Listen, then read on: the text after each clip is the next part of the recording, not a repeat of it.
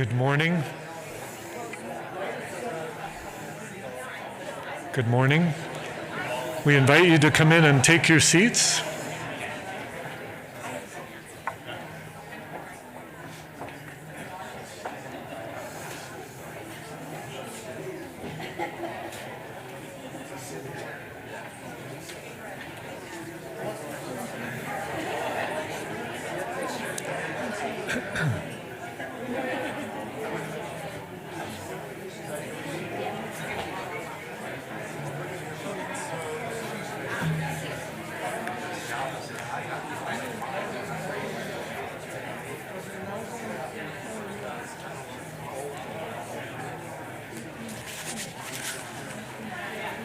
Good morning and welcome to the 35th Annual International Society Conference. We encourage you to take your seats as we get started. We would like to welcome the many members and friends of the Society from across the globe who are here with us today, including a special delegation from South America. We are grateful for their long journey and welcome them heartily.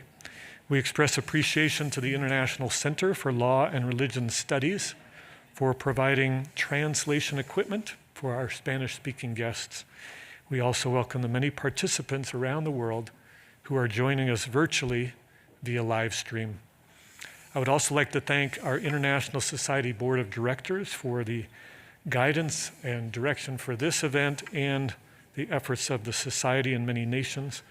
Would those from the board who are in attendance with us, please stand so we can acknowledge you.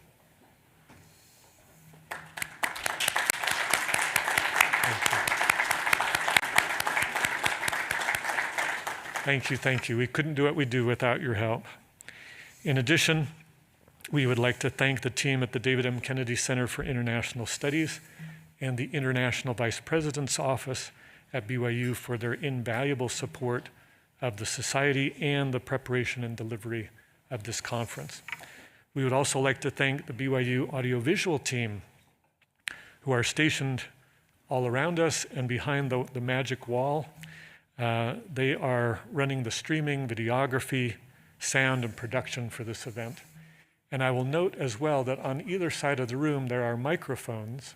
So during our Q&A portion, which will follow each presentation, if you have a question, please go to the microphone so it can be captured with audio and also we can hear your question.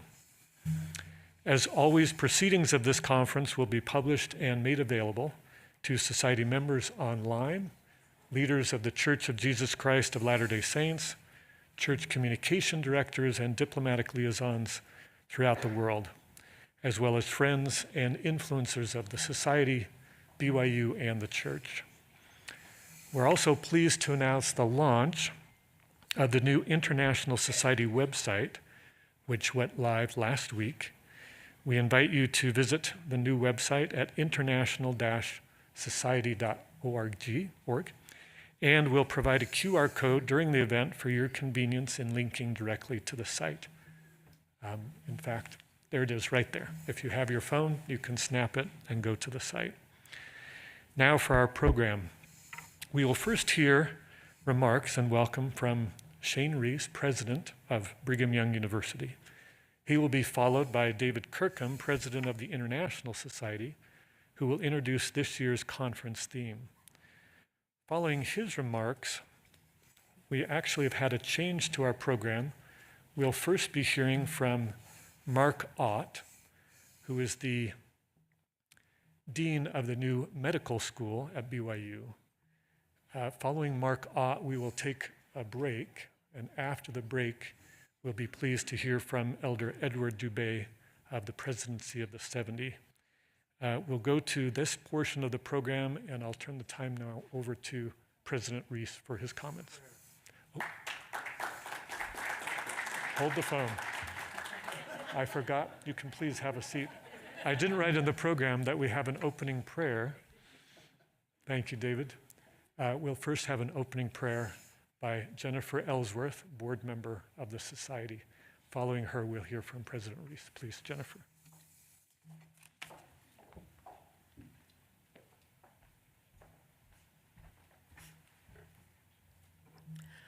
Our most gracious and beloved and holy Father in heaven, as we humbly come before thee at the beginning of this marvelous day at a beautiful campus, Brigham Young University, Father, we are so humble and so grateful for the opportunity that we've had to come together this weekend to listen to our prophet and apostles, and we are grateful for those who have brought us together this day to continue our learning by study and by faith, Father. We're so grateful for those who will speak to us and are mindful of their responsibility, and we pray that they will have the inspiration and the revelation necessary to touch our hearts and our minds. Father, most importantly, we are so very thankful for the Savior Jesus Christ and his atoning power in our life, for the restoration of the gospel of Jesus Christ, and for those prophets and apostles who have brought forth this truth for us in these last days. We love thee, Father, so very much. We're so grateful to thee. Father, as we go throughout our day, may thou and wilt thou bless this food throughout the day, that it will be nourishing and strengthening to us, and that our minds and our hearts will be open to all of the possibilities of how to bring peace and prosperity, love and joy to those lives that we have opportunity to serve. And we say these things humbly in the name of thy beloved Son, Jesus Christ, amen.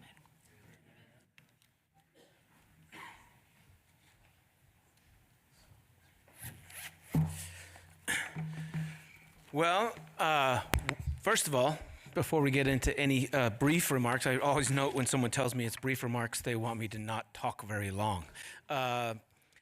Welcome to BYU. We hope that you have a remarkable time during this incredible conference. Boys, I looked over the conference theme. I can't imagine a more timely or more important topic to be discussing. So I commend to you the theme. I'll address that in just a moment, but I did want to start off by saying that your conference title, not just the theme, but the title, Becoming One, Addressing Global Disparity, is so perfect to be discussed on this campus. You see, at BYU right now, we are heavily focused on becoming ourselves. We're focused on becoming, in particular, the Christ-centered, prophetically directed University of Prophecy. We're deeply committed to that. We're focused on it in every message that happens on this campus about how we can be more Christ-centered and how we can be more prophetically directed. It is a remarkable time in higher education. I wanted to share real quickly. I was briefly at a gathering of university presidents from all over the country. There were Research One universities that are high research productivity. There were Ivy League universities. There were small community colleges at this gathering. There were universities that were religiously affiliated. There were secular universities. I mean, it was from all over the map. About 150 university presidents from all of those different sectors getting together to talk about building trust in higher education. And you can imagine that right now, trust in higher education is not at an all-time high. So it was a fascinating thing as I sat there and I listened to a whole bunch of panelists talk about how we build trust in higher education, and I was very keenly interested because it's a topic about which I'm very interested and feel like we need to do the same here at BYU. And as I was sitting there listening to these presidents from these universities, this was a panel made up of 5 very prominent university presidents. Actually, there were 4 university presidents, and there was one chancellor. A chancellor is a person who oversees a set of universities in a system. So as they were going around and talking about the importance of building trust in higher education, and by the way, this does have a connection to our theme, I'm getting there. This group talked about that one of the presidents said, you know, what I really think is wrong here is that we're not telling our story well enough. And I watched and I looked around the room as 150 heads nodded yes. And then another person said, yes, I think it has to do with the importance of telling our story. We have to tell it louder and tell it more often. And the heads in the room nodded yes. And then another person said, yes, we absolutely need to tell our story. We need to tell the compelling story of higher education, the value proposition of higher education. And then the fourth university president just added their voice to the chorus of, we just need to tell our story better. And there was a sage chancellor who watched these four presidents say, we need to tell our stories better. And finally, the moderator said, well, what do you think, Mr. Chancellor? And this wise old chancellor said, I'm sorry, I don't mean to be contentious here, but I think the four people who just spoke are all completely wrong. You see, what I think we need in higher education is a little more humility. We need to listen to some of the criticisms about our educational institutions, and we need to learn. Now, that was a remarkable moment, and I didn't see any heads in the room nodding, but I certainly had my head nodding. That's exactly what we need. And I contend that that's exactly what's needed as you address global disparities. That we need a willingness to listen. We need a little stronger dose of humility. And we also need to have an abundance of forgiveness. You see, these are gospel methodologies. And gospel methodologies will serve and solve the world's problems in ways that secular ideologies cannot. They simply fall short. And so as you address the topics that are so pertinent to your discussion today, may I invite you to pay close attention to what President Nelson shared 2 conferences ago and then reiterated yesterday in his concluding talk at General Conference. He said twice now, anger never persuades. Hostility builds no one. Contention never leads to inspired solutions. Regrettably, we sometimes see contentious behavior even within our own ranks. We hear of those who belittle their spouses and children, of those who use angry outbursts to control others, and of those who punish family members with silent treatment. We hear of youth and their children who bully, and of employees who defame their colleagues. My dear brothers and sisters, this should not be. As disciples of Jesus Christ, we are to be examples of how to interact with others, especially, I note, when we have differences of opinion. One of the easiest ways to identify a true follower of Jesus Christ is how compassionately that person treats other people.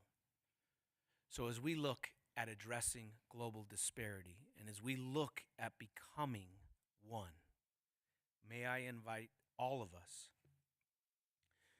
to have a little dose of humility and a willingness to listen and to be bold and courageous in our peacemaking. I commend that to you as you engage on this remarkable program, and I welcome you to Brigham Young University. Thank you.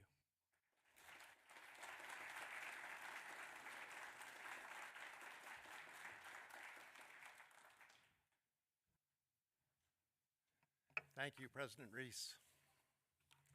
Thank you, Bruce, and thank you, Jennifer, for the prayer. When I heard that we were going to have to flip the order this morning, I said, there's no way we're going to do this without a prayer. So it sort of reminded me of when I first started dating Judy, my wife. Some of my friends looked at her, looked at me, said, you haven't got a prayer. So, good morning, friends, members of the society. I'd like to add my welcome to this, the 35th annual conference of the International Society. It's been a stimulating, exciting, and building year, and we're grateful that you could join us. I hold these truths to be self-evident, that all men and women are not created equal in wealth, education, and professional opportunities, family situation, physical stature, mental acuity, the ability to dribble a basketball between their legs, belt out an operatic aria, and performance in other realms of our physical existence. I do hold that dignity, worth to God, equal before the law, and deserving of the chance to make the most of themselves. Conceptually, the distinctions can be difficult, so for the next 10 minutes, I'm going to avoid them and talk not as much about inequalities as about disparities, significant differences in quality of life in different parts of the planet that are capable of improvement. In 1999, I was working for the United Nations Office for the Coordination of Humanitarian Affairs in Geneva when it fell on me to preside over a UN conference in Cote d'Ivoire with delegates from the Economic Community of West African States. For 2 days, the conference had been humming along with overall success. It had been a challenge to keep some of this group of ambassadors, generals, ministers, NGO directors, and first secretaries on track, however. The agenda was about natural disaster relief. The UNICEF representative wanted to talk about child soldiers instead. Others, too, had other agendas, including the delegate from Sierra Leone. Sierra Leone, as you may recall, was the setting of one of the most atrocious civil wars in modern times, fought mostly over diamonds with the warlord Foday Sanko's drug-induced rebel criminal militias and child soldiers plundering village after village. Sanko's Revolutionary United Front killed tens of thousands and left thousands more of the survivors permanently maimed, minus a hand or arm sliced off at the wrist or the elbow, depending on whether the terrified victim expressed a preference for short sleeves or long sleeves. Children were forced to kill members of their own families before being taken away to join Sanko's awful minions.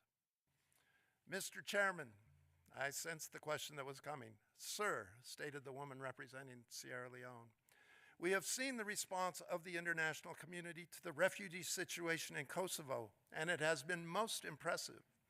And it was, up until that time, perhaps the most successful refugee operation ever. The representative went on. However, for 10 years now, we have had just as many refugees from our country, 500,000 in Guinea alone. They die of disease and starvation. We have an entire generation who are receiving no schooling. So tell me, sir, what is it going to take for the UN and the United States and the Western countries of Europe to respond to our plight in Sierra Leone with the same vigor that they have responded to the former Yugoslavia? Tell us that, sir. Can you answer that? Sierra Leone, the inhumanity of it sickened me. What was it going to take? And how had it fallen on me, an obscure boy from Farmington, Utah, to bear for that moment the weight of the United Nations' pitiful response to that question? The world isn't fair. Most of us were taught that by parents, and by the time we were adults, have accepted that maxim in some measure or another. But I believe for Latter-day Saints, it doesn't end there. I think the pervasive injustice in this world creates in us a humble sense of responsibility to do what we can to alleviate it. Today's conference will examine the theme of becoming one, addressing global disparities, and some possible new approaches for Latter-day Saint professionals and like-minded individuals throughout the world. Together, we will explore efforts, whether through official church programs or private initiatives, to reduce the disparities and detrimental differences among us in health, education, income, agriculture, security, technology, and more, and to bless the lives of the many whose opportunities for formal education and meaningful employment have been limited in this life. We start with the assumption that these differences are significantly real among Latter-day Saint communities and can be and should be addressed. We accept the Apostle Paul's pronouncement that there is neither Jew nor Greek, there is neither slave nor free, there is no male and female, for we are all one in Christ Jesus. To use Book of Mormon terminology, we desire that there be no manner of ites among us, but we're not quite sure exactly how to make that happen. Many of us have lived around the worldwide church and have sometimes encountered great disparity in living and worship standards. This first became clear to me as a young missionary about 50 years ago, serving in France and Belgium, where it was quite apparent that there was no BYU Brussels or BYU Paris. There was no gym in the rented buildings. I think some of them were haunted, that we used for our church services, these little homes and apartments where we had to do. There was no scouting program. These were all things that this obscure boy from Farmington, Utah had taken for granted. I know that, as Shakespeare said about Scripture, the devil can cite statistics for his own purposes. I can say that now because President Reese stepped out. But I do find the following data summations to the point. The worldwide average per capita national income in 2023 stood at a difference of about 15 to 1 comparing North America and Oceania to sub-Saharan Africa. And within countries, income disparity has been increasing since 1980, with the poorest 50% of the population consistently lagging behind the top 10% in every region, but especially in the Middle East and Latin America. Income disparity correlates with educational and developmental differences, which all correlate with poor health outcomes. The WHO reports, quote, in low-income countries, the average life expectancy is 62 years, while in high-income countries, it is 81 years. A child born in Sierra Leone can expect to live for 50 years, while a child born in Japan can expect to live to 84. I realize that in some circles, the organizations that bring us these data have fallen out of favor, but if we doubt the statistics, we need only travel. If we go beyond the tourist haunts, our own eyes and ears will confirm these conditions. Now here's the beginning of the good news. In the last 50 years, programs that provide opportunities across the board have been church programs that provide opportunities across the board have been nothing short of miraculous. And the church that I knew in Belgium and France in the 1970s is not recognizable today. There has also been no shortage of individual members and friends of the church actively engaged in good causes, not waiting to be commanded in all things. But as they say, it's always 1830 in the church somewhere, and we have much room to grow. Even this event held at the BYU Hinckley Center is more readily an opportunity for networking for those of us living along the Wasatch Front. But we are working to change that here, now, today, and in the future. How many of our young people would make great displays of brilliance in service if the opportunity were only made available to them? The late renowned biologist Stephen Jay Gould once said, I am somehow less interested in the weight and convolutions of Einstein's brain than in the near certainty that people of equal talent have lived and died in cotton fields and sweatshops. One of the primary purposes of the International Society is to help reduce disparities of opportunity through creation of a strong network of the best international minds in the church, to mentor, teach, exchange ideas, and act as professional, intellectual, and spiritual guides for others who follow. What we may have done well in our local communities, technology now allows us to expand across the globe. The longtime aspiration and increasing reality of the International Society is that a woman in Japan can mentor a young person in South Africa. A seasoned professional in Ghana can provide an example for a young adult in Peru. And all can become acquainted with the best the church, its members, and friends have to offer. Today's program will move this forward, with Dean Ott providing a living example of how seriously the church and its members have taken the proposition that Elder Dubé will return to of how education diminishes disparity. Other church or BYU educational initiatives will be highlighted throughout the day, including BYU Pathway Worldwide, Succeed in School, and the BYU China Teachers Program, and the Geneva Office for Human Rights Education. And I hope you take a chance to visit the table out there with China Teachers and Geneva Office are represented.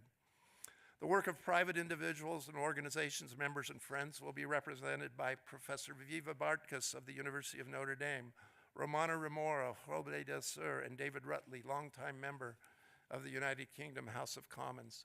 The afternoon program was intentionally created to be especially dynamic so as to encourage you to spend the whole day with us. A final word. The International Society is, after all is said and done, a service organization. We invite those of you listening today to think of the opportunities your particular talents and experience provide you. Take a look at our new website. Let it serve your instincts towards greater service. It's still in the process of being updated. If you see things in there that need improvement, let us know. There are a couple of our board members that still are to be added, but we think this is a great step forward. Sister Michelle Craig, formerly of the Young Women General President, has reminded us that of what Elder Neil Maxwell called divine content, and says that it comes when we compare what we are to what we have the power to become. Each of us, she says, if we are honest, feels a gap between where and who we are and where and who we want to become. We yearn for greater personal capacity. We have these feelings because we are daughters and sons of God, born with the light of Christ, yet living in a fallen world. These feelings are God-given and create an urgency to act. I know I not only feel that as an individual, but I think I can say we feel that as a society. We are not quite where we want, but we feel this divine discontent to become who we can become. I pray that some of that divine discontent will work on us today to bring our best minds and most willing hearts to the question of disparity among us. Because we have been given much, we too must give. We may have no control over the priorities of the United Nations or the United States and other countries or our respective countries, but the opportunities for individuals abound. Let us together this day figure out good, sustainable ways to act to reduce unnecessary differences in our homes, communities, and in our world. Thank you very much.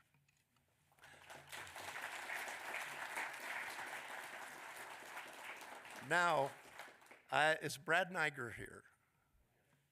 Great. Then I'm going to turn the time over to Brad to introduce Dean Ott. I'll have you know, I was prepared just in case. So, thank you, Brad. Brad is the academic vice president here at BYU, okay. Or associate. There we go. Thank you. Thank you. My heart raced when I heard academic vice president, so I'll stick with associate. You know, I've been an administrator for quite a while here at BYU, but I still hold my faculty position in public health.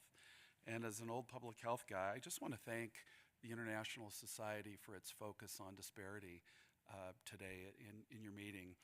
For decades, we've tried to educate and elucidate that the disparities really are prime indicators of poor health outcomes. And so I just congratulate you on what you're doing, what you're trying to accomplish today. In October last year, BYU announced the appointment of Dr. Mark J. Ott as our inaugural dean of our new medical school. And as the thought of a bear market looms, I want to share 3 reasons why I'm bullish on Dr. Ott. First, he's remarkably prepared professionally. He earned his bachelor's and medical degrees from the University of Utah and held distinguished clinical and academic appointments at Johns Hopkins, Harvard, Stanford, the University of Utah. Pretty impressive.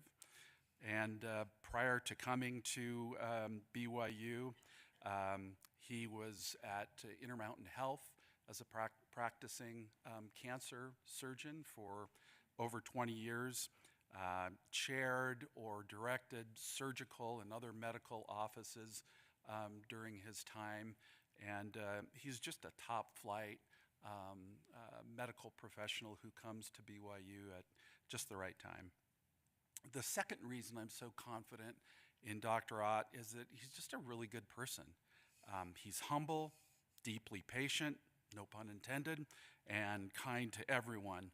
If there's anyone who could be puffed up and throw his weight around a little bit, that he's been around, he knows what he's doing, and this is how you ought to do things, it could be Dr. Ott. Instead, he leads with gentle confidence. I've heard him reflect on his early life growing up in the farmlands of Sandy, and he talks with loving reverence about his parents and how much they instilled in him the values of hard work and thrift. And he embodies those kinds of attributes. And the third reason I believe in Dr. Ott's leadership is that he strives to make his discipleship of Jesus Christ his highest priority, per President Nelson. And he is a loyal, devoted, and consecrated member of the Church of Jesus Christ of Latter-day Saints. Frankly, it will take a person like that to fulfill one of the charges made by the First Presidency, that the School of Medicine will provide a high-quality, spiritually based program that reinforces the mission of BYU and of the church. At a time when the Jewish nation in Persia faced destruction, Queen Esther came forward to play a pivotal role in their liberation. And it was her cousin Mordecai who asked her, "Who knowest whether thou art come to the kingdom for such a time as this?" And I believe Dr. Ott has come to BYU for such a time as this, and it is now our pleasure and opportunity to hear from Dean Ott.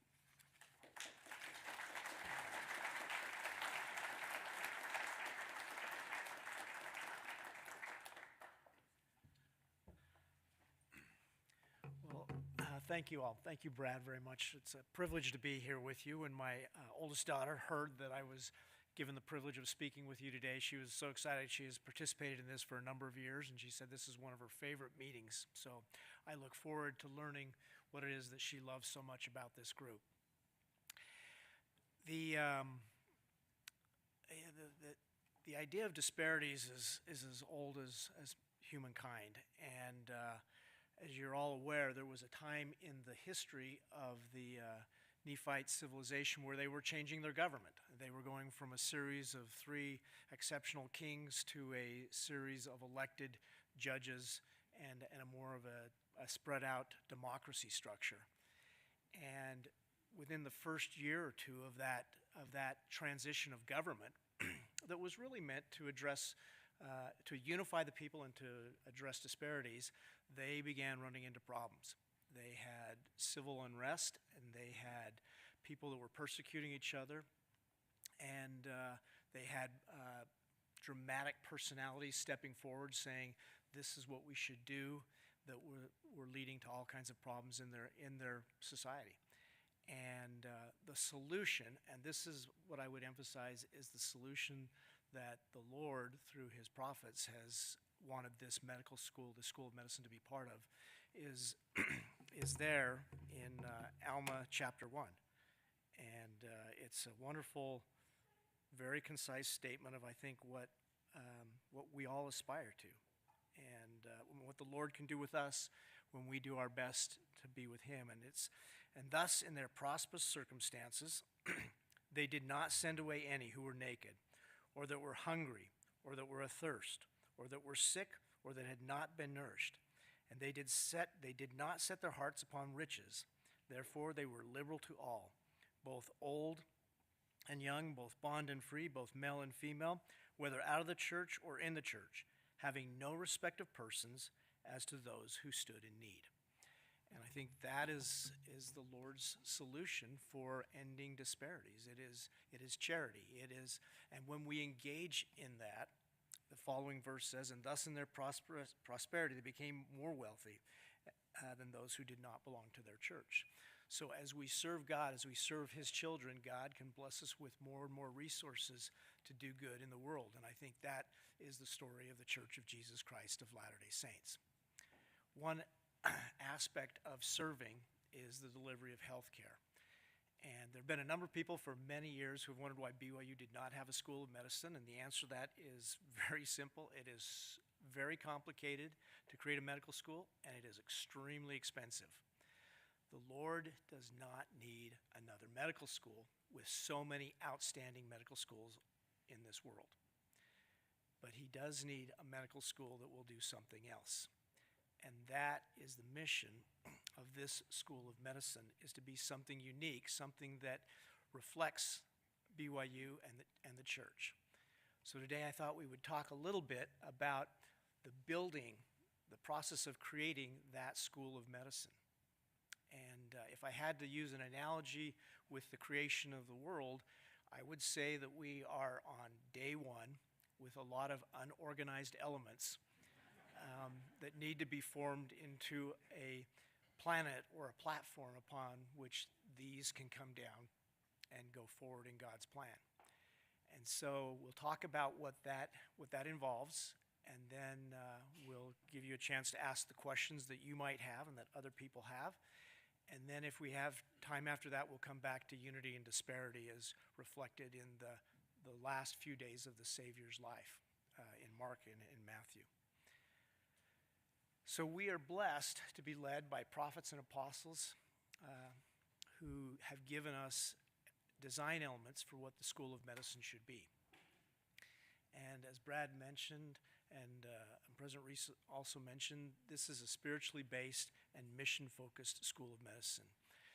The spirituality is that any medical school can teach the principles of medicine, and those are important to master the science and the art that is behind medicine. We live in a time when there's so much knowledge, and in fact, part of the problem is there's so much knowledge that it is impossible to master and know and keep in one person's head all the knowledge, and yet we have the resources to make that better. The ability to come to knowledge is way more powerful now than it was 30 years ago. I think when I was in medical school, it was almost possible to memorize and learn the body of knowledge that one needed to be a physician who could care for and be a master of healing. That day has long since passed, and so we need tools that allow the new physicians that are being trained and the new people who practice in healthcare to be able to pull that information and to synthesize it when they're sitting in front of the individual who needs a problem or an issue addressed. And so we need those tools, but we also need spiritually minded physicians, people who understand that concept that is in Alma 1 about giving, and that as we give to those around us, and as we look at medicine as a calling and not as a profession, that God can do far more with us than we could have ever done before. And so that spirituality focus is got to be part of everything we teach. When we're teaching biochemistry, when we're teaching anatomy, they need to understand that God's role in all of this, and that is part of what we do and are planning to do as we create this School of Medicine. We're here to support the mission of BYU and the mission of the Church of Jesus Christ of Latter-day Saints. There was a moment when my wife and I were with President Nelson in the first presidency, where President Nelson looked off into the distance, and he said, in the coming decades, the power of this School of Medicine to take forward the mission and the work of the Church of Jesus Christ and of the Lord is going to be far beyond anything that we can see here now.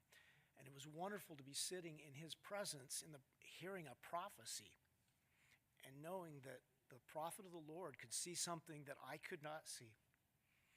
And it was an unforgettable moment. And I look forward to living another 20 or 30 years so I can see what he saw, because I know it will happen. And that is part of our mission. Like all of BYU programs, this is meant to be teaching. The role of the university is there to bless the students who come here. And while the faculty are certainly critical and important, and the leadership is critically important, all of these things exist for the students. And that is not necessarily true of many universities in this country. Oftentimes universities exist, and yes, they do teach, but the teaching is not their primary responsibility, and that is the responsibility in the School of Medicine. Built into that, we will have a focus on research. We want these young women and men to learn the principles of science and understand that asking questions and coming up with theories of how to address those questions and then implementing those theories and seeing if they hold up is a critical part of becoming a physician. As important as it is to solve problems, it is even more necessary to find new solutions to problems so that we can put old problems in the rearview mirror and go on to newer problems that need to be addressed. And so that research emphasis and that humanitarian emphasis is built into the curriculum from the first day through the last day of the fourth year. We want them to experience serving and understanding the needs of underserved populations and peoples throughout the world, and to be in those environments. One of the traps of medicine is that it is so demanding to learn and master this material that you can easily justify saying, I will do these other things when. I need to focus on medical school, and then I need to focus on my residency. And when I finish those things, I will get back to serving in the church, serving in my community, doing other things. But there's so much for me to do now that I just need to focus on that.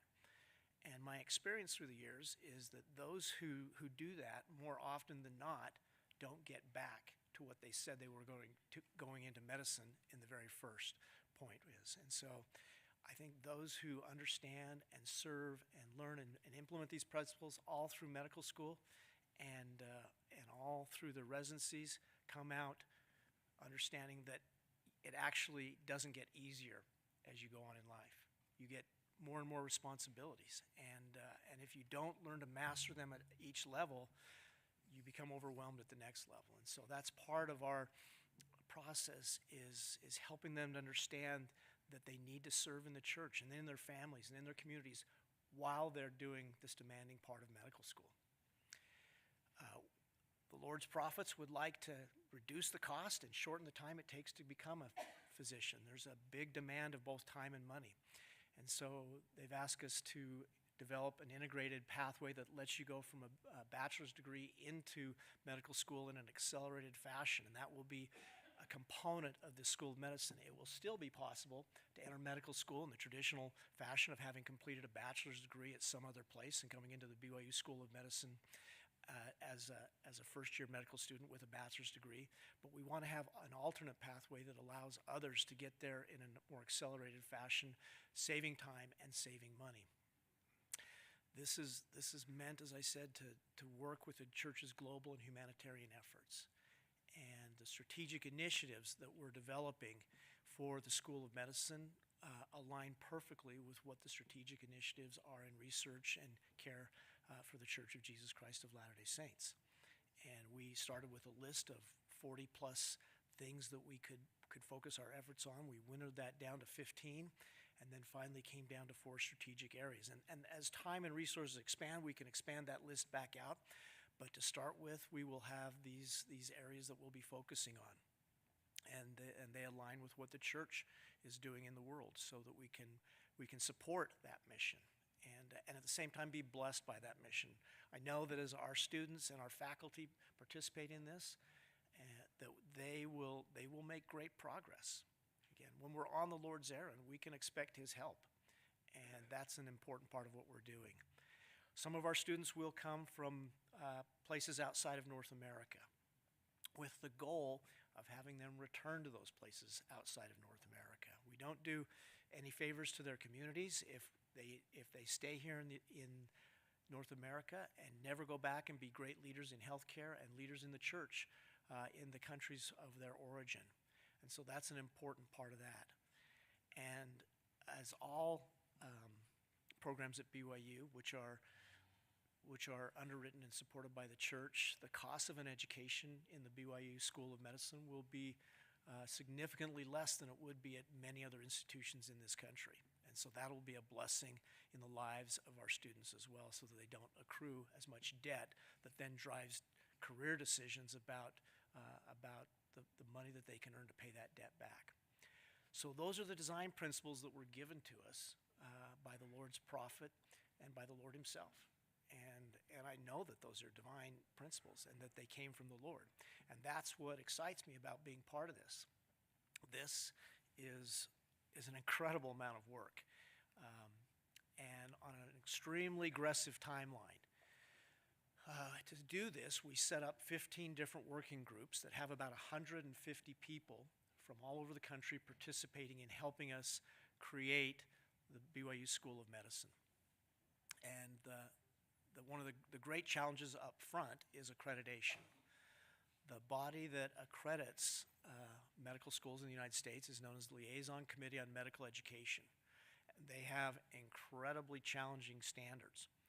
And in fact, we are not a medical school until they say we are a medical school. So when I'm corresponding outside of BYU with letters or with emails or with whatever, I always reference this as a school that is a future school of medicine. I'm an inaugural dean. I'm not a real dean. My wife likes to remind me that I'm the dean of the imaginary school of medicine. And she does her very best to keep me very humble with that. And but that accreditation process is 1,000+ pages of written documents that talk about how we're going to do this. And it's an 18 to 24-month journey.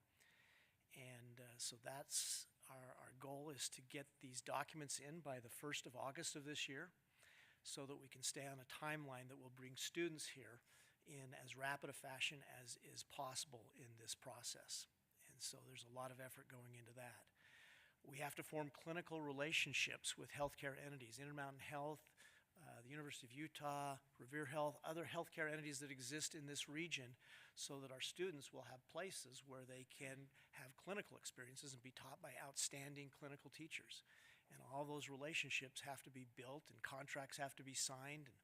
And then at the same time, Utah does not have enough residencies to train the physicians that this region of the country needs. And Intermountain Health is working to stand up residencies, which again is another large endeavor. And I'm sure that the University of Utah will also expand some of their residencies in this process as well. So there's that work stream that's going on that is incredibly demanding and also extremely expensive. We have to develop a leadership team. A leadership team that has a vision of what the Lord has, and that recognizes the ability of talents. And we've been given people from all over the country who have stepped forward, and in fact from other countries in the world, who want to be part of this. And I've talked with over 1,000 people since the day that my name was announced for this, and every day I get 2 or 3 more emails, letters, texts, whatever, of people saying they want to be part of this. The water in this river does not stop flowing. It keeps coming. And so we compile this ever-expanding list, similar to a bishop's storehouse of all the people and all the talents that exist out there, that at the right time and place we want to have as part of the School of Medicine, helping us to achieve this destiny. We'll have to hire hundreds and possibly 1,000 or more faculty members to do all this teaching, and so that's a big endeavor. Obviously, the students, we want to design an experience for them that will be wonderful, and that will be unique, and that will be doable. It's very demanding to be involved in medical education. And when I went to medical school, it was pretty standard around the country that there were 2 years of sitting in a lecture hall, being 8 to 5, having lectures, and then there were 2 years of clinical work. And the School of Medicine education now is nowhere like that in this country. Now they're in a lot of small groups, they're in a lot of case-based discussions, there are very few large hall lectures, and that pre-clerkship phase is anywhere from 12 to 18 months. And the more you shrink it down to 12 months, the more demanding it is for those students to encompass all of that knowledge in a shorter period of time. And so we have a lot of decisions around curriculum and how we'll deliver that education. And we have amazing people who God has prepared to do that. I would, one of the people that's involved in this, her name's Heather Reidinger. She's a talented medical educator and internist at Vanderbilt University, who has been honestly raised up of the Lord. And as I was, when I first came into this position, there were a list of people that some people thought might be of use. And on that list, I saw this name of Heather Reidinger. I had no idea who she was, and yet her name just jumped out to me. And so I called her up, and I said, "Hello, this is Mark Ott calling from BYU," and introduced myself. And I said, "Heather, I saw your name on a list, and what do you do?" And she said, "Well, I'm very involved in the medical education and curriculum design at Vanderbilt," and I knew that God had led me to this woman. And that and as I've worked with her since, and she's been overseeing our curriculum development with her working group, I've just been so impressed at all that God has done to prepare her to help us create this. And that story happens over and over again. And God just keeps giving us the right person at the right time with the right abilities. And it's just wonderful to see. And a couple months later, she said, I should probably tell you the rest of the story, because a couple of years ago, my father had given me a priesthood blessing.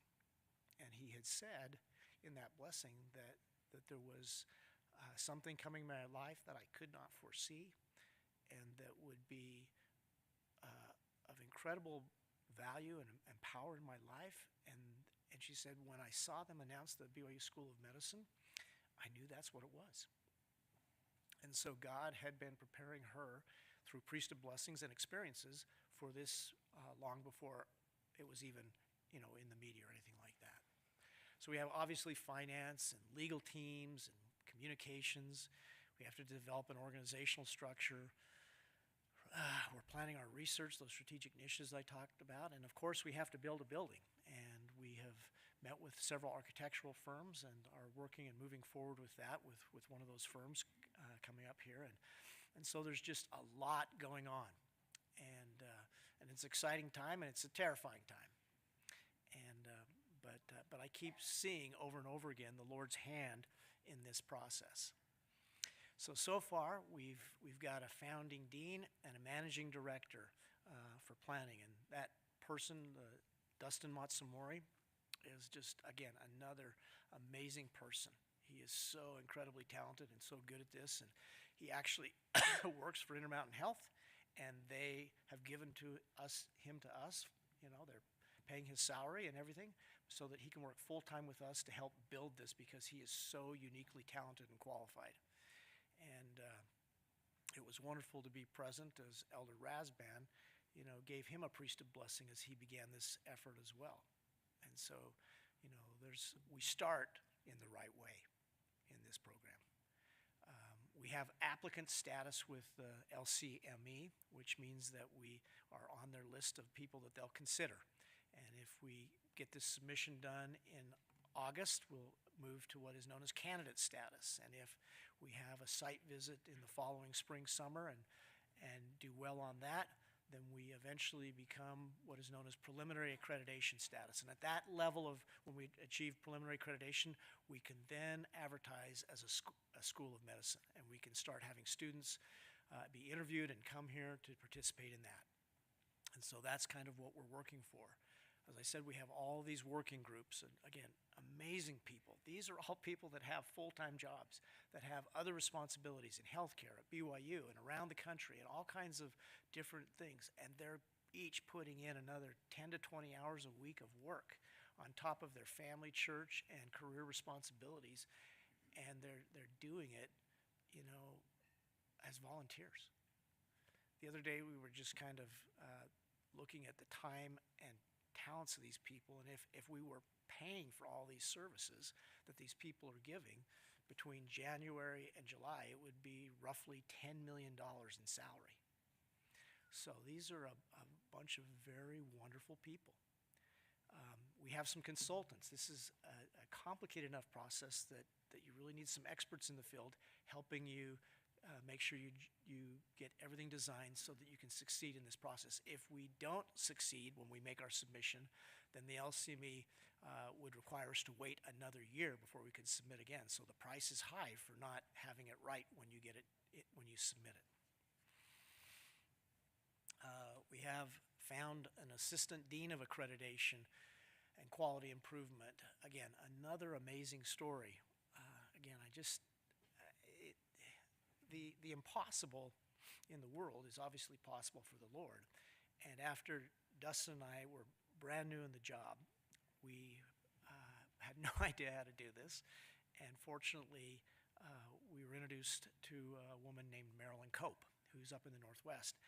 And she was an expert in accreditation. She had been through this process, and she's a member of the church and had just volunteered to help out. And And we were so excited. We're like, Marilyn, we want to hire you. And she's like, well, my husband's a marine biologist. We're not moving to Utah. And which was understandable, and we totally and we said, well, Marilyn, is there anybody else that you know of who is like you? And she goes, no, not really. And she goes, but in 3 or 4 days, there's a big conference of the American Association of Medical Colleges that's held in Atlanta, that they hold every year, that has to do with all this process. And if you go there, you might find somebody. So Dustin bought a ticket to Atlanta. He got a hotel reservation and registered for the conference. And prior to his going, he and Marilyn said, there's this listserv group that's part of this that is focused on accreditation, and you might ask them if you can be part of it. And so Dustin and I naively signed up for this, and they let us in. And when Dustin got to Atlanta in his hotel, he knelt down, and he said, Lord, I'm here to find somebody, and I have no idea how to do that. And so he went over to registration, completed his registration, and was headed to the first session that he had registered for. And as he was on the escalator going up to that session in this 3.9 million square feet arena with 5,000 people there, behind him, he heard a voice that said, are you Dustin Matsumori? And he turned around, he said, yes, I am. And, but how do you know me? And the man behind him, Derek, said, well, I just come from this other session, and it was this listserv group that we had both signed up for. And they mentioned that the only people that were in this group were people who were accredited medical schools, but that some people from BYU had applied, and we decided to let them in. And so as he was sitting there, he pulled out his phone, and he looked to see if anybody from BYU had registered. And he saw that Dustin's name was on the list. And then he looked up Dustin on his phone and saw a picture of him. And when he looked up from his phone, he was standing behind Dustin on the escalator. So, and then that has led to us being able to hire Derek from the University of Tennessee. And that just keeps happening over and over again. That God knows what we need, and he puts that person literally right behind us or in front of us. So we've also hired a senior associate dean of academics. So we're building the leadership team, and we're working on the planning and the construction for the School of Medicine. And so that's underway. We still have to complete the financial model. It's very complicated, and the number is terrifyingly large. But we will be able to do that. We're helping with the planning of those medical residencies, again, assembling the leadership team and the faculty.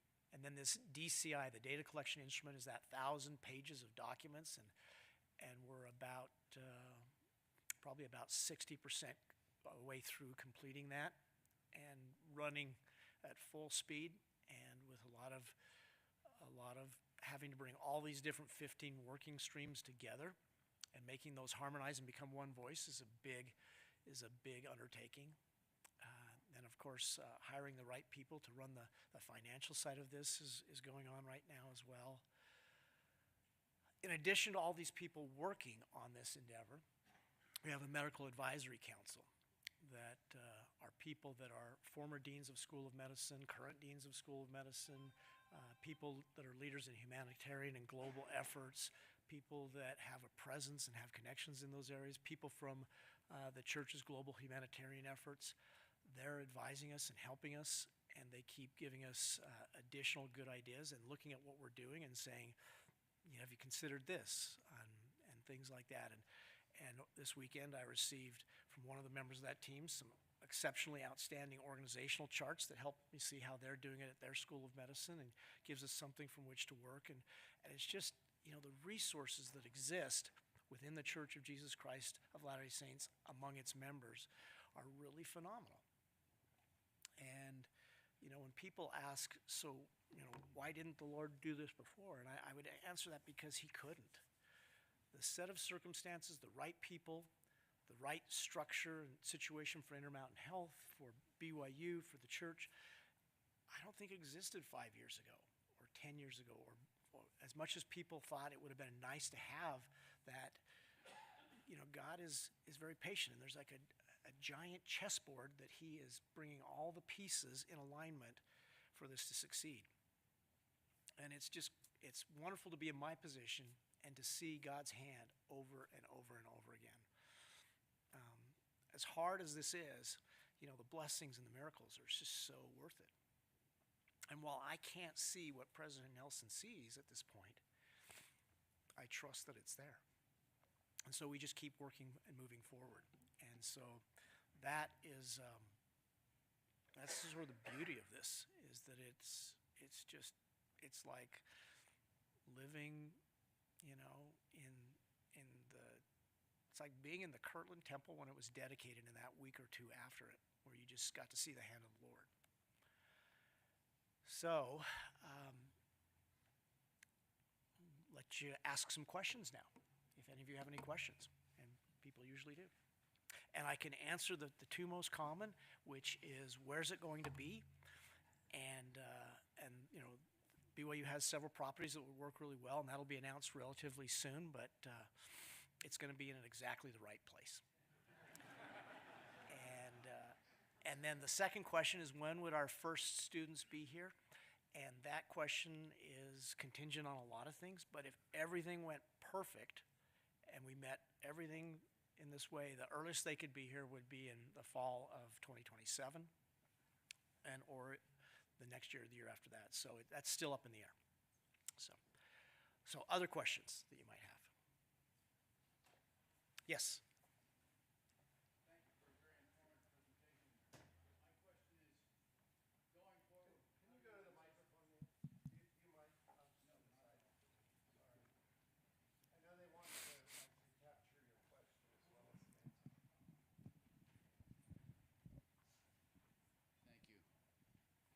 So thank you again for a very informative presentation.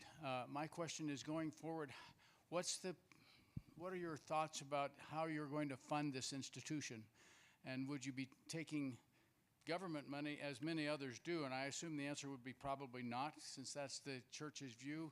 Would you be looking at endowments and other things to fund this going forward? I mean, what are the thoughts for how this keeps rolling in the future? So, as I said, that this is funded by the Church of Jesus Christ of Latter-day Saints. I'm sure there will be a role for philanthropy. And I'm positive that the research we do will attract and provide research funding, as is normal for any university. What the mix of that will be 5 or 10 years from now is to be determined. But I can tell you that there are a lot of generous people who keep offering the School of Medicine money. And President Reese keeps saying, not yet, not yet. So we'll be really patient. But it is an expensive undertaking, but one that will be well worth it. So, other questions? So I have. Oh, yes. Okay, good. Is it working? I know that it's a huge curriculum to teach all of the medical aspects of it. But since we're at a conference on disparities, I'm wondering about the relationships between the medical school and public health, which focuses on prevention of disease as opposed to the curative aspects. And also, it seems in this country, the thing that's destroying the provision of medicine is the business models and the cost of medicine and the confusion of those kind of things. So do you have partnerships with the School of Management? Are there parallel things going on for the management and delivery of medicine and prevention of medicine that go parallel with the creation of a medical school? Yeah, it's a great question. And on those working groups of 150 people or so, there are people from all of those allied and business schools and law schools and every other school you can imagine here at BYU. We met with the humanities leadership the other day as well, the nursing school, but that is built into the curriculum. So our students will be learning about healthcare, not just in the United States, but in underserved areas, because it's very different to deliver health care when you don't have a CT scanner on every corner and where you don't have immediate laboratory tests and things like that. We want our students to be capable of delivering health care in North America, but anywhere in the world. And so that's in the curriculum. They will spend at least 8 weeks somewhere in the world helping underserved populations. Doing that, living there, being there, and falling in love, we hope, with those people and their needs, and meeting the needs of those areas, of what the people in those areas see as their needs, not what we see as their needs. Thank So- you. Okay. You've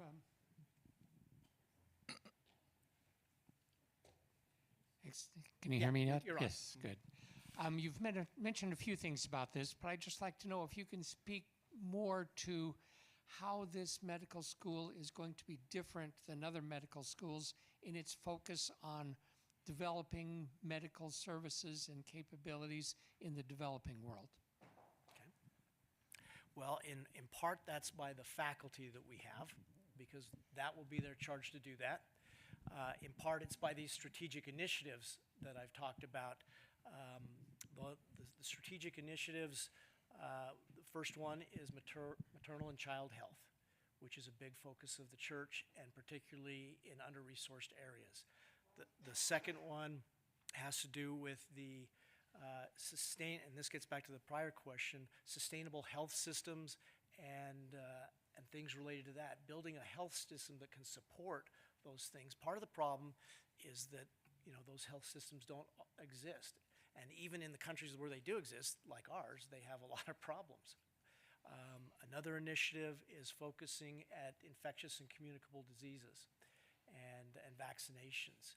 And so these are issues that are an issue for our country, but very much an issue in underserved populations of the world and need to be met and addressed. And then also another initiative is in the non-communicable diseases. Heart disease is a factor everywhere in the world. And we recently had a delegation from Mongolia here who I knew from prior experience, having worked there and doing cancer surgery with them. And their health minister and consulate general and others were here.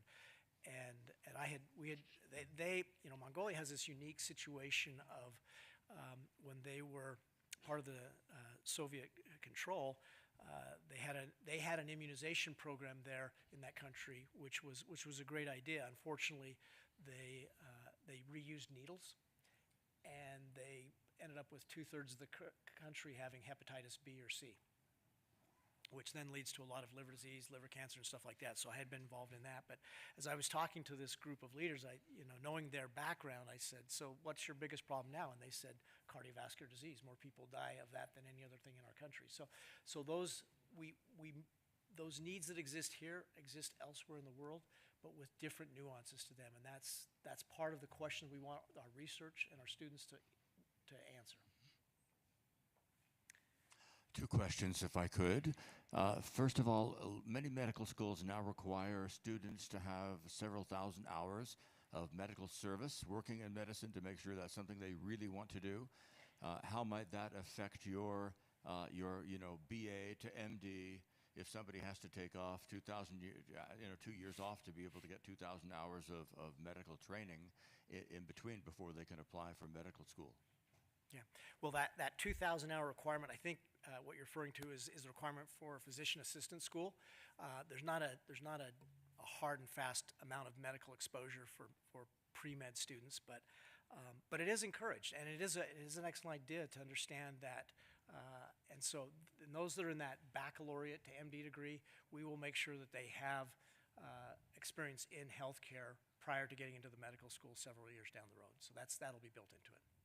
And in addition to MDs, which is again a priority to becoming a medical school, will you consider other certifications like a physician's assistant, which are a very productive member of the medical community? Yeah, the answer to that question is I'm positive that there will be a wonderful health science campus all around this medical school someday. But right now, the accreditation for the medical school is a full-time job. And it is the priority number one. And so we'll let the future unravel at an appropriate time, but it's not envisioned at this point. Okay. Hi, so I was just wondering how you intend to focus the students' experience on learning and growing as disciples of Christ as opposed to focusing on the educational success that comes from attending a Church-sponsored school? Yeah, that comes from Yeah. attending an institution. Okay, that's a great question. There are a number of religiously affiliated schools of medicine around the country, and they all do great work. But this is meant to be different, and I would just go back to the words of our prophet, which is the importance of the covenant pathway, the importance of making and keeping covenants. We want our students to understand that first and foremost, that they are a child of a loving Heavenly Father, and that they are a child of the covenant and a disciple of Jesus Christ. Those three things that President Nelson talks about are very important. What we're asking of these students is so demanding that they need more than human capacity to succeed in that.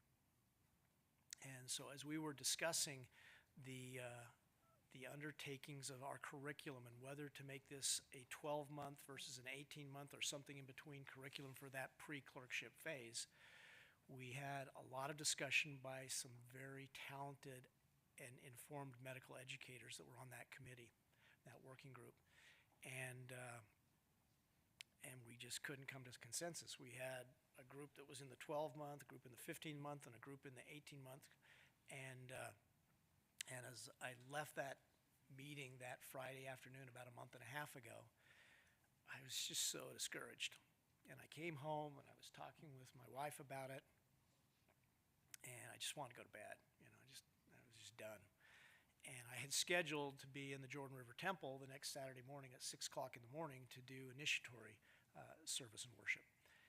And as I was there that morning listening to those promises in those ordinances and covenants, I was struck with the power of what is promised to the people who participate in that. The ability to have an increased intellectual capacity, the ability to bear burdens, the ability to endure. And as I listened to that, I went up after that and went up to the celestial room and reflected on that. And as I was sitting in the celestial room, I had scriptures come pouring into my mind, one of which was in D&C 6, about doubt not, fear not, and all that went with that. And then I had the words from President Kimball's second century address about the destiny of BYU come into my mind.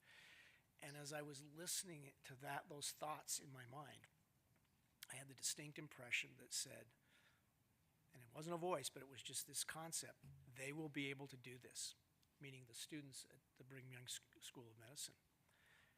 And I knew that if our students would honor their covenants, that they would be able to do a 12, 13-month curriculum. And I went home and I wrote an email about that to this working group and shared it with them. And a little while later, I got a text from Heather Reidinger, who was the head of that group. And she said, it's interesting. And I called her up after that text, and she said, I was in the Nashville temple last night, and I was doing initiatory service as well. And I had the exact same experience, the same scriptures, the same everything. And it was wonderful to know that God would give this revelatory experience to two people who needed it so that we could move forward. And because we can't always know the future, but God does. And he can tell us which way to move when we can't otherwise know it. So I would say that our students will succeed on the strength and power of the covenants that they make and keep. So, okay. Tell us what your goal is for the number of students in the first class and what the mix might be between foreign and U.S. students. Okay, that's another great question. So the largest that the LCME will allow any school of medicine to start with is about 60 students, because they want you to prove that you can do what you're going to do.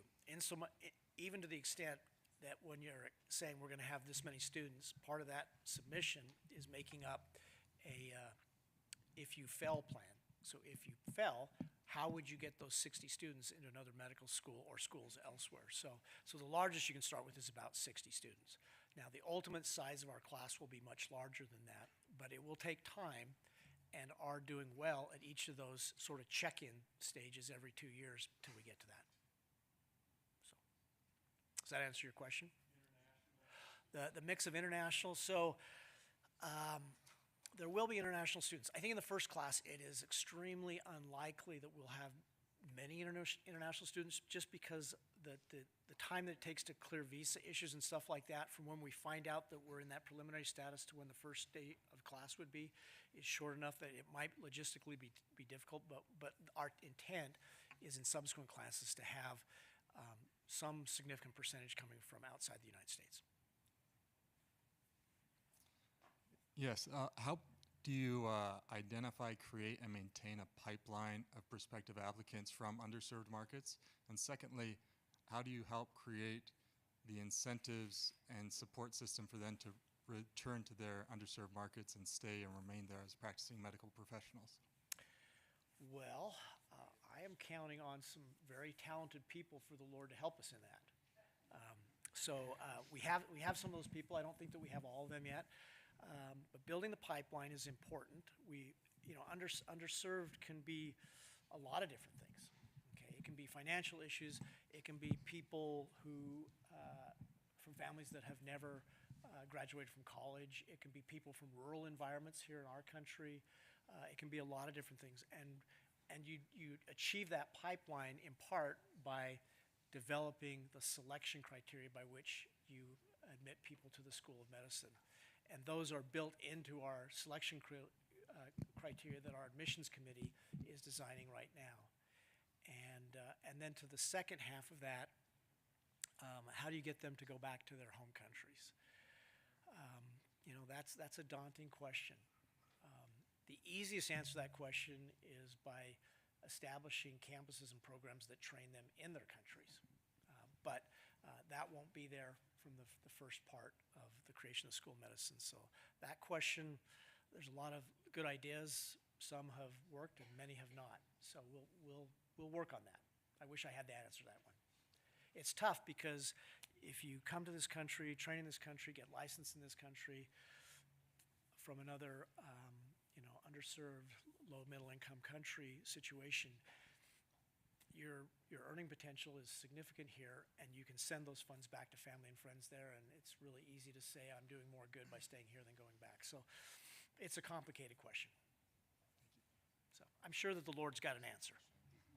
So COVID taught us a lot about remote and virtual learning, and I just came from giving a lecture to a medical school in the East, first-year students, of which maybe 10 of the class of 160 were in the classroom. So what do you foresee as the needs for on-site versus virtual education in this medical school, and how are you planning for that?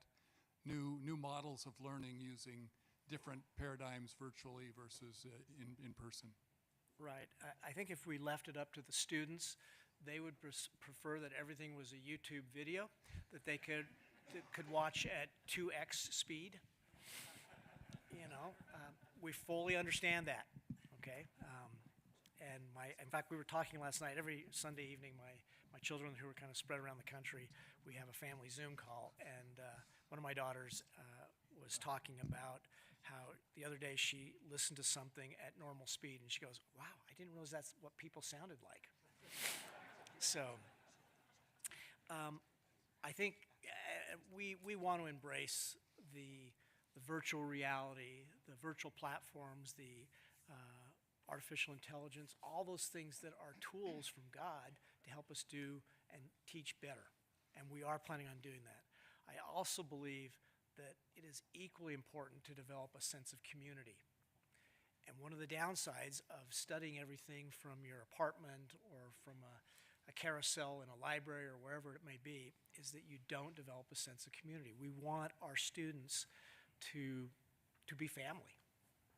We want their families to feel like they're part of this experience as well, because we anticipate that many of our students will be married and have children, and that's an important part of the experience. And so, it behooves us to design the in-class experience so that the students feel it's worth it, and that they vote with their feet as opposed to being required to be in class, right? So that is the art of pedagogy. And so we're working on that, and we'll be working on that even through the first day of class. When we get that first class of students here, you know, they're unique because they're helping us design the educational experience. It is, even with all the help of the Lord, I am positive that we will be making changes. So we'll let that class of students help us design an ever-improving curriculum and experience for them. So. Hi, I'm Ismael from Chile. So we are very interesting. I have participated in accreditation in the university in Chile, and it's my definition of nightmare. So I don't invite you, but I will ask if the BYU Faculty of Medicine program is planned to open to South America probably, or include some another countries around the world. You include Mongolia, for example. And another question is, how could include the spiritual? For me, it's a mystery, right? How could you include the spiritual formation in the medical formation in DSR? It's a short program compared to South American programs in medicine. Right. So, right. So, great last question. So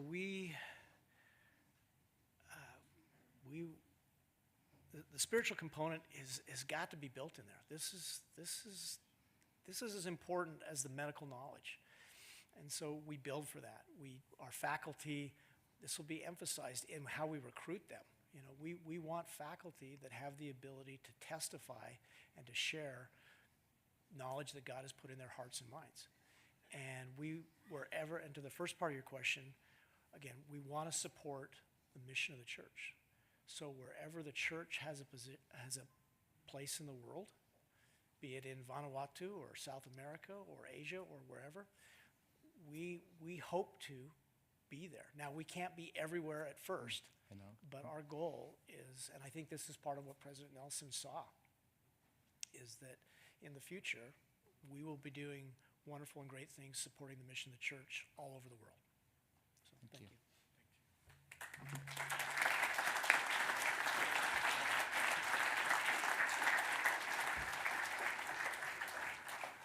Thank you. We'll now take a break between now and 10:30. We'll reconvene, so don't go far, and we'll start our next keynote promptly at 10:30.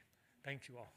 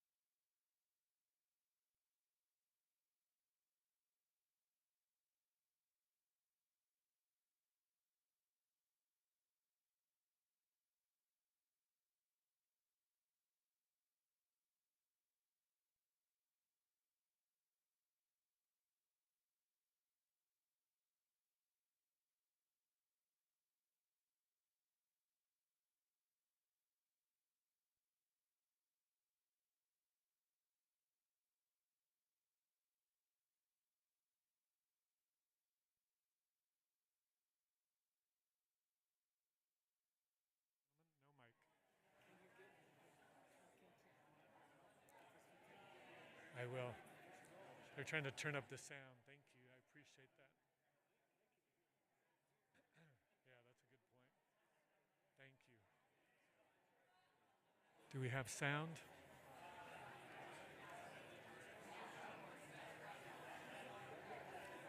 Test, test. Ladies and gentlemen, I'll invite you to come in and take your seats. As you're doing that, I will point out that there's been a wallet that was lost, and I have it in my possession. If anybody has lost a wallet, I didn't want to dig through it.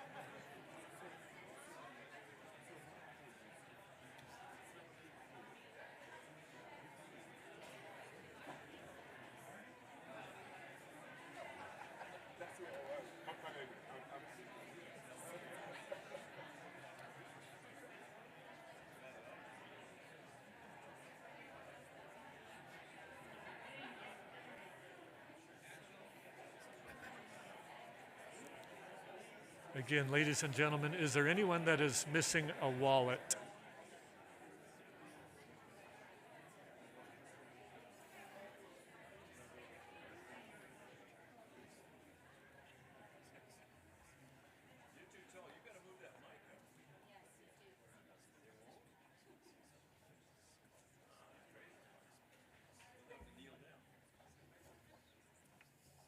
Ladies and gentlemen, welcome back.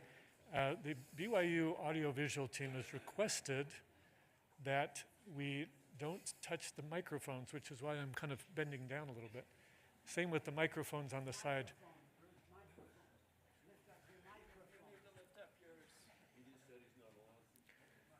I'm not allowed to touch the microphone. So I will talk in the microphone and ask the BYU AV team to make sure they turn up the mic so you can all hear. Apparently they're super sensitive, and when we touch it, it sends shock waves through the broadcast. So if you cannot touch the mics on the side or the mics here, and if we're tall, we'll kind of bend over. And thank you again for coming back. We're excited about this next portion of our conference. It's my good pleasure to introduce to you Bill Atkin, who helped found the International Society in 1989, and he will introduce Elder Edward Dubé to you all. So Bill, please come to the podium.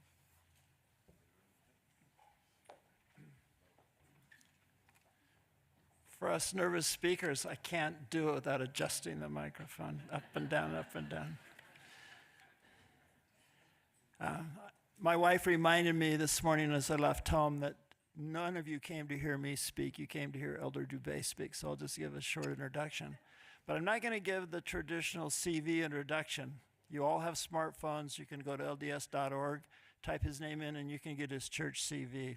But the most recent appointment, ecclesiastically, is become a member of the presidency of the 70, which is a great honor. I was just teasing him. He's going to have to speak a lot more general conferences in the presidency. Every couple of years, at least, he'll have a general conference address. President Dubé, Elder Dubé, is from Zimbabwe.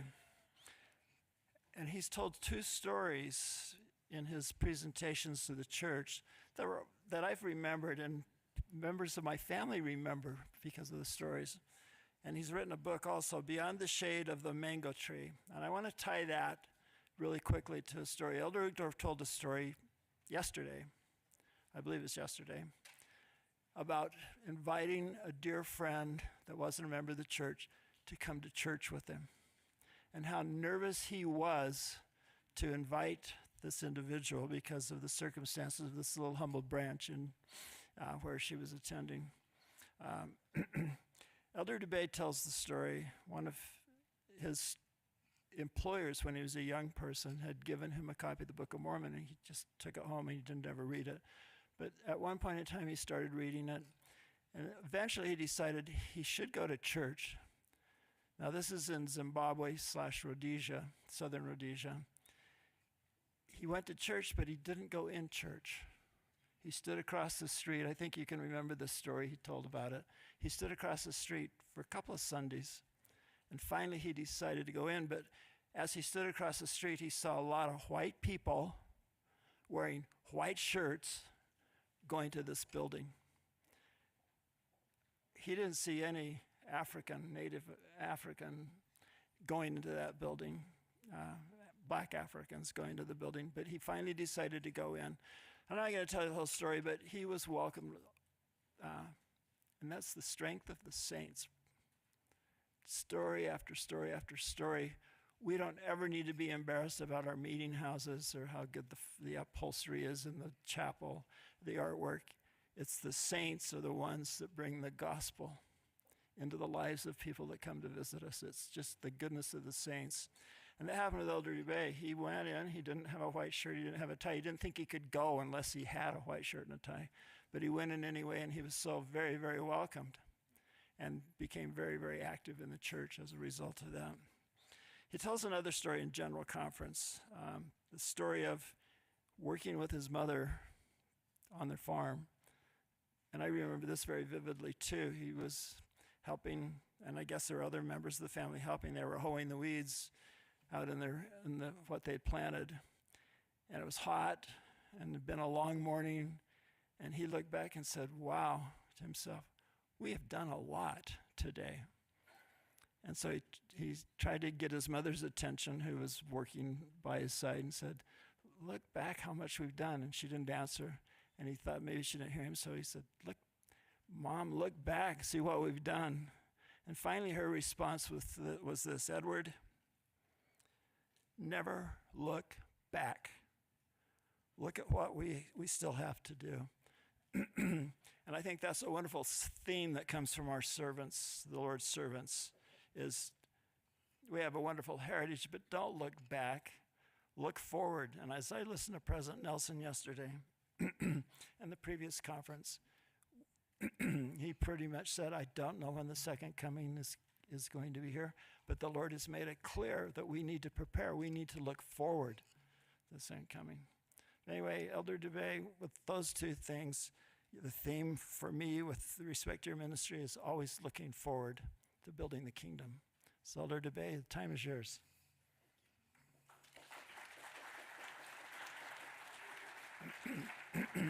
One thing I didn't mention, when he was a brand new general authority, we took him to a Mexican restaurant. And I don't know if you ever wanted to go back or not, but we introduced him to Mexican food. Thank you, Bill.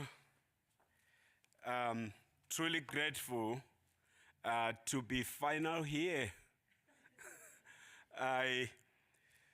Talking of becoming one, addressing global disparities, I think there are some global disparities if you take the wrong turn in life. I'm truly grateful to be here. I'm grateful and humbled by this opportunity to speak to you. Among those here this morning are intellectuals, entrepreneurs, doctors, lawyers, educators, diplomats, etc. You are indeed a group which Jacob referred to when he said, to be learned is good if they hearken unto the counsels of God. We thank you for who you are and for what you do as you move the Savior's kingdom here on earth forward in preparation for his second coming. We love you and thank you. reflecting on our purpose here today on the subject of becoming one, addressing global disparities, I'm reminded that shortly after Jesus Christ's resurrection in about 35 AD,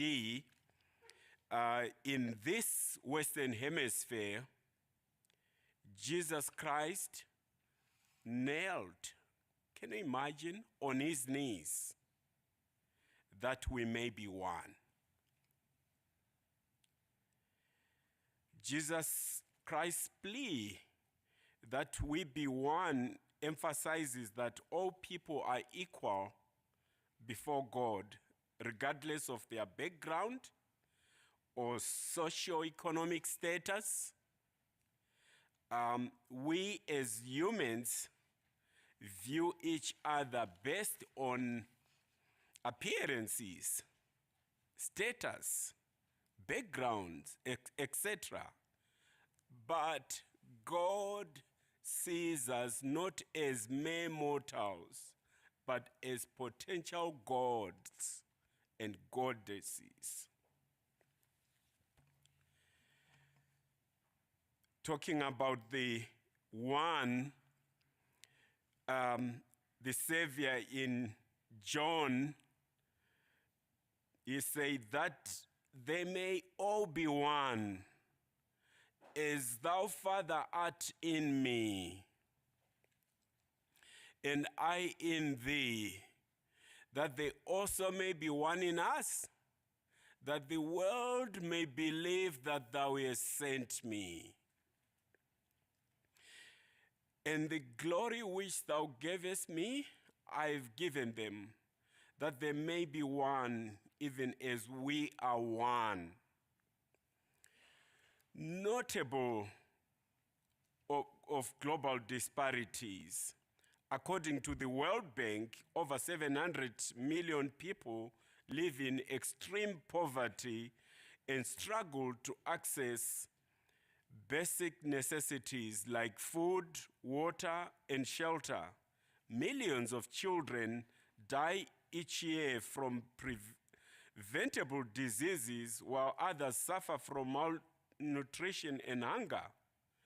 Racial and ethnic disparities persist, leading to unequal access to education, employment, and health care. These disparities are not just statistics. They affect real people with real struggles and real potential. The Savior, over 4 decades ago, I read an account, as I was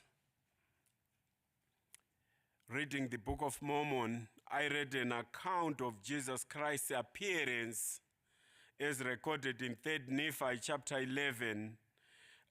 As I read, I felt as though the Savior, Jesus Christ, was reaching out to me personally.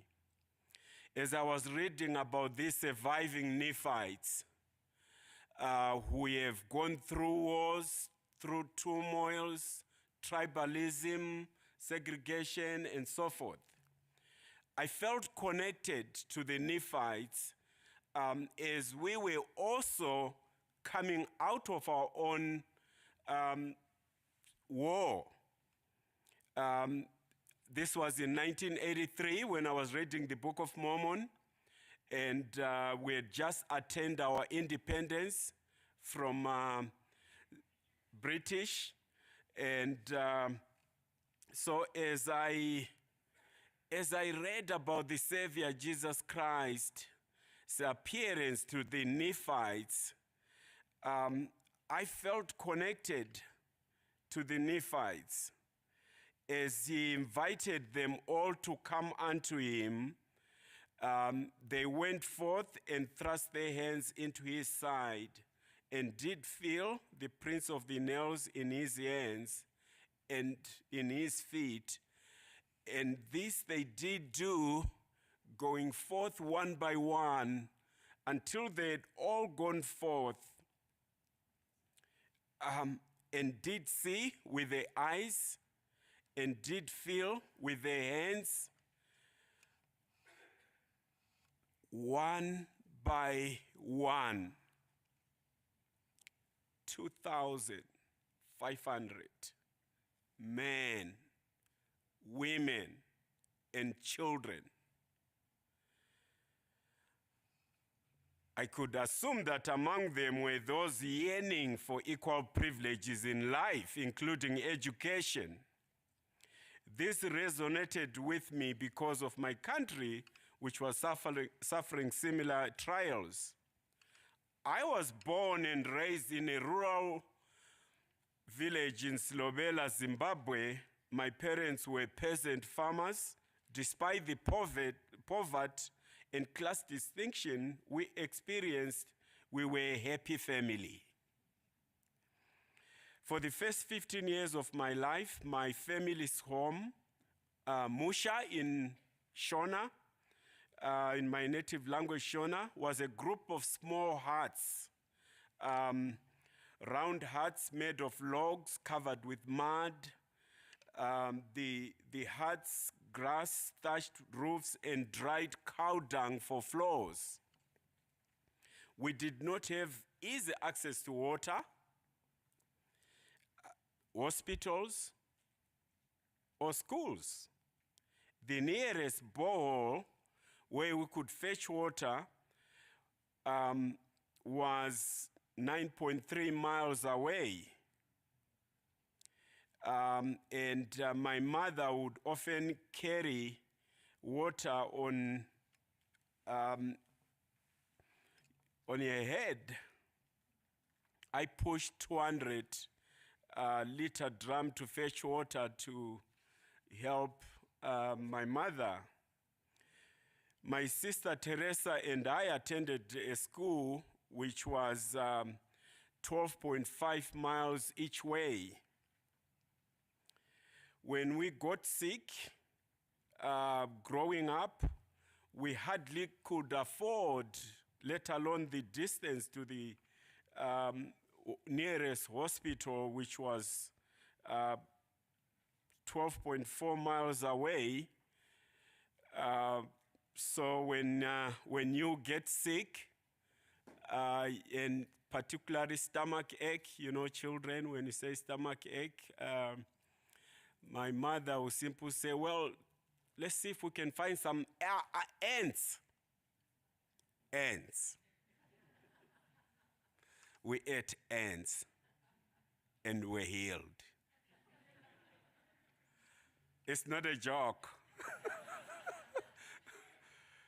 It's amazing how they would find anything to heal. And we survived. Truly grateful for them.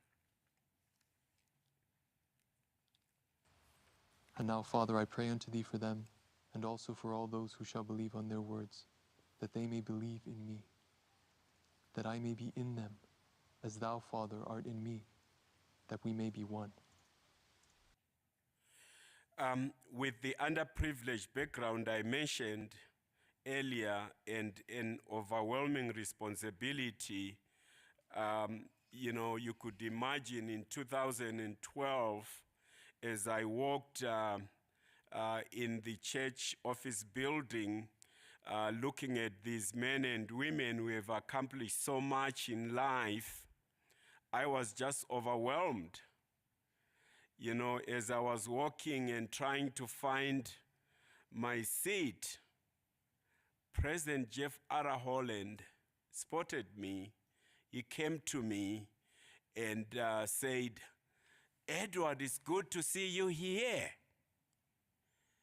And then he patted my cheeks. I felt like a baby. I noted President Holland on the following day doing the same thing he did to me, patting President Dallin H. Oak's cheeks.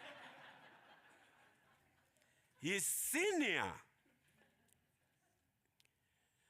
I felt the unit which the Savior Jesus Christ prayed for as I watched the love and unity among these brethren.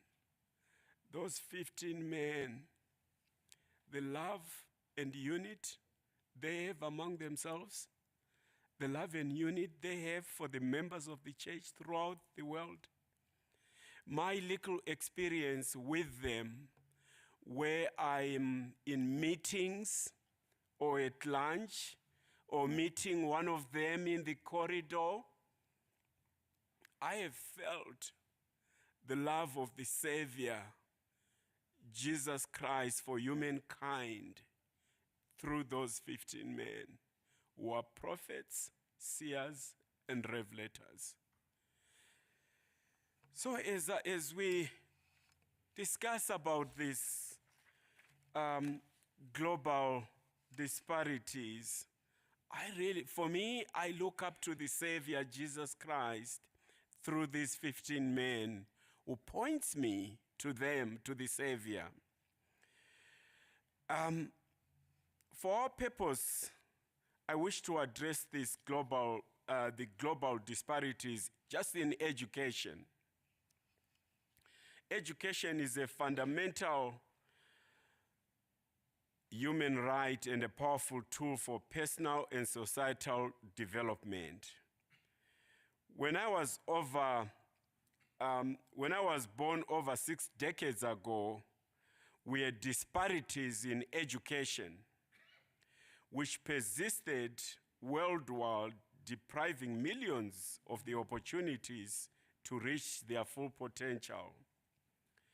In 1969, at the age of 7, I was devastated when my father took me to the school and I was ready to begin my grade 1.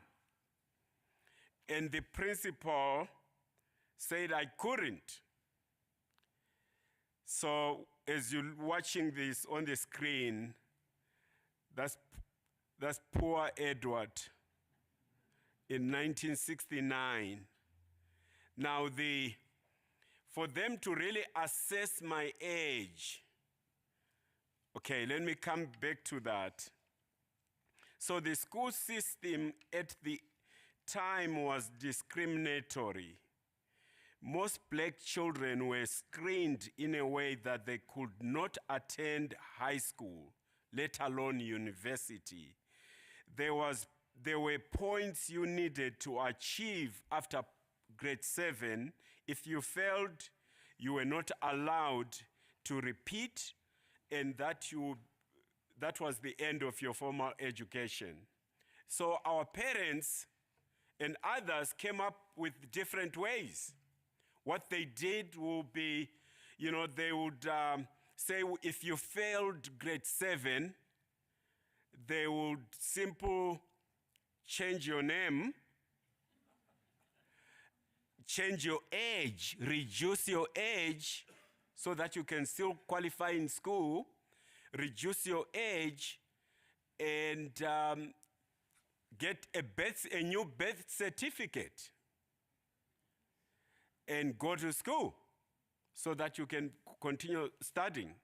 So on this day, in January of 1969, I was of the right age, 7 years, but there was a problem: my height. So for the school principal to really be convinced that my father was saying the truth and the birth certificate which was there, he had to ask me that I reach my other ear, that I put my hand here, and during that time, you can do that, but go back home and do that to your little grandson or daughter. You will see that, you have to be right up on the right like this. Now I can do it now, but during that time, all I could do was, and I tried so hard to touch the ear to get into school, and I failed. I failed. I didn't go to school. I didn't go to school that year. I missed that opportunity. So, as you all know, education is not only a human right, but also a catalyst for social and economic progress. It empowers individuals, promotes critical thinking, and fosters creativity. With education, individuals are equipped with knowledge and skills necessary to navigate the complexities of modern world. Years after I lamented the unfairness of not being able to begin my education in 1969, and after the African nations attained their independence, Africa is still grappling with significant disparities in education, which are deeply rooted in poverty, inequality, and social exclusion. According to UNICEF, Sub-Saharan Africa has the highest rates of education exclusion, with over 1/5 of children between the ages of 5 and 11 out of school, followed by 1/3 of youth between the ages of 12 and 14. Some of the key challenges facing education in Africa include, as reported in the Brookings Institutions Learning Barometer, it includes low secondary and tertiary enrollment rates. Only 28% of youth are enrolled in secondary school, leaving over 90 million teenagers struggling for employment in low-paying informal sectors. Poor learning outcomes. Up to 50% of students in some countries are not learning effectively, with many children leaving school without basic reading or mathematical skills.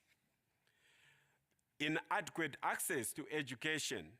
Children from poor households in rural areas, as well as girls, are disproportionately affected by lack of access to education.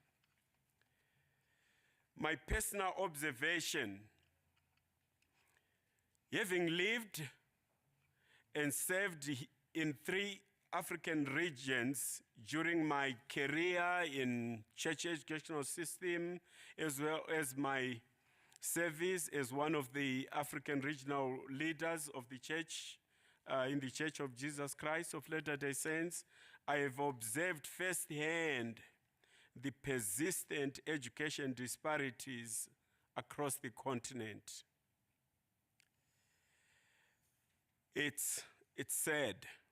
These disparities are marked by striking inequalities in assessing quality education and learning outcomes, disproportionately affecting girls, children from impoverished backgrounds, those in remote or conflict-affected areas.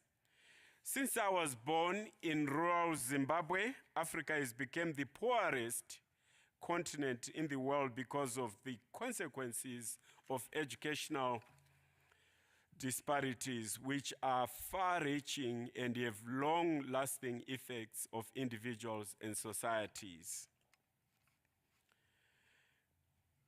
These disparities underscores the need for sustained efforts to addressing the complex challenges facing education in Africa, ensuring that all children have equal opportunities to access quality education and reach their full potential. African countries are addressing educational disparities through a multi-pronged approach, including increased education access, teacher training, bridging the digital divide, and promoting gender equality and inclusive education. Numerous non-governmental organizations, NGOs, are playing a major role in addressing African education disparities. NGOs such as CAMFED, Campaign for Female Education, DT Education Foundation, UNISECO, just to mention a few, are improving access to education, to quality of education. UNISECO is leading efforts to advance education across Africa, driven by its strong commitment to ensure inclusive, equitable, and equity education for all. Among all those, we all know for over many years, the Church of Jesus Christ of Latter-day Saints, in following the Savior's admonition to love our neighbor as ourselves, he has partnered for many years through its humanitarian program with a few NGOs across the globe to address issues of poverty, alleviation through fostering self-reliance, responding to national disasters, etc. While we are not in the limelight, we are making a big difference in addressing the disparities in education. You see here on this graph, in Africa Central area, BYU Pathway Worldwide is making a big difference. Another area where the Church of Jesus Christ of Latter-day Saints is making a huge difference in Africa is through BYU Pathway Worldwide. BYU Pathway is a higher education organization that provides access to affordable quality education to students around the world, particularly in undeserved communities. I'm sure you'll be hearing this later from Brian Ashton, who is the leader and expertise on this. But let me just say that online and in-person learning, allowing students to pursue certificates, diplomas, or degrees in various fields, including business, technology, health, and education. In Africa, we work with organizations to identify courses that will make the students employable, thus equipping them with in-demand skills and knowledge. The students also have access to internship opportunities and job placements services to help them launch their careers. BYU Pathway Worldwide offers significant lower tuition rates than the traditional universities. In addition to lower tuition rates, students may also be eligible for financial aid, scholarship, or other forms of assistance. Students also enjoy camaraderie in working together in groups in weekly gathering to provide opportunities for networking with mentors and coaches who help them set and achieve academic goals and careers.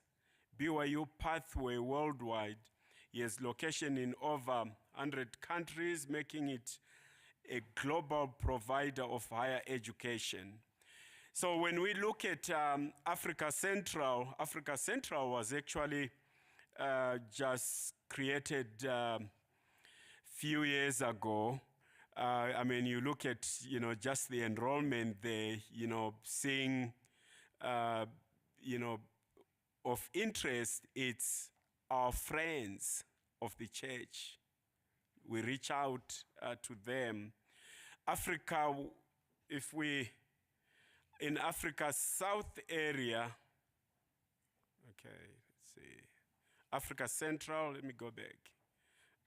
In Africa South area, BYU Pathway is the godsend in education disparities in Africa. For me to be there for 4 years, to just see in Zimbabwe and other countries how these young people are doing their all very best to just want to study and move on, it really is a godsend. We're truly grateful for this. In Africa West area, you can see there, really,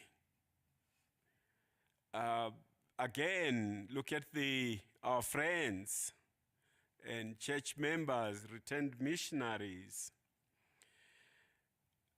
In West Africa, Nigeria, as an oil giant, faces a paradoxical situation where its rich natural resources haven't translated into widespread economic prosperity or equitable access to education.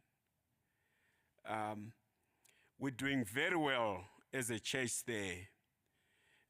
As you heard yesterday, we now have 7 temples announced and under construction in Nigeria.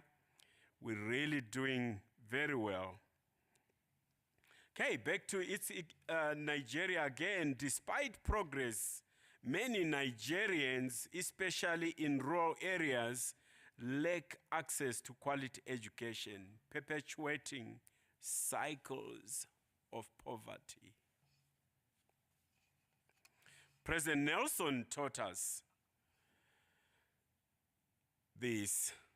Okay, sorry, I'll go to that slide. Okay, I guess I thought I got rid of those things. Okay, there we go. All right. President Nelson taught us, don't be afraid to pursue your education goals, even your dreams, but know that there is no shortcut to excellence and competence. Education is the difference between wishing you could help other people and being able to help.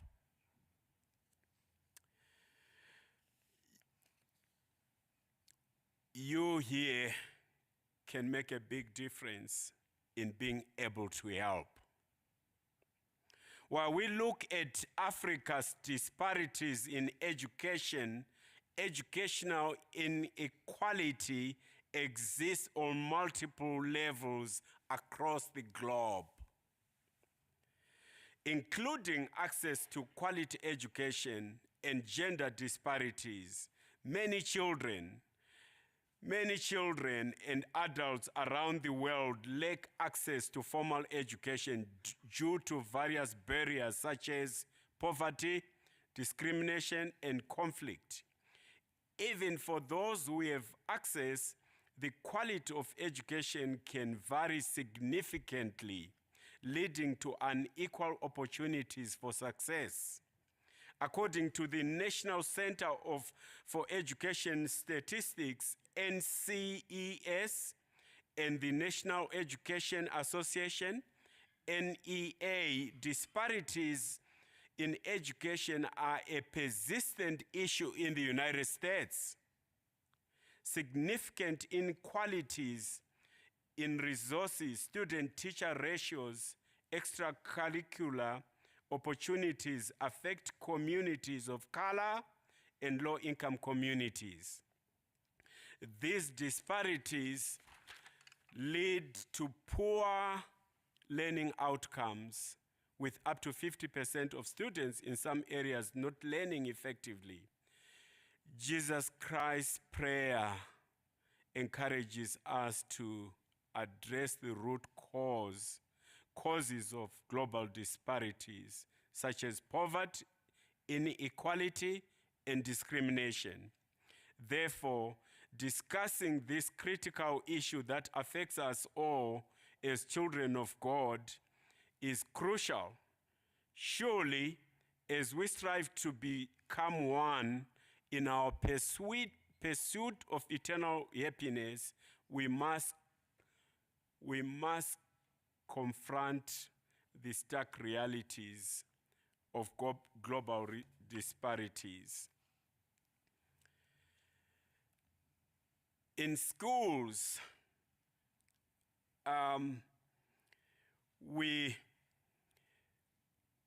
let me just say something here, on what Elder Ronald A. Rasband said yesterday in General Conference, that he mentioned that about over 75,000 students are enrolled in BYU Pathway, but he also said that BYU Pathway is the answer to those struggling and have challenges. Really is. It is the answer. We're truly grateful for this prophetic vision of the brethren, the Lord Jesus Christ whispering to our prophesiers and revelators, made this BYU Pathway worldwide. It's just going to keep rolling. We're just going to see this as it make a big difference in the world. We're truly grateful for that. Even those who access education, as you can see from this image, they face challenges of overcrowding. Overcrowding in schools poses several challenges that can impact the quality of education and overall learning enrollment. With too many students, teachers may struggle to persuade individuals' attention, potentially hindering students' progress. The teacher's training is key. I mean, when you look at this image, you say, well, if those students, if they all need attention from a teacher, it is a challenge, isn't it? Education is such a struggle in West Africa. The competition is high, and also is expensive. It's very expensive to gain a higher education. If I did not have Pathway, I don't know where I would have been. Pathway has really been a miracle for me. It creates an opportunity to be able to interact with each other while learning. Its primary objective is to build disciple leadership. In a Thursday night, you get opportunity to meet your friends. Not only that, you get the opportunity to learn from each other as part of BYU Idaho Learning Model.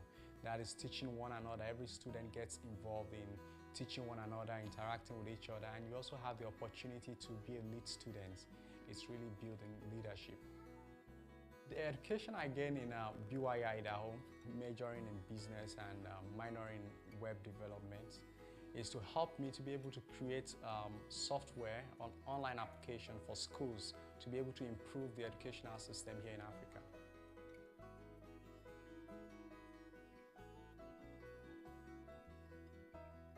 The Lord wants to mold people in this part of the world that has very little and help them to be able to be best of themselves.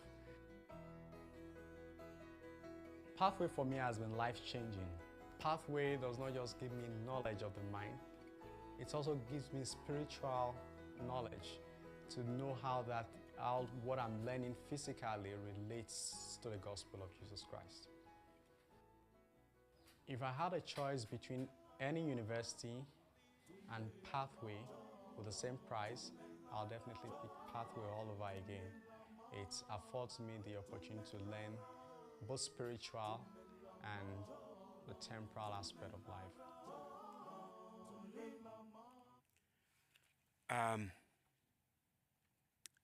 Invitation. As members of the International Society, we are called to be a beacon of hope and light the world in a world filled with darkness and inequality. We must recognize that our individual actions, collective efforts, and institutional policies can either exacerbate or alleviate these disparities. My humble invitation to you all today is in threefold. One, educate yourself. Learn about the issues, listen to diverse perspectives, and seek to understand the complexities of global disparities. Two, advocate for change. Use your voice, your vote, and your influence to promote policies and practices that address the root causes of disparity. Three, serve with compassion. Engage in acts of service. Volunteer your time and donate resources to organizations working to alleviate disparities. Becoming one in addressing global disparities requires a collective effort driven by our shared humanity and our commitment to God and Jesus Christ as we strive to become one. We can create a brighter future for all, where everyone has access to the resources, opportunities, and dignity they deserve. I leave you with the words of President Russell M. Nelson. Open court. We are all children of God, and we are all part of the human family. We must work together to build bridges of understanding and foster a spirit of unity and cooperation. Close quote. I testify that Jesus is the Christ. May we all fulfill his plea to be one in the name of Jesus Christ. Amen. I think I have a few minutes to take a few questions.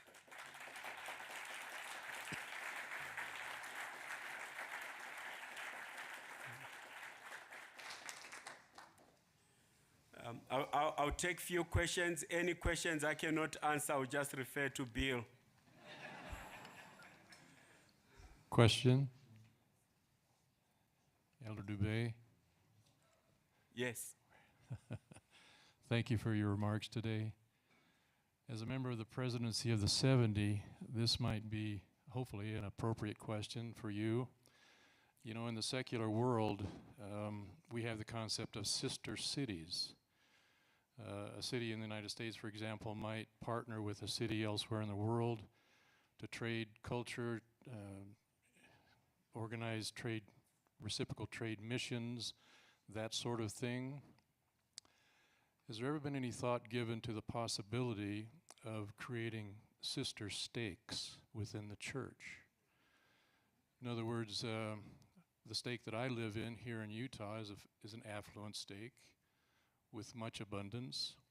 What if we were to partner with a stake in Africa, for example, for the purpose of trading resources, exchanging what we have with what a stake, for example, in Africa has, to promote this kind of equality and reduction in disparity that you're addressing?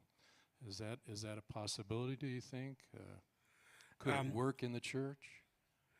So what I have seen in the process of revelation, when we say revelation is scattered among us, what I have seen is I have seen items like what you have just said. They come in, sometimes, they will come in through the stake presidents, area 70s, and then eventually they get to the brethren and items are reviewed as they seek revelation. So to respond to your question, there is a possibility, I don't know, maybe it would be the right answer, but I really want to emphasize that revelation is scattered among us, that when we have such ideas, it's good to put them down, to share, and then somehow get them to get to the brethren. They will review them in prayer. I just want you to know here that when you see a document, when you see a letter coming from the First Presidency and the Quorum of the 12, every word in that document have really been looked at very carefully and prayed upon. These prophesiers and revelators, they really take their time to make sure it is the will of the Lord. I hope this helps. Yes, thank you very much. Thank you. Next question.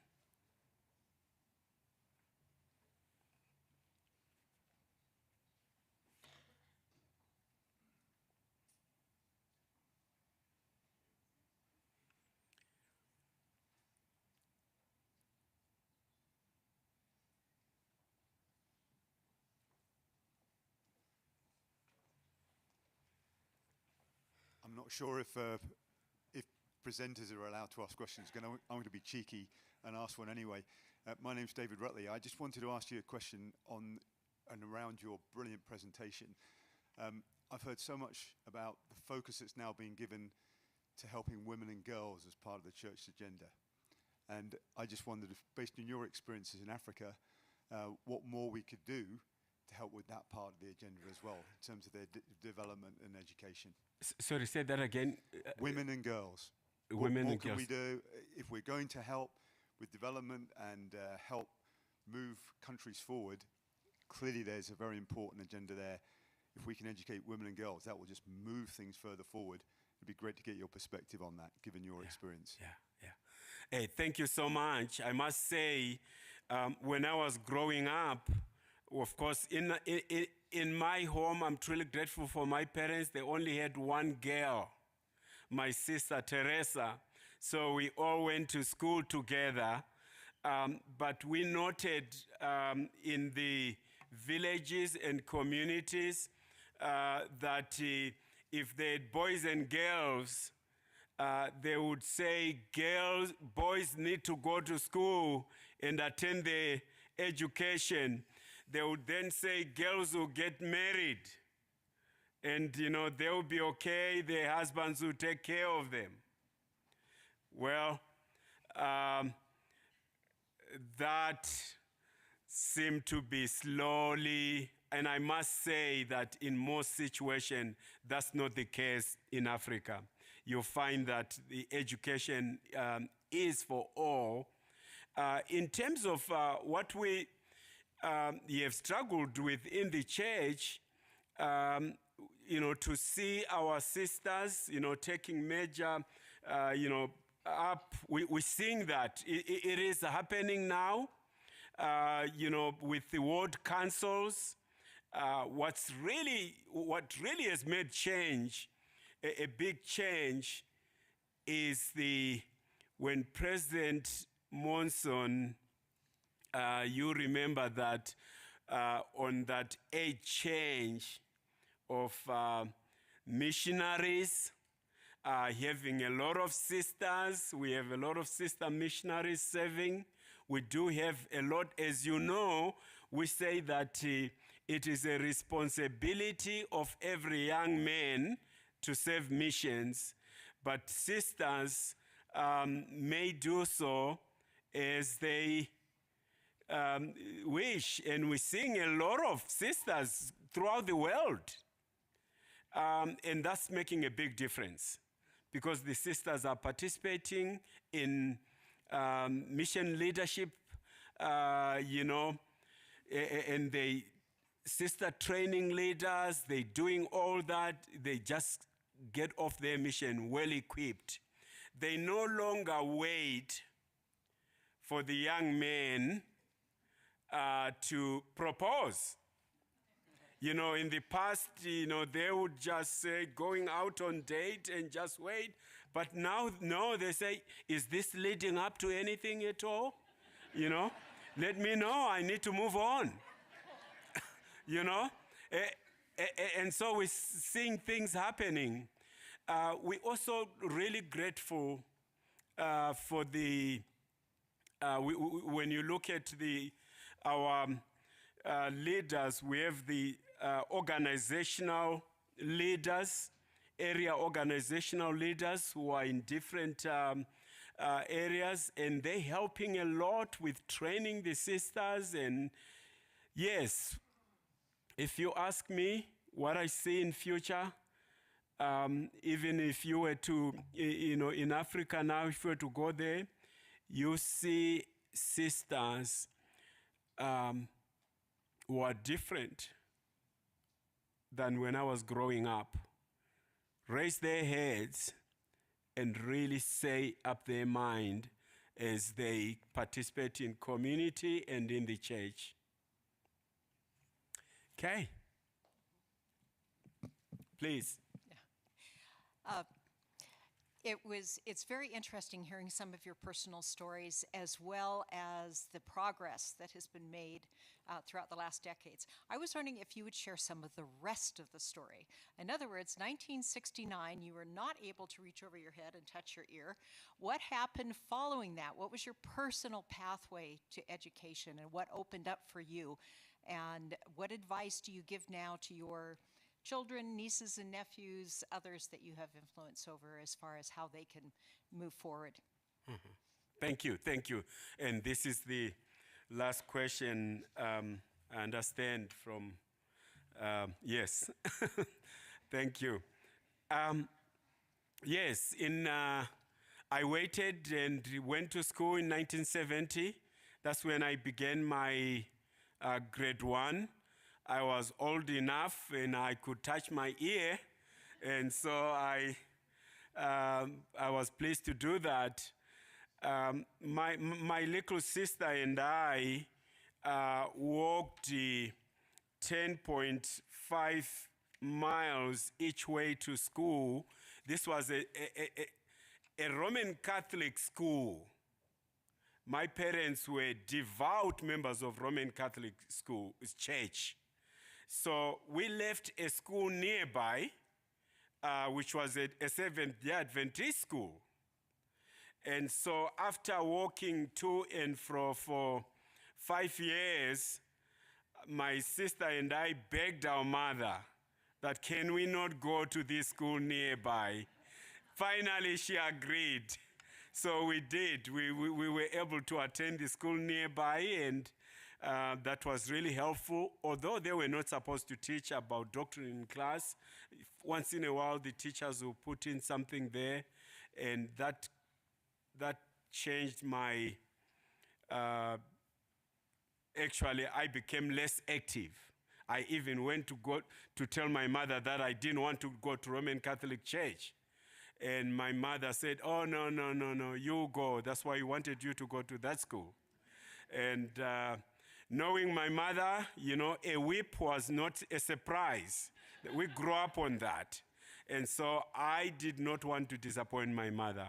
And so I kept going to this until 7 years later. Years later, when I was by myself, I did not go to any church and until I read the Book of Mormon and joined the church. And so my mother and father were happy that I joined some church because I'd spent that time without going to any church. So what we tell our children today, we tell our children today to embrace inclusion, to embrace that we all brothers and sisters. I remember when we served as mission leaders, our children would always go and ask the missionaries where they were from, because they would not say the word white missionary or black missionary. They were not allowed to say that. So they will find a way. They say, oh, this other missionary, I think he is from United States. Or they'll say nationalities rather than saying by that. And little did we know what we were preparing our children for.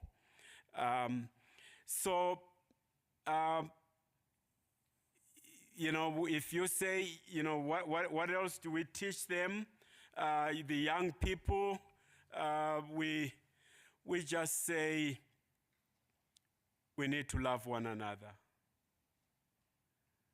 The Savior's call for us to be one is really the key in all what we do in life.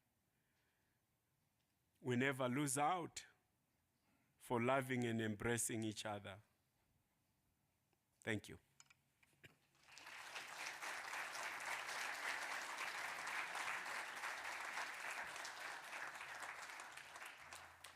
Thank you, Elder Dubé. We will now break for lunch. Those who have registered for the luncheon upstairs, please proceed upstairs, and you can go straight to the buffet, which has already been blessed this morning with our opening prayer. We will then be privileged to hear a presentation of this year's Distinguished Service Award by David Kirkham to the China Teachers Program, and Jeff Ringer, who is the Associate International Vice President, will receive that award. So we'll adjourn for lunch. Please be back down here to start promptly at 1 p.m. for our afternoon.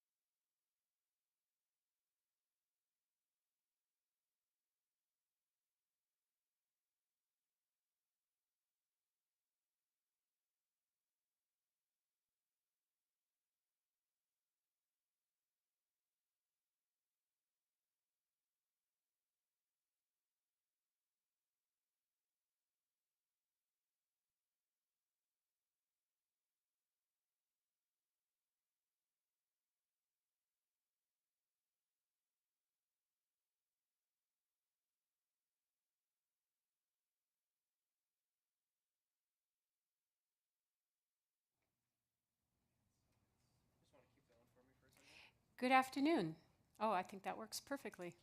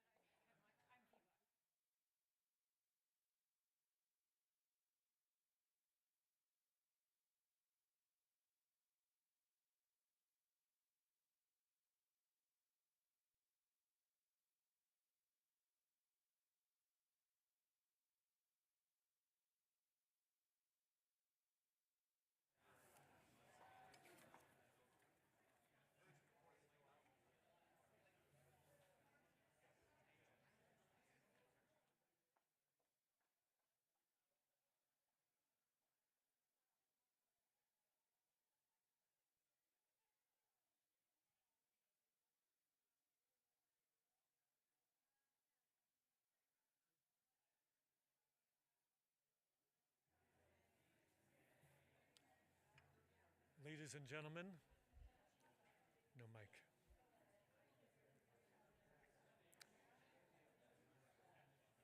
Test, test. Ladies and gentlemen.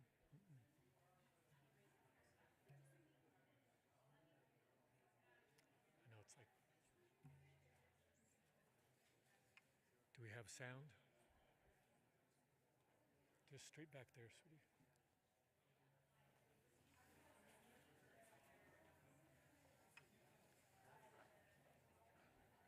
Welcome to the afternoon session of our conference. Hopefully you enjoyed time together and time at lunch, time at a break.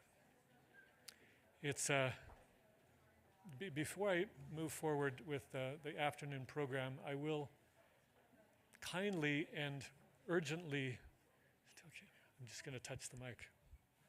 There, I did it.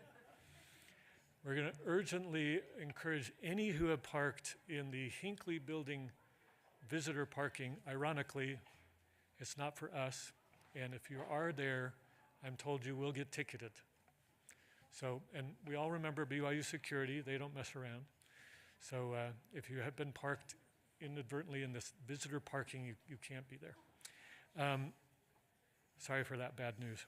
It is my pleasure now to invite to the podium Elizabeth Clark, who is the International Society Executive Committee member, who is going to introduce our next speaker, Dr. Viva Bartkus, Notre Dame Professor Emerita and member of the Catholic Relief Services Board of Directors. Following Dr. Bartkus's remarks, we'll be favored by a panel presentation moderated by Emily Sherinian, recently put on the International Society Board of Directors, and she will in turn announce and introduce the three panel members. Our concluding presentation will be given by David Rutley, former member of the British Parliament, House of Commons, and he will be introduced by Robert Griffiths, past president of the International Society. Elizabeth.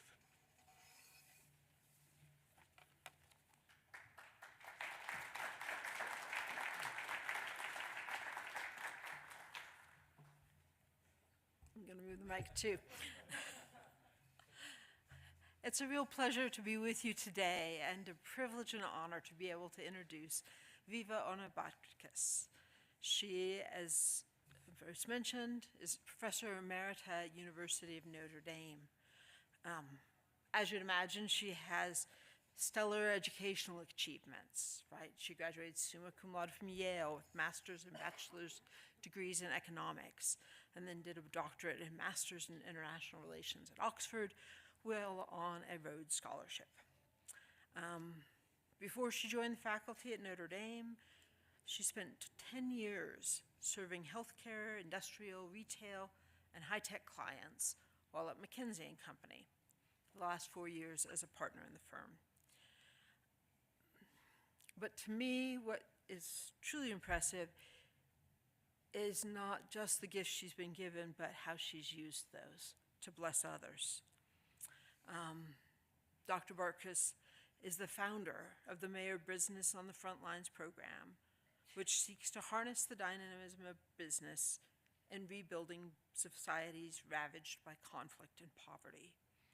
Now, she's written about this in her most recent book, Business on the Edge, How to Turn a Profit and Improve Lives in the World's Toughest Places, which was published last year. And she'll be speaking more on this topic today. She's someone who not only knows the theory but the practice. Over the past 20 years, her teams have collaborated on 90 business and peace-related projects in 30 countries, providing the dignity of work to over 30,000 people. Sort of feel like in Passover, when they say, this would be enough, right? This is enough right there to justify having her here and have it be an honor and a privilege. But her service hasn't ended there. She served multiple deployments with the U.S. Special Forces in West Africa and Central America. Dr. Bartkus helped the U.S. military develop conflict prevention doctrine, for which U.S. Special Operations Command awarded her the Outstanding Civilian Service Award in 2014. From 2008 to 2015, Dr. Bartkus served alongside Catholic cardinals and bishops as one of the first lay members of the Board of Directors of Catholic Relief Services, one of the largest humanitarian organizations in the world. Has spread her influence and talents widely. I'll close with a few comments that I asked Sharon Eubank for, who has known her many years. Sharon says, everything she does is a personal expression of her faith. She invests in her students' learning long past their finals. She cares deeply and for a long time about the communities where she works, and she holds herself accountable before God and colleagues to live her strong Catholic values with integrity. She's one of the finest people I've ever met. So please join me in welcoming Dr. Bartkus. Thank you.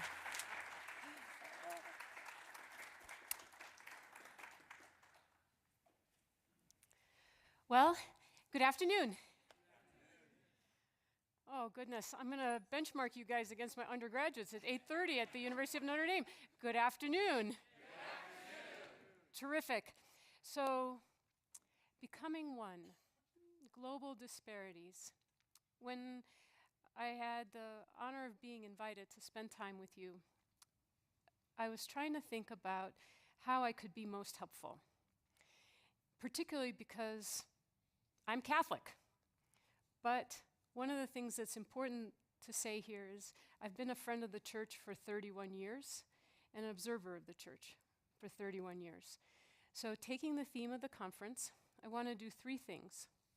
One, I want to give you a visceral feel of what global disparities really feel like.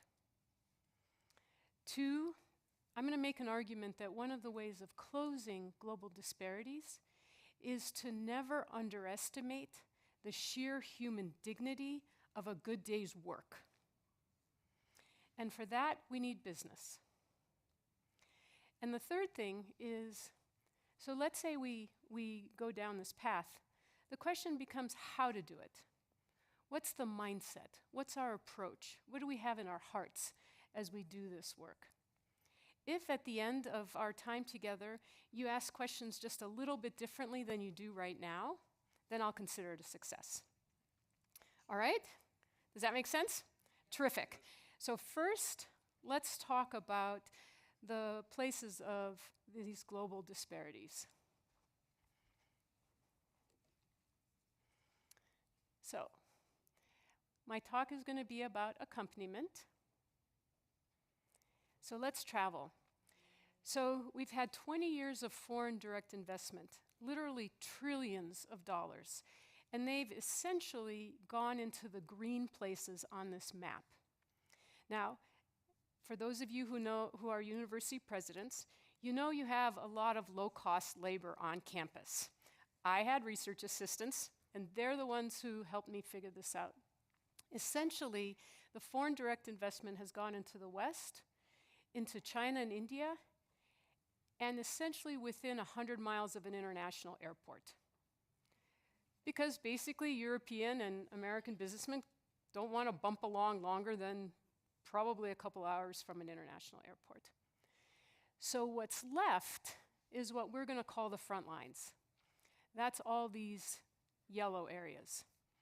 The white areas are actual active war or sanctions. So let's just take them off the map for right now. But these places are isolated, impoverished, and frequently fairly lawless. And if they're not having foreign direct investment in business, what do they have? Well, fortunately, I have more research assistants. What they've had is essentially about $20 trillion of foreign aid. That $2 trillion, this is literally, if you take USAID, World Bank, IMF, the Brits, the Aussies, the Norwegians, if you take Gates Foundation, Buffett, if you take your own humanitarian services, mine, Catholic Relief Services, and you add it all up over time, that's $2 trillion. Some people will make an argument that it might be up to $3 trillion, but we're talking in the trillions. I'm going to explain this line down here. Just remember that. That line there is the economic growth rate in the yellow. So imagine you've gotten $2 trillion of aid, and you've had that growth rate, which is essentially flat. Those are World Bank statistics. Another way of looking at it is this red line is the US economy. This is the growth rate of the yellow. I mean, the way I explain it to my students at the University of Notre Dame is essentially there's a whole set of people whose grandchildren are worse off than their grandparents were in the 60s and 70s. That's the way the math works. That would be unimaginable in our American context. Now, in this volatile situation of poverty and hopelessness, in those areas of yellow, what you essentially have is violent extremist organizations. This is essentially Lebanon and the aftermath of Hezbollah. It could be violent insurgents. You know, think about Al-Shabaab, Boko Haram, Abu Sayyaf. But it's also criminal organizations.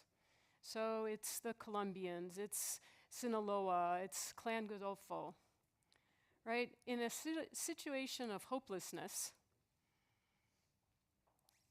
a lot of military-age males get sucked into this violent conflict. And so I really appreciated the question earlier from our colleague from England about what to do with programs that target women and children. I am all for that. I have a daughter, I'm a feminist, I think you should do that all the time. The greatest return on investment is to invest in women because they pay back debt, they take care of their children. Our program has taken a different tact. We have essentially said, enough with the women. It's a race to get military-age males an opportunity for a better life. Our experience is that about 80% of them can get pulled away towards economic opportunities.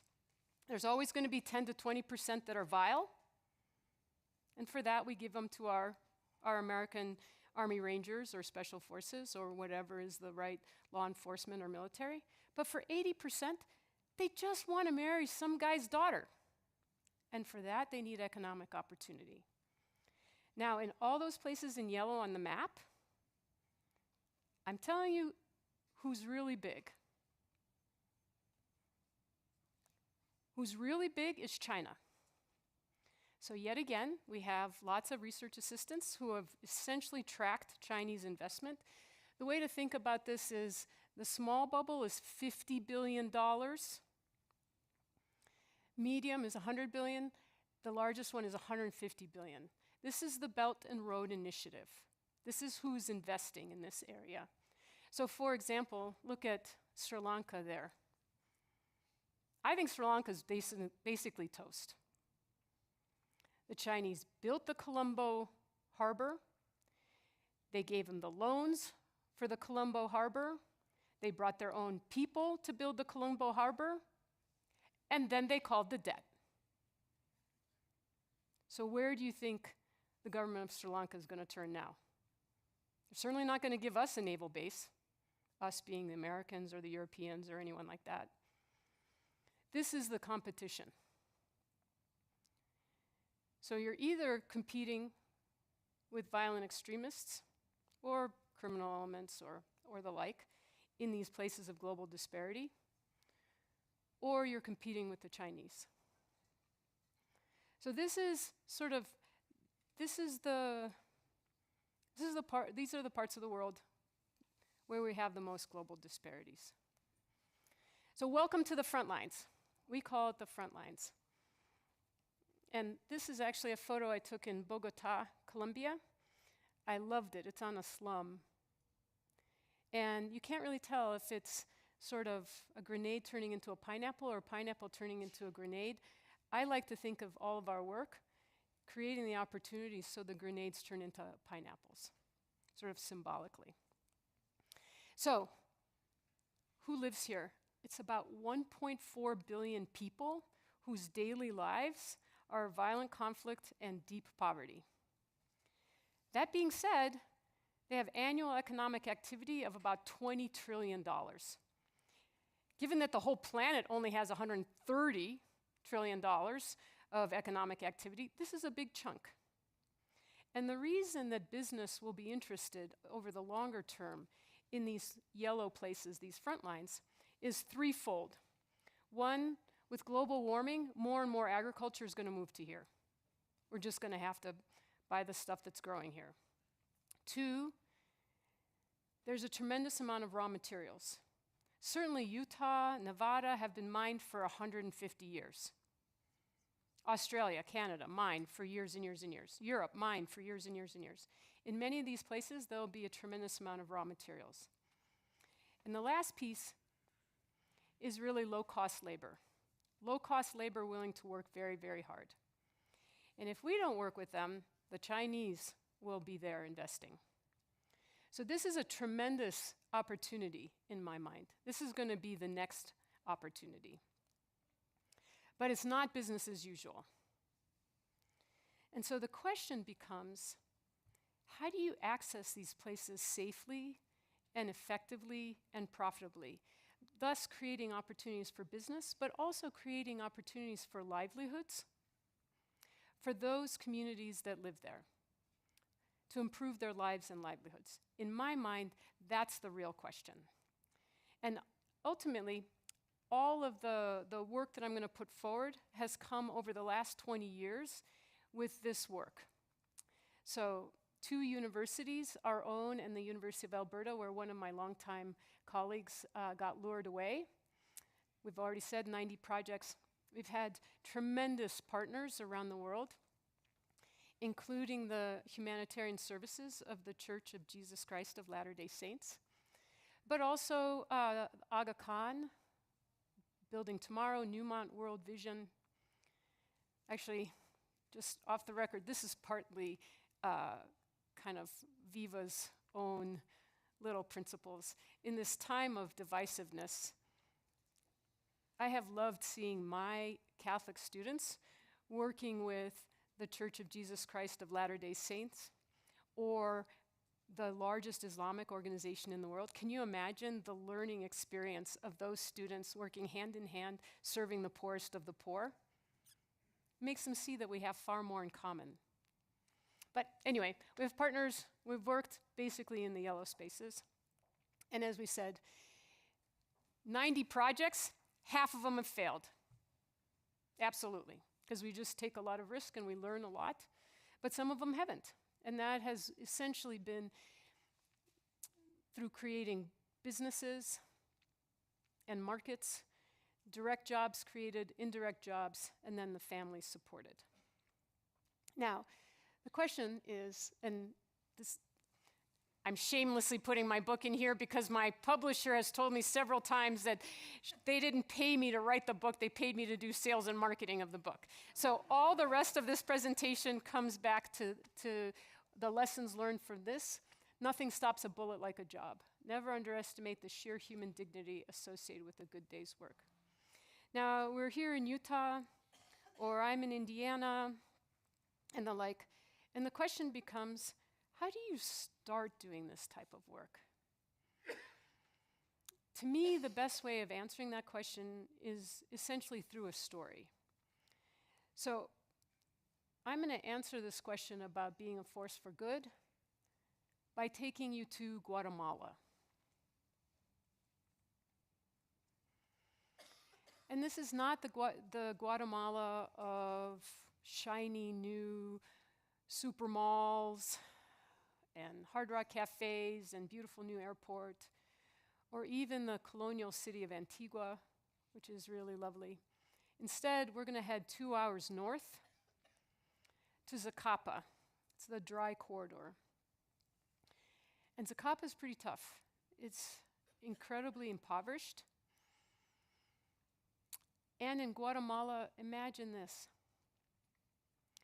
There are 10 times the guns in private hands versus the amount of guns that are with the police and the military. So who do you think has those private guns? It's essentially the narco-traffickers. It's essentially the narco-traffickers that are shipping a great deal of drugs from Colombia, South America, through a superhighway to get to Mexico, and then the Mexican cartels take them further into the United States. And so this is where they live, right? Everyone else lives like this. And we were invited to Zacapa by the Catholic Archbishop of Zacapa.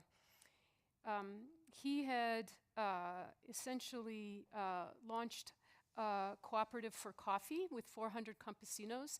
Zacapa has the altitude, the weather, the climate, the soil for very good coffee.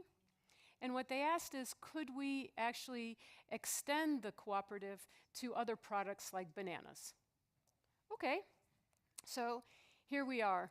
Monsignor Rosalino is the Archbishop, and the campesino leader who essentially was running this cooperative, her name was Flor. And let me just describe Monsignor Rosalino to you just for a moment. He's tall, he's got grizzled, curly hair.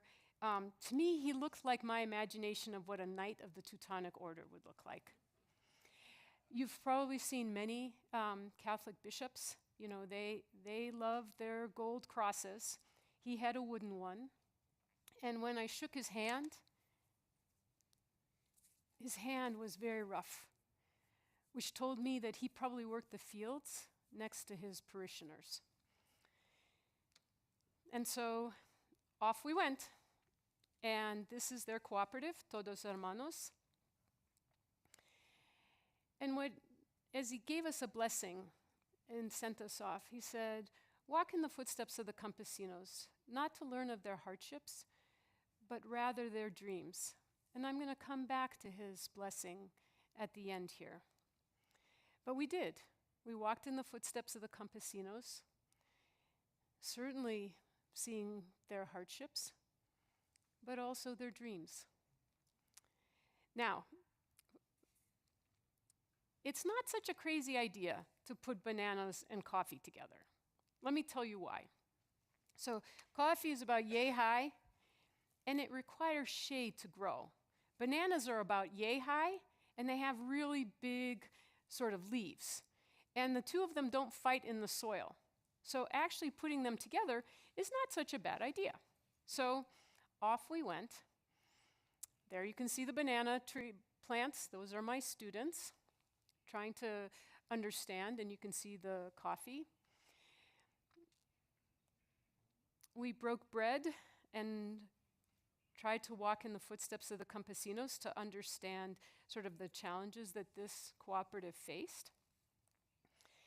And we carried bananas down the side of the mountain, because it's one thing to put a whole bunch of yields in your Excel spreadsheets, and it's a whole nother thing to try to recreate it and figure out if it's actually really possible. And Zacapa is very mountainous. It's required for coffee, right, to have the altitude, but you still got to get these bananas down the side of the mountain. And that's what we tried to do. And we followed the whole value chain, taking them all the way to the markets. We even tried to think, oh, well, maybe we can add some more value by processing them. So exciting, right? And then we ran into the competition. This is Dole. The largest landowner in Guatemala is not actually a Guatemalan. It's Dole. And what they've essentially done is built a business where they've tried to reduce all vulnerabilities and risk by owning everything. They own the land, they own the processing, they own the shipping, and the like. That's one way to do it. That is not the best way to do it. The better way to do it is to be so deeply embedded in local communities that the local communities think of your success and their success as the same. If there's a mob in Guatemala, this plantation will get overrun. You can't build a high enough wall. It's not possible. You can't buy enough security. But if you're deeply embedded in communities and they see your success and their success together, that is a viable way of starting to build businesses in these places where the local communities benefit and the companies benefit. And so there's us trying to get these bananas down to the highway, and that's Dole. So at this point, there's no way to make bananas profitable.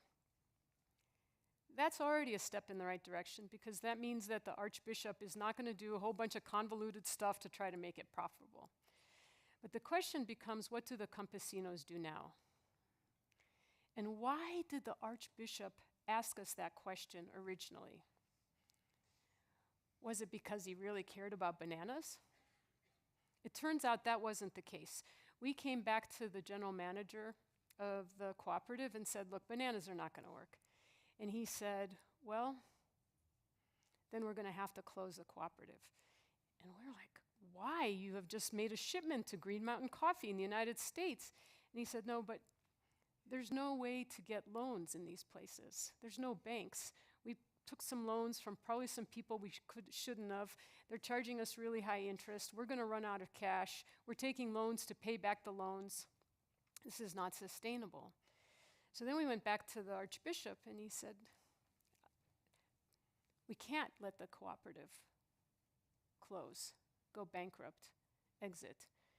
He said, the level of malnutrition is so high in Zacapa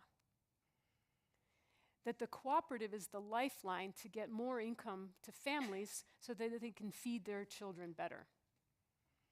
I was with Catholic Relief Services for 7 years. We had a very simple way of judging malnutrition. It was a tape measure around this part of the arm, and if it was smaller than a certain amount, you could see. But you could also see it in children's hair or their listlessness and the like. And so we went back to basics and said, okay, goodness, we understand the problem better here. It's a race against malnutrition. What do we do? Well, it turns out they have coffee, and they had a coffee processing plant. Coffee has a number of stages to get to a point where it can be shipped. They were only producing enough coffee to use this coffee processing plant for about a month a year.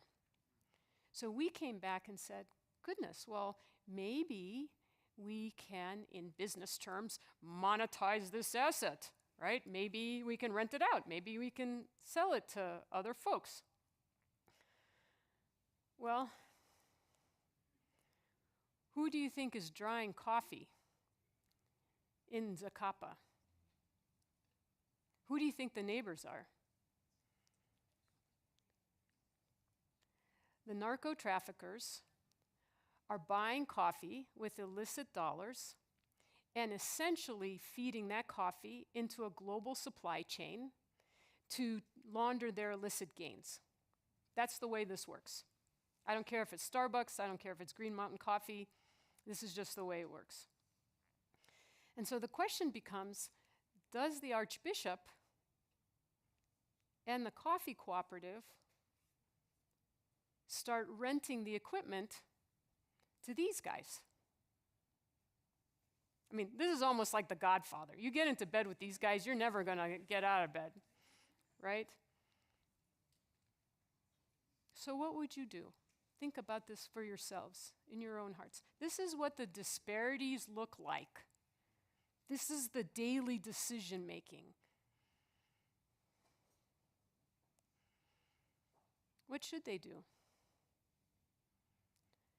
What I learned very much is I cannot judge because I was not born.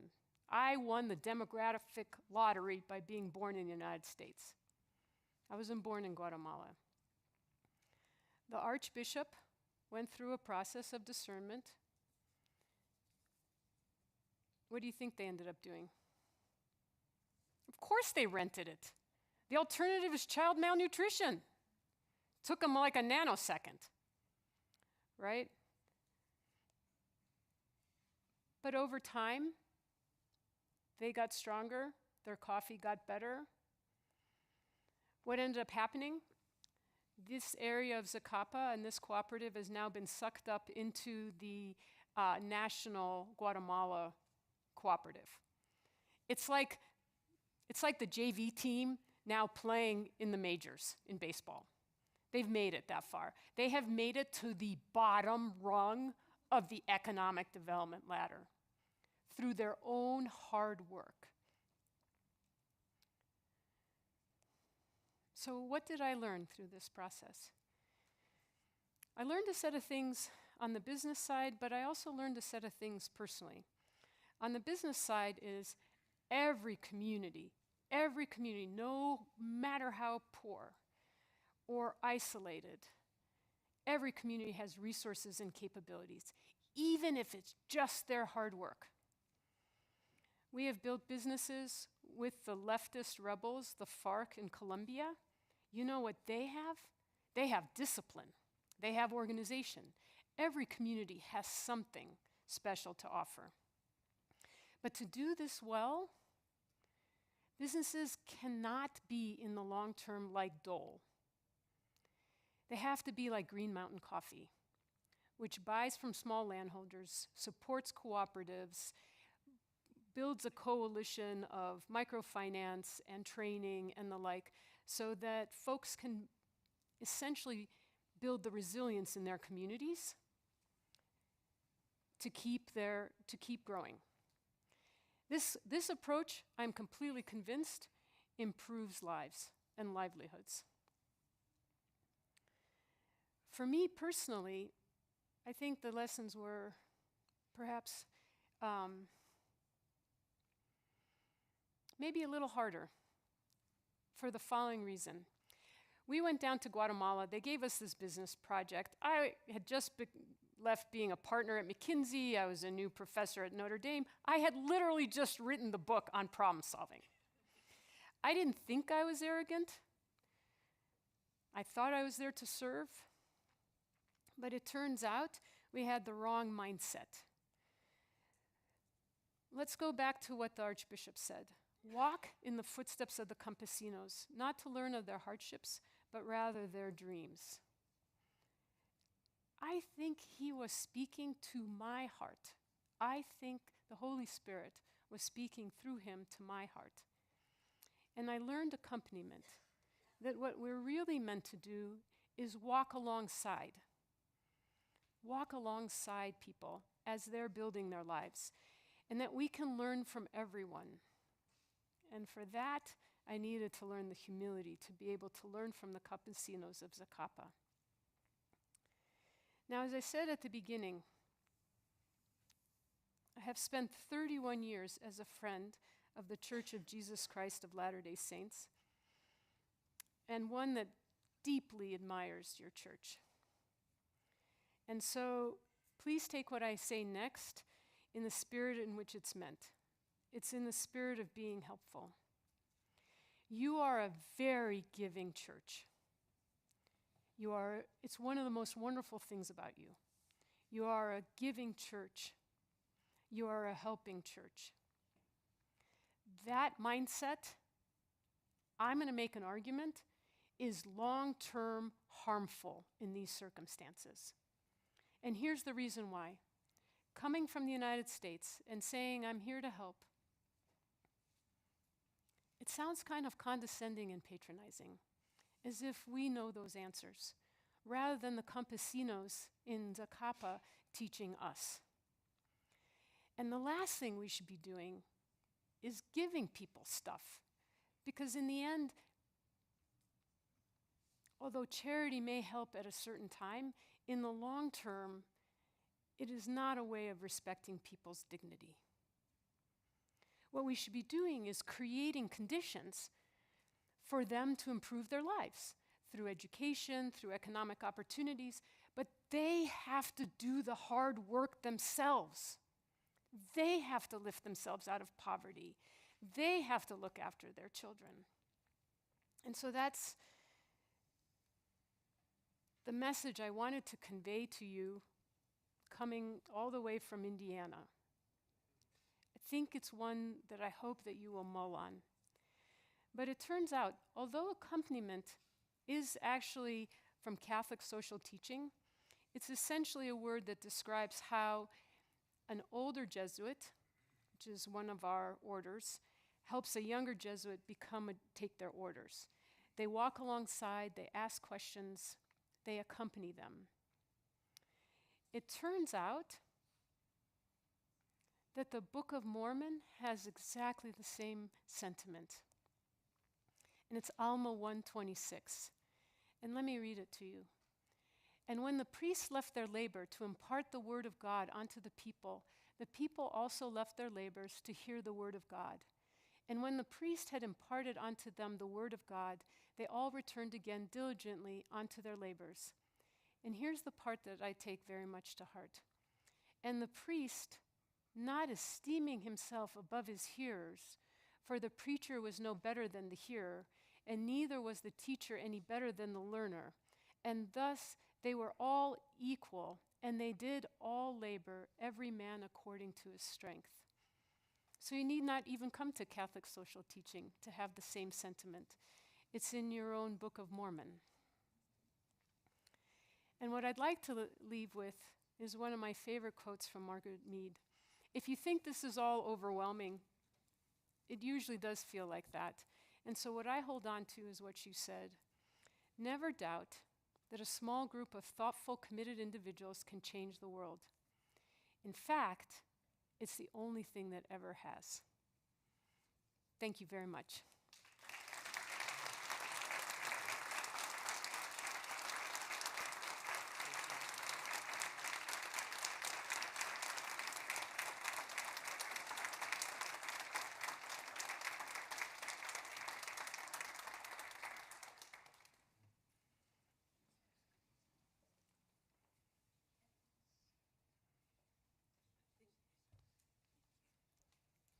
Would they have questions, do you think? I think so. We have a little bit of time for questions. So, This is where you get to ask the professor. Usually it's the other way around. and there's microphones on either side.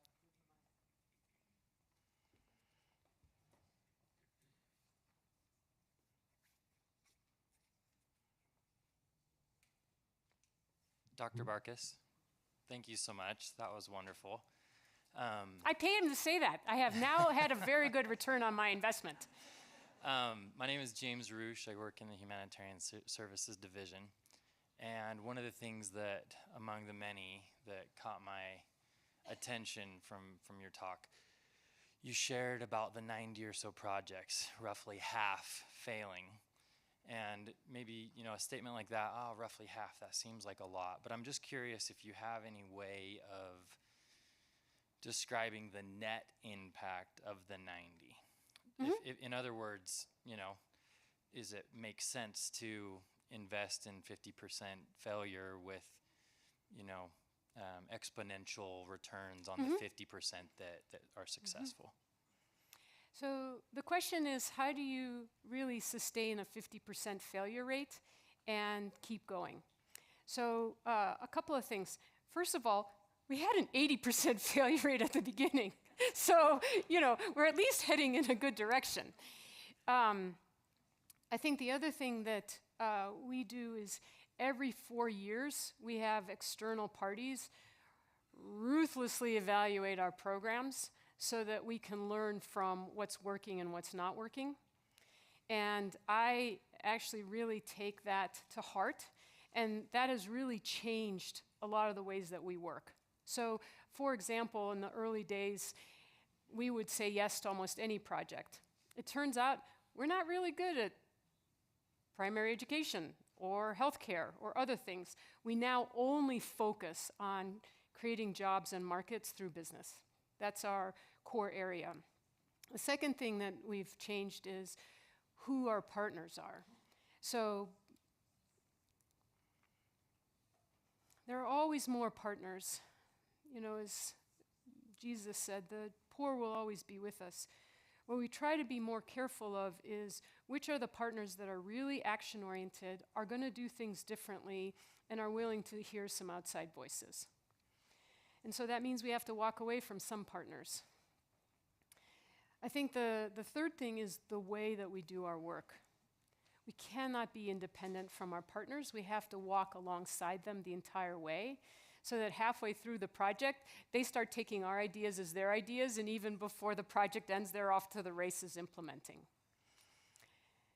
You know, that being said, a couple years ago, we had sort of 6 projects, and all 6 were successful. And I thought, wow, this is really great. And one of my best colleagues at the University of Notre Dame looked exactly at that same data, and you know what he said?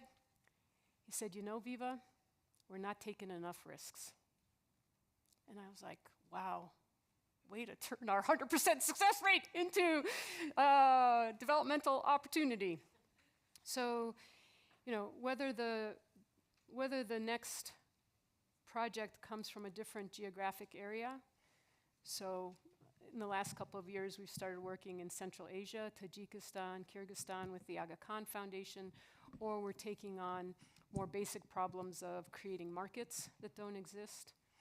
To me, I think as long as we have the opportunity to work, it is worth the investment because it transforms lives. It transforms a good job with the dignity of work can transform an entire family, an entire generation, and build resilience in the community. So that's how I'm assessing and whether we, you know, continue and how we think about the projects and the risks that we take on.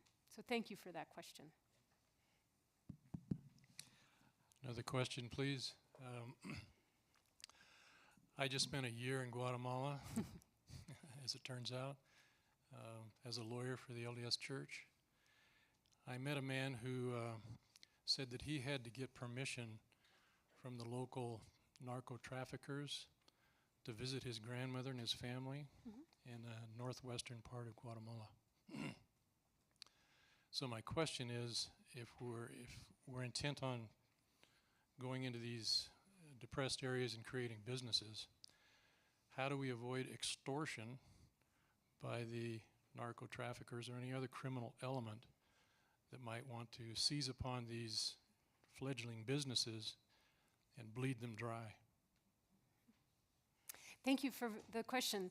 The question is, how do you create the conditions such that predatory organizations don't take away from the communities themselves?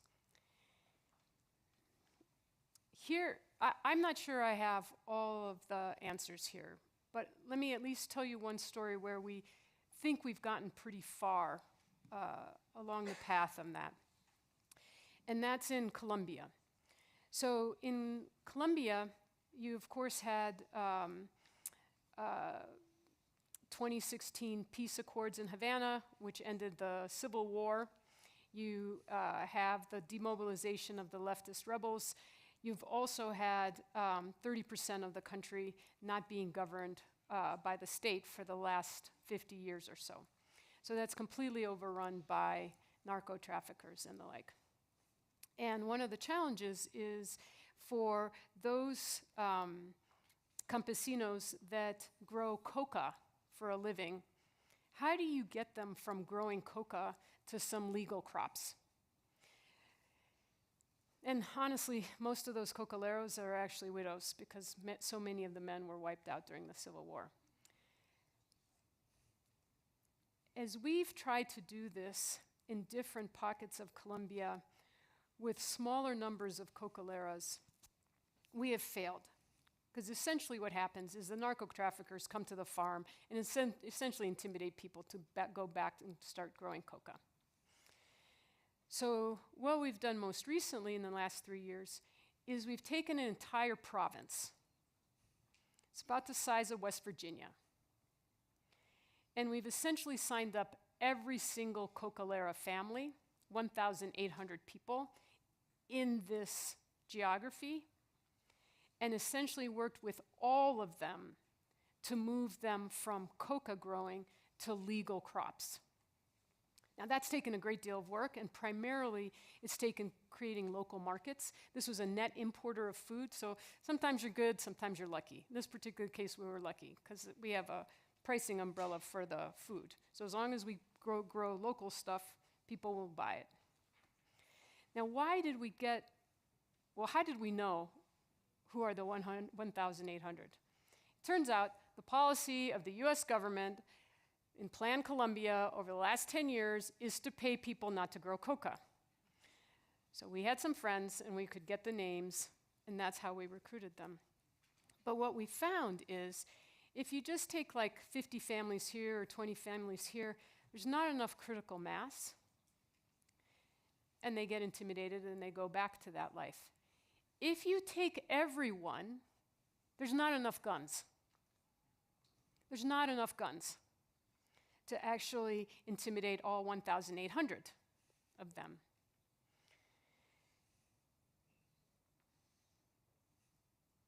That being said, our approach the entire time has been, look, we think that there are these opportunities, but you have to decide. We can't decide for you. We can't decide for you. And along the way, I mourn this, 3 years of work, we had a set of community leaders kidnapped, and one of them did get killed. That being said, there was an overwhelming response of these 1,800 farmers because it's hard to live in the shadows. It's hard to live under the threat of violence. This is at least a hopeful way to escape from underneath it. So yeah, it takes organization, it takes scale, it takes chutzpah, it takes, a great deal of work, but in the end, they have to decide, and they have to decide that this is a possibility of a better future, and then they have to do the hard work. And as communities get stronger, what ends up happening, and we've seen this over and over, is some of the narco-traffickers come out of the jungle and want to join the communities because there's someone cousin or uncle or brother. And the rest, in this particular case, have melted into Venezuela, right? Because that place is now incredibly lawless. So it's probably a long-winded answer to say it's complicated, but it's not impossible. And that's what we keep working towards. The community in Zacapa has now, over the last 10 years, become so resilient, they've essentially chased out their own narco-traffickers. But they have had to do that, and the Archbishop of Zacapa have had to do that. We can, at best, walk alongside them. We can problem solve, we can create resources, we can coach, we can get them access to markets. They have to make those decisions. They have to do that hard work. Thank you.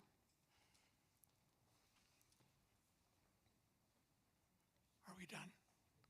Yeah, please. Okay, I'm not quite sure how to frame this, but I'd like your response to it because it's something that captures my attention a lot. In the years during the Cold War, USAID produced a lot of foreign aid, basically to compete against communism. A lot of that went into roads, dams, bridges, big stuff that was easily visible, it was easy to get credit for. At the end of the Cold War, USAID's budget was cut dramatically, and they had to start using their money better. And by then, a lot of the professionals in USAID had recognized what you had pointed out, that that really wasn't changing the situation there. You build a dam, they don't have the engineering to support it. It basically breaks down, you know. And so the focus of USAID for the past, say, 30 years has been developing capacity. Let's develop their ability to improve themselves. We've funded education, public health, training programs of all sorts. We still did disaster relief, in which we just gave them stuff, but really trying to get away from the model, as you said, of just giving stuff that doesn't really work. What has happened since then, and not since in the past 2 months, but you know, in the past 10 years or so, is that the Chinese have come in and adapted the model we had after World War II. Big, flashy stuff, dams, sports stadiums, government palaces, all stuff that they get a lot of big credit for in the third world that most of us are completely unaware of. But they're not investing in what we think, what we've learned through the years, is a way to really improve the lives of the people. I'm not sure where U.S. foreign aid is going to be headed in the next while, but do you have any comments on those observations? I think this question of China is a really challenging one. And I'd like to comment on that and then on foreign aid. So we have a set of adversaries in China, Russia, Iran, North Korea, and they are serious. The thing that I always hold on to is if you're in sub-Saharan Africa, or you're in South America, or you're in parts of the Pacific, people don't want to grow up and be Chinese, right? They love the values of America. They love the media and entertainment. They love the freedom. They love the liberty. America is the aspiration. It is the shiny city on the hill. So as long as we maintain a presence and that we serve in ways that you talked about before, I think we can compete effectively against Chinese, Russians, you know, Iran, and the like. But it takes us being there. It takes us being there. I was in the middle of the Amazon working with indigenous fishermen. I'm telling you, like 68 hours up by boat. And who do I run into? These tall, white guys dressed in orange jumpsuits. I'm like, who are these people? It turns out, in the middle of the Amazon, the Brazilian government has sold off all the natural gas rights to Rosneft. Those guys are Russian. The largest mine in Guatemala is a nickel mine owned by the Russians. Right? Literally, I want to send them the Monroe Doctrine. Don't they remember the Monroe Doctrine? This is our side of the world. They stay on that side of the world. No, we have to continue to stay engaged. And in the long term, I think we win based on our values. I think we win because we respect the folks that we're working with in sub-Saharan Africa or in Latin America. The Chinese are bringing their own labor. They're building crappy stuff. It's big, it falls apart within 10 years. How do we do aid, though? I think that really needs to get rethought. And a lot of times we use the Beltway bandits to provide aid, to provide training, as if the people we were serving were beneficiaries of services that we were providing them. Forget that. We don't want them as beneficiaries of our services. We want to create the conditions so that they are producers of goods and services that are so valuable that their neighbors want to buy it. And I think that's going to take a mind shift, a shift in how we approach things in lots of these places that require our support for their own development. But if you have people working hard in a community, that builds resilience. They can take on challenges, right? They can look after each other. That's what we're really hoping for. And if you use this sort of mindset that I'm talking about, in the long term, I think we will develop not only really resilient societies, but long-term friends. Yeah, please. I know you're finishing up, but could you talk about how your familiarity with Pathway relates to those principles that you're talking about? How a new way to do aid.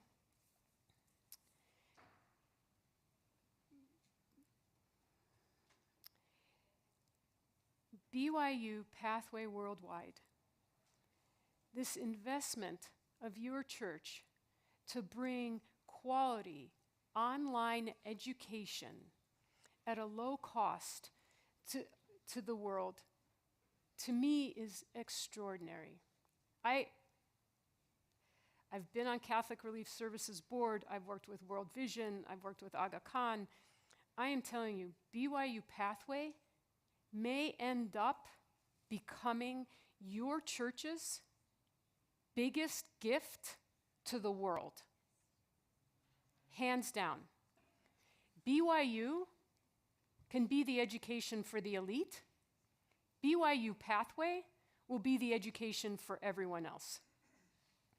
And what's really, really unique about BYU Pathway is it is the only organization that I know of that essentially under the same umbrella is both an academic institution and an economic development engine. My beloved university thinks of education as an end in itself. In these places that I've described to you, education is not an end in itself, it's a means towards an end, which is a job, a better job, a way of looking after your family, your community, serving in your faith. What is extraordinary about BYU Pathway is that you provide the opportunity for education, and then BYU Pathway Worldwide helps with the initial jobs, helps with the initial employment, so that people can get on their feet. That is an extraordinary contribution. But what you have to do, if you're going to do BYU Pathway really well, is you can't say help. Don't help. You can serve, you can learn, or you can create the conditions so that people can work really, really hard to lift themselves out of poverty. You can't give them that. They have to do that themselves. So when I saw what BYU Pathway was doing, I was so excited about that I wanted to be a part of that. And so I'm really, really honored to serve in a consulting capacity on BYU Pathway to get them to where this vision could go. I find it an extremely exciting gift that the Church of Jesus Christ of Latter-day Saints is giving to the rest of the world. Thank you.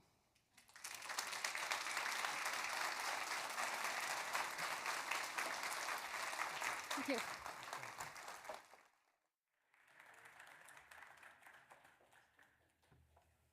Thank you, Dr. Bartkus. We'll invite the panel to now come to the podium and the stage.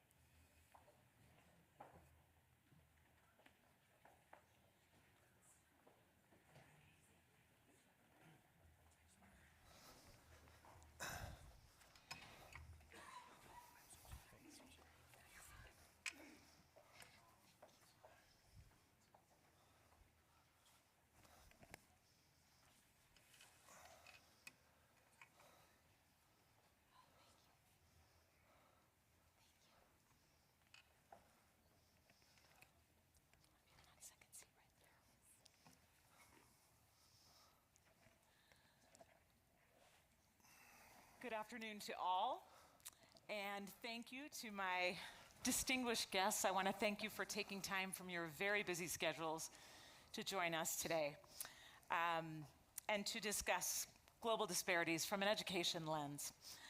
Today our panel is entitled Opening Doors and Closing Gaps, Expanding Access to Education.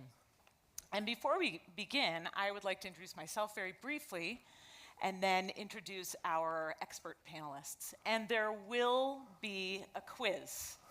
So definitely listen up. I even have prizes. So here we go. My name is Emily Sherinian, and I'm delighted to be, as Bruce mentioned, a new board member for the International Society. I've spent my career working in international development, designing and implementing global health and education programs primarily in Africa, Asia, and Central America. Most recently focused on leadership development, community strengthening, and building community health and education systems in East Africa. I graduated from BYU with a degree in linguistics and Spanish. Ted Lyon was one of my professors right there. And then earned a Master of Public Health degree at the George Washington University in Washington, D.C. My husband Aaron and I and our 4 children lived overseas for about 12 years. And we have a BYU student who is leaving the MTC for Boston on a mission where she'll speak Mandarin Chinese. Our love for all things international and for BYU and the Kennedy Center and their terrific programming is exceeded just barely by our love for our family dog, Cosmo. So now it is my pleasure to introduce Jomana Gemor. Did I get it right? Perfect. She defines herself as an internationalist, a social entrepreneur, and an advocate for sustainable development and human dignity. She served as a federal congresswoman in Brazil, a city councilor, and a secretary of social welfare, labor, and housing in the Santa Catarina state. She has a BA in international relations and an MPA from BYU, and she has co-founded businesses that advance sustainable solutions, and she serves on the board, among others, of the Roble del Sur Foundation that she'll talk about today, and the International Society. She's also a government affairs missionary in the Brazil area of the church, and also has a daughter about to leave on a mission who's a BYU student going to Milan, Italy. Is that right? And she and her husband, Gileno, reside in Brazil. Doing okay? Yeah. All right, here we go. You still listening? Because again, there will be a quiz. Next, we have John Wilson, and John's seated right here. John is the Global Director of Schools and Academic Programs within seminaries and institutes. Did I get that right, John? Okay. He oversees church primary and secondary schools in the Pacific and Mexico, and the Succeed in School initiative, which is a CES after-school program supporting 30,000 youth across 30 countries. John's also tasked with integrating these initiatives within CES institutions. So that includes BYU Pathway Worldwide and seminaries and institutes. Before he did that, he spent a decade at BYU Pathway Worldwide and held roles at Deloitte & Touche and Apollo Education Group. John has a doctorate in higher education administration from the University of Utah. He and his wife, Jessica, have 6 children, and they live here in West Jordan. And then lastly, we have Brian Ashton, who is the president of BYU Pathway Worldwide, where he's worked since 2018. Is that right? Prior to working at BYU Pathway Worldwide, he worked at McKinsey. He led an educational technology company, was a mission leader with his wife in Houston, Texas, and served in the General Sunday School presidency for 4 years. He also holds a bachelor's degree from BYU and an MBA from Harvard. The most important things to know about him, and this is according to Brian Ashton, is that he is married to the love of his life, Melinda Earl Ashton. They have 7 wonderful children. He is a disciple of Jesus Christ, and he repents quickly. Another fun tidbit, as an undergraduate student at BYU, Brian worked as the secretary for the International Society when Bill Atkin was the president. So thank you again to this panel for joining us today. Were you listening? Okay, let's test you and see. Which one of the people sitting up here has 7 children? Raise your hand, raise your hand. Brian Ashton, he sure does. Okay, so I have a little Mango ginger chew. And I'm going to just toss it to you. And I hit David Polite, but it's okay because you were one of my dads growing up in New York. All right, next. Which one of these distinguished guests is a, let's see, where my questions go. Okay. So, I know, I'm failing. Which one of our guests has a Master of Public Administration degree? You and the, yes. Yes, you are right. Okay, come and get your prize, because my throwing skills are terrible. Oh no, this is risky. Come and get it. Ted, you're gonna help me. Okay, which of the people here have daughters about to go on missions? Both of us. Yeah, so cool. Really exciting.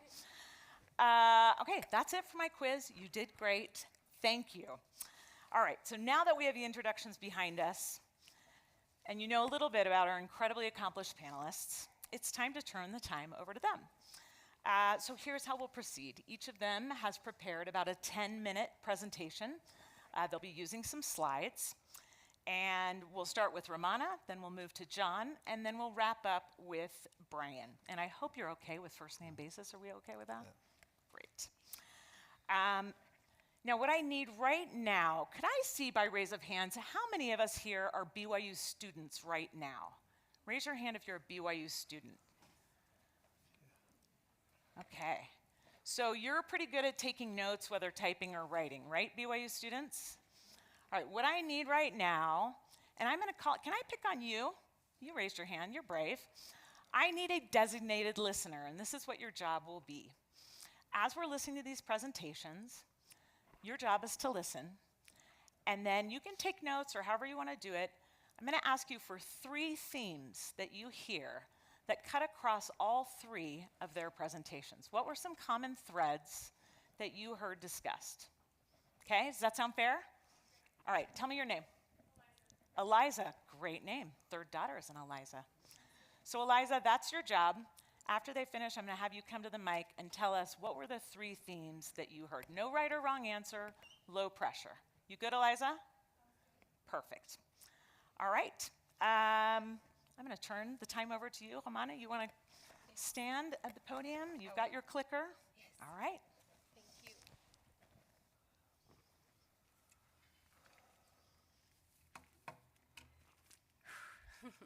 Such a pleasure to be here. I thank the International Society for this wonderful opportunity, and also my co-panelists, President Ashton and John Wilson, and also Emily Sherinian, right? I think she deserves a clap of hands. She did such a good job. I want her to moderate anything that I come to participate in the future, because that helps us relax a little bit. Thank you. Thank you for your generous introduction too. Before starting, I feel humble because by watching the previous presentations and seeing and listening to what these people have done, great people, and great endeavors and impact.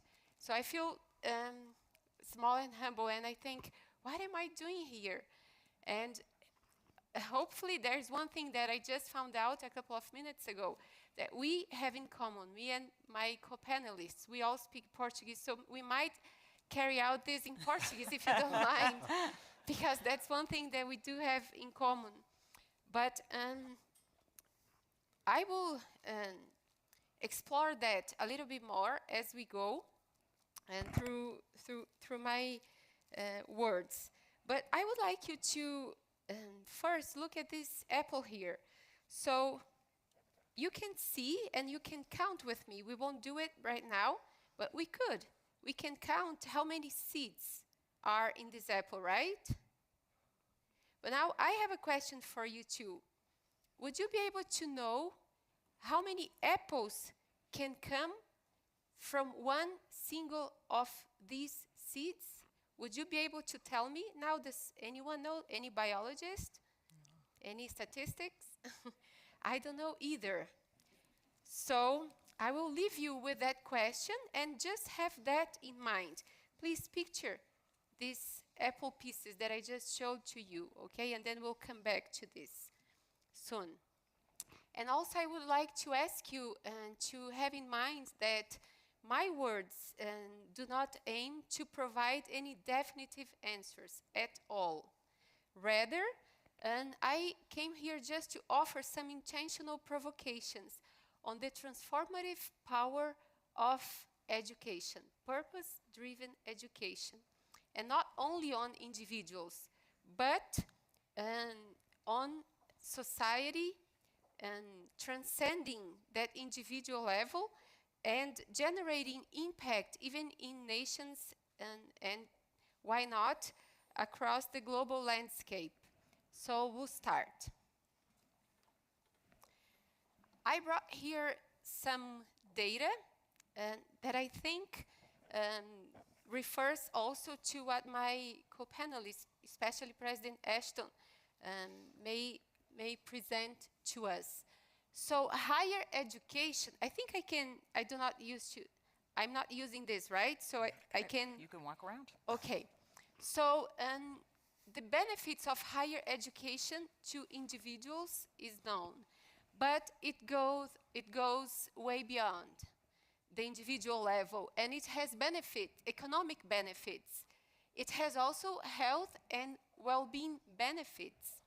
And I will focus for a little bit on the civic engagement result or consequence of higher education. So there are some research that shows that graduates of tertiary education exhibit higher levels of civic participation. Isn't that wonderful? And even including greater involvement in community service and higher voting rates. And enhanced social cohesion. So studies also show that higher education fosters social cohesion by promoting understanding and cooperation among diverse groups. And I'm not talking about here research that has been done among BYU students or alumni. It's higher education, the power of higher education per se. So I bring here one preliminary insight that is not an answer because I think it's something that we all agree upon, that higher education serves as a catalyst for positive change, enhancing economic prosperity, health outcomes, and civic engagement. Do we all agree with that? Yes? Yes. Okay, so we'll go on. Now, if we talk about high quality, purpose-driven education, can you imagine what the benefits could be if we already saw the benefits that higher education can generate in individuals and transcending individuals and going across society, nations, and even the global scale? So when we talk about purpose-driven education, we are talking about higher retention and completion rates for the students. We are talking about exponential civic and community impact, and I will focus on that again. That is education that integrates values, service, and leadership, and fosters a sense of social responsibility. I know that you all have felt that, especially those BYU alumni, right? And the U of U, too. I include that. And purpose-driven graduates are significantly more likely to mentor others, volunteer, lead community initiatives, participate in policy and peace-building efforts. This is especially true in programs where civic engagement or ethical leadership is embedded in the curriculum. That last part, for me, is very interesting. So when it's higher education, purpose-driven, in fields that are not directly related to ethical leadership, and it has already wonderful impacts, but imagine if there is that, and it is explicit. So we'll go on. Because there are more benefits to that type of education. So purpose-driven education leads to lifelong leadership. Look at you, members of the International Society. You materialize that statement. So it's not just data from research, right? And so many others of you coming from different organizations, what we heard this morning here. It has a multiplier effect in underserved communities. I love that because it shows that purpose-driven education usually has the effect of getting the students, the graduates, to return to their communities and serve. I love that part, and we'll touch that back again. And then it has also emotional and spiritual flourishment. And we've heard that this morning from a general authority, and that's maybe the ultimate purpose of all we do. And the sources for this research, these sources are not from any organization related to the church, so it's available if anyone would like to have. So in summary, for this first part, I come to think that when education becomes not just a degree, but a mission, the return on investments is multiplied, even in financial terms, and both for the individual and for society. And I leave you with this to think about, this thought. And now, now I'm starting the presentation. I would like to know how much time I have. How many minutes? 2 minutes? Okay. I'm so sorry then. You can take a few more. Okay. So I'll be fast. My husband told me, and he's always right. He said that I would go beyond the time. So I will try to shorten as much as possible. So I'll talk a little bit about from learning to leadership. And I will use my personal experience, not because I think it is great. In fact, when I think about it, for me, the greatest thing that I have and I carry with me is my growing desire to serve and help with some effort to somewhere, somehow, to someone, to better the life of, a person or some people, or to have an impact. But how this desire grew in me was marked by my BYU experience as an international relations student, and then as an MPA student. That changed my journey, President Ashton. So it was a purpose-driven education, and I attribute that to the way I met my husband. He was not a BYU student, but I got engaged in politics, and one professor that was instrumental, an MPA professor, he was one of the persons that helped me to develop the desire to go forth, serve in society, and get involved in politics. That's how I met my husband.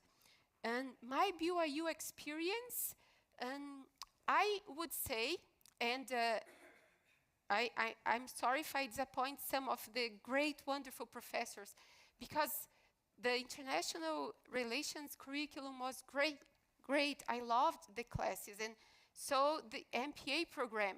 But what I took out of my BYU experience that was most precious and that I carry with me and remember more than any knowledge or class or data or research or skill is the willingness to serve. That was so strong embedded in my education. So much so that for me the motto, enter to learn, go forth to serve, became enter to learn, go back to Brazil to serve. That's how I felt about the opportunity I had here, the people I met that inspired me so much, the wonderful experiences, and my life could probably be easier and more comfortable here. But that sense of purpose that was nourished here with such strength didn't let me consider or even pursue opportunities to stay here, because I felt compelled to go back to my country and do something in any possible way, any sphere of influence, even if it would be very, very small. And that experience here led me to run for mayor of my hometown when I was in the middle of my MPA program. I didn't get elected. I was 25 years old, poor, and I was a minority of minority in my home city. But after that, with new attempts, I was elected as city council member, and I was for a while a member of the Brazilian Congress, the Federal Congress, and I had the opportunity to serve in some government roles. The last one was in my state. And I attribute those opportunities to the high quality, purpose-driven education. The knowledge and the skills, certainly I made great use of them, but the sense of purpose that I got from my educational experience definitely was the driving force. And also that brought me opportunities to serve, to participate in organizations as the Interparliamentary Panel for Freedom of Religion and Belief, the IPP-FORB, and contribute in humble ways, but that were wonderful to me, to initiatives and organizations such as the IF20 last year in Brazil. Many of them that promote freedom of religion. That is such a dear value to me. And then also Roble del Sur, which is another opportunity that arose of these experiences that intercross. And by the way, we have 10 of our Roble members here from different countries of South America. And I'm so glad that they are having this experience to listen from you and be inspired from you. And also, after leaving politics, after 12 years, and my husband, I'm almost finished.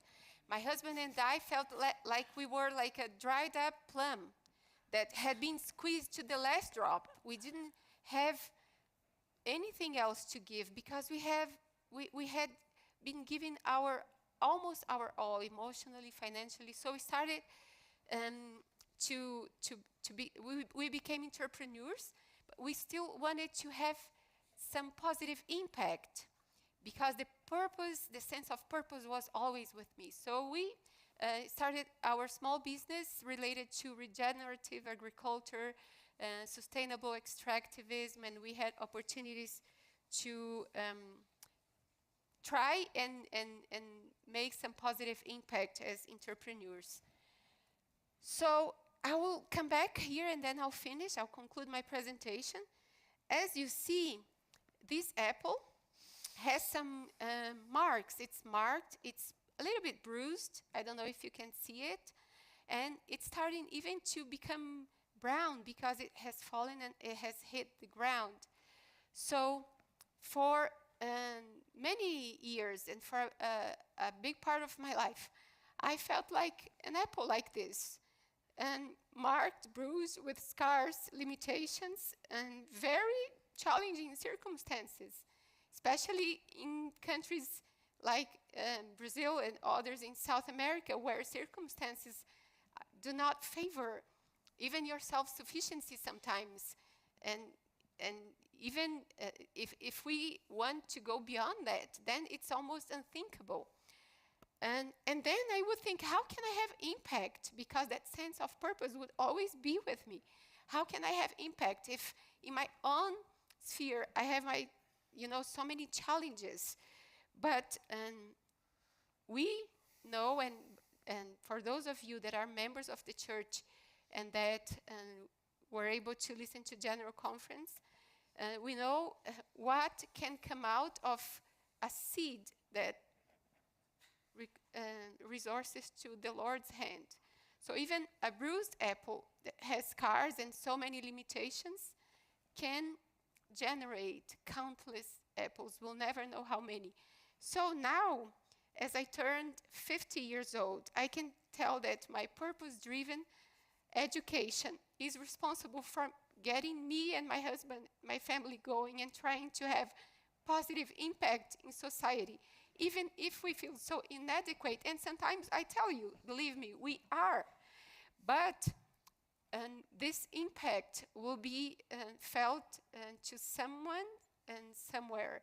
And maybe those other seeds will spread around. So I invite you to think about your purpose-driven experiences, and especially for those that have gone through the church educational system. And I hope you can find right there the purpose-driven sense that will take you in ways and places you did not foresee. Thank you.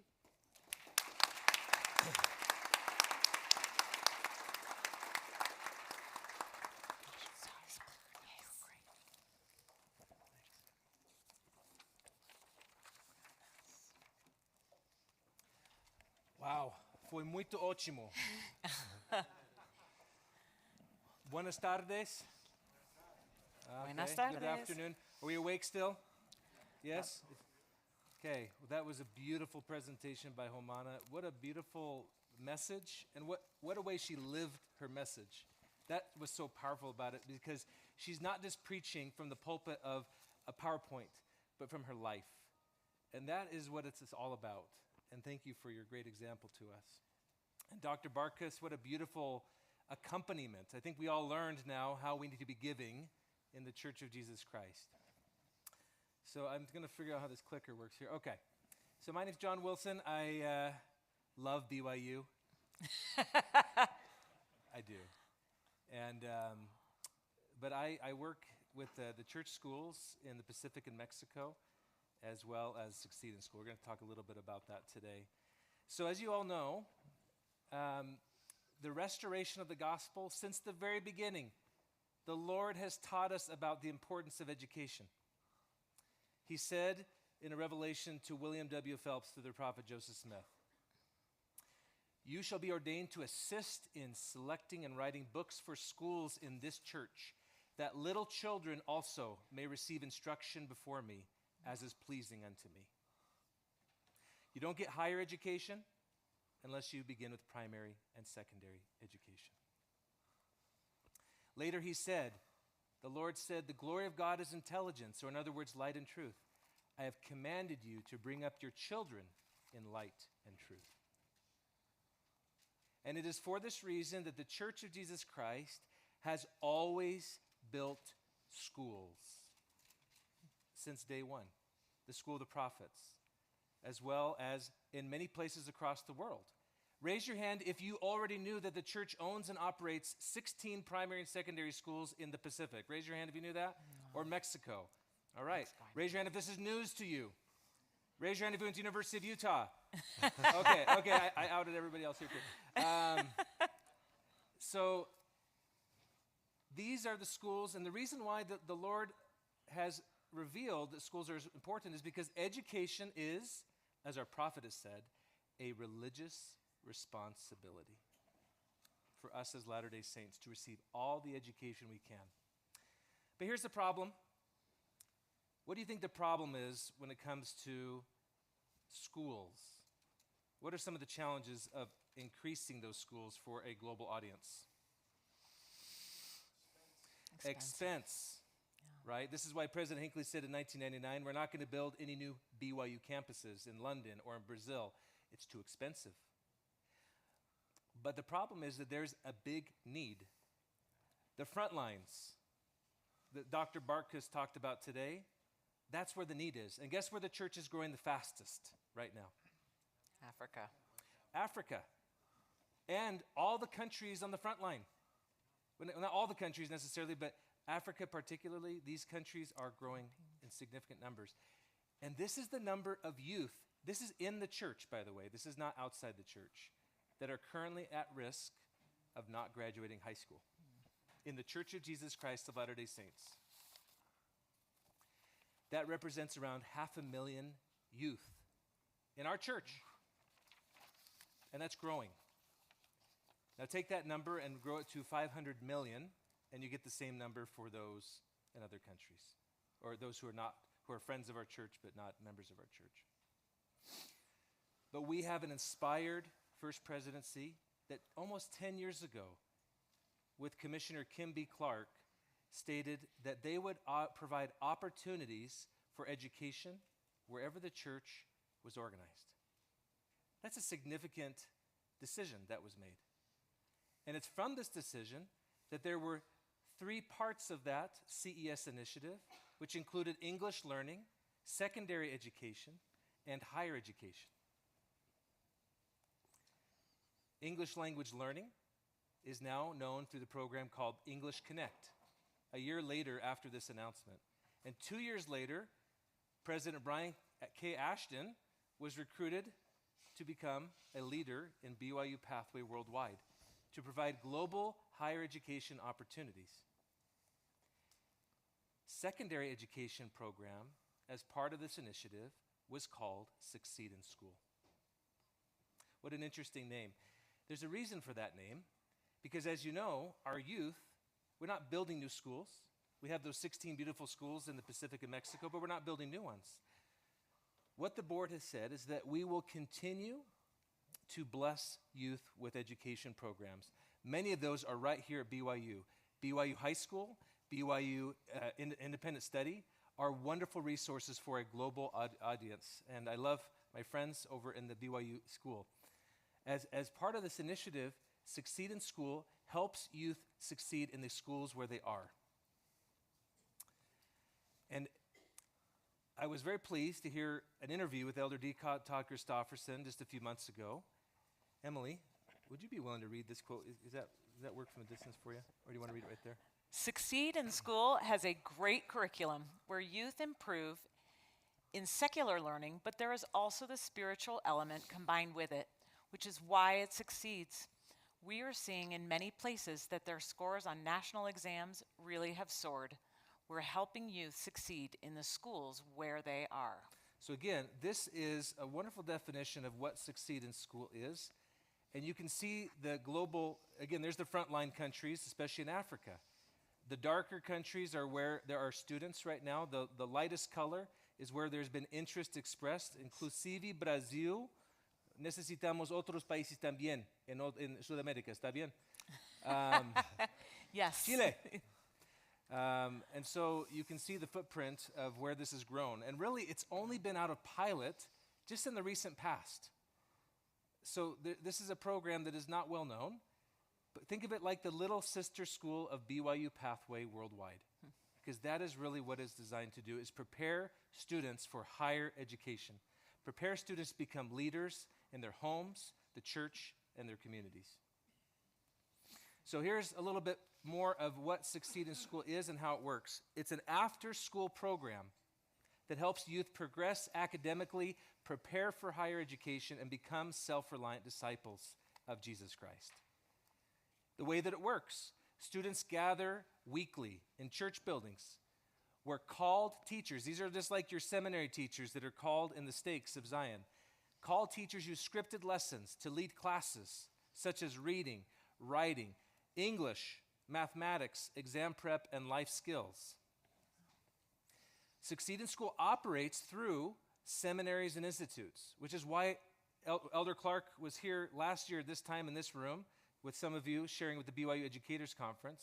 And he said the reason why it's grown so quickly is because it's led by Priesthood Keys, and it is operated through a worldwide organization of seminaries and institutes. And that's why it's grown quickly just in the last couple of years.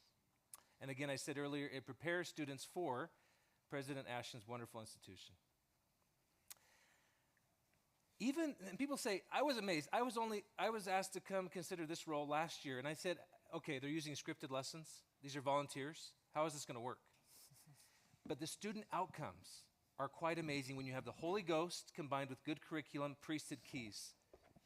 96% of students improve in their math skills. 98% improve in their reading and writing skills. By the way, this is in Portuguese, Spanish, French, and English. Those are the languages we have it in. 96% pass secondary exams, which is significant because the countries where BYU Pathway Worldwide, or Succeed in School and BYU Pathway operate are places where people don't graduate from high school. We have here a founding leader of the Global Education Initiative as well, as I just looked over at my friend. This is the miracle of the founding work of prophets, seers, and revelators and great leaders, that these youth are passing their exams and having hope for the future. But we are a church. We are focused on faith, and they also increase their faith in Jesus Christ. Local leaders are happy with how the program's administered. And my boss, Brother Chad Webb, loves this number. The students grow in their seminary experience. They participate in seminary, as it is a side-by-side program with Succeed in School. Here are some pictures around the world of Vanuatu, a reading and writing class. There's a math class in Papua New Guinea. You can see here, just recently we launched in Ethiopia. We have hundreds of students there. Kampala, Uganda. Tonga. And this is a launch devotional held recently in Fiji. But here's a story of my first visit to Succeed in School last year. This is Sierra Leone, West Africa. This was a branch of the church that had 15 active youth participating. Wow. The year previous. They launched Succeed in School under the area presidency's direction. I walked into this little branch and saw 3 separate classes with 130 students. Oh my gosh. Thankfully, they split this class afterward because it's too big. But I tell you something, there's a class around the corner. You can see here Muslim young women, Catholic, Protestant, Latter-day Saints, studying and learning together in faith and fellowship. These students have hope. This is a picture, one of my favorite pictures in the world. I'll tell you why. This is my last story, then I'm going to finish with one more slide. That young man on the right, his name is Godlove. This was in a focus group for Succeed in School just about 4 months ago, and we were just trying to learn about the experience of the students. This is right after the second hour on Sunday. All these wonderful young people were at church, and they stayed after. We asked them questions. They said, how's been your experience? And Godlove raised his hand. He says, I am learning how to learn. I'm learning critical thinking. And he said, I'm learning to have a growth mindset. Gosh. Oh my gosh. I was like, wow, Godlove. And then he went on to say, and I love this Book of Mormon. And he said, I gave a copy to my mother last week. And then it hit me. This young man is a friend of the church. I said, how did you learn, Godlove, about Succeed in School? He pointed to the young man next to him, Matthew, his friend. Matthew's also not a member of our church. I said, Matthew, how did you learn about Succeed in School? He pointed to his cousin, Bernard. That's the little short guy in the middle. And then Bernard, I said, how did you learn about Succeed in School? He pointed, this is my cousin, Bernice, the tall girl next to him. And none of them are members of our church. But they're in seminary. They have good friends, and they're in a safe place. I said, how did you learn about it, Bernice? Look who's smiling. Doreen. 14-year-old Doreen. Powerful Doreen. Missionary, friend, disciple of Jesus Christ. When I see the numbers of 30,000, I think of each one of these beautiful children. Because they have hope for the future. This is a hypothetical map of a young woman named Amina in Côte d'Ivoire. She's 11 years old, in the rural part, needs help for school. She's in a big school, like Elder Dubé said. There's not enough attention for her to succeed. So Succeed in School has a foundation product for French where she can learn how to read and write in French. Then she can be able to do quantitative reasoning skills at a very basic level with math. She progresses on to enroll in seminary and take the intermediate French product. She continues and needs to learn English so that she can be ready for the global workforce. And so she enrolls in our English Connect for Youth, which is partnered with Succeed in School.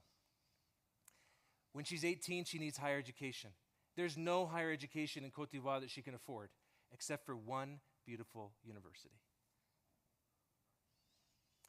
She's now enrolled in Institute and BYU Pathway Worldwide.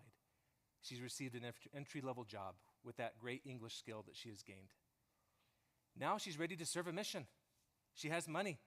She has hope to come back from her mission too, that she can continue her education at BYU Pathway, receive a degree, and become a self-reliant disciple of Jesus Christ. That is why we are all here. It is why you are here. We are trying to build disciples of Jesus Christ who are leaders in their homes, the church, their communities, and their nations. Thank you.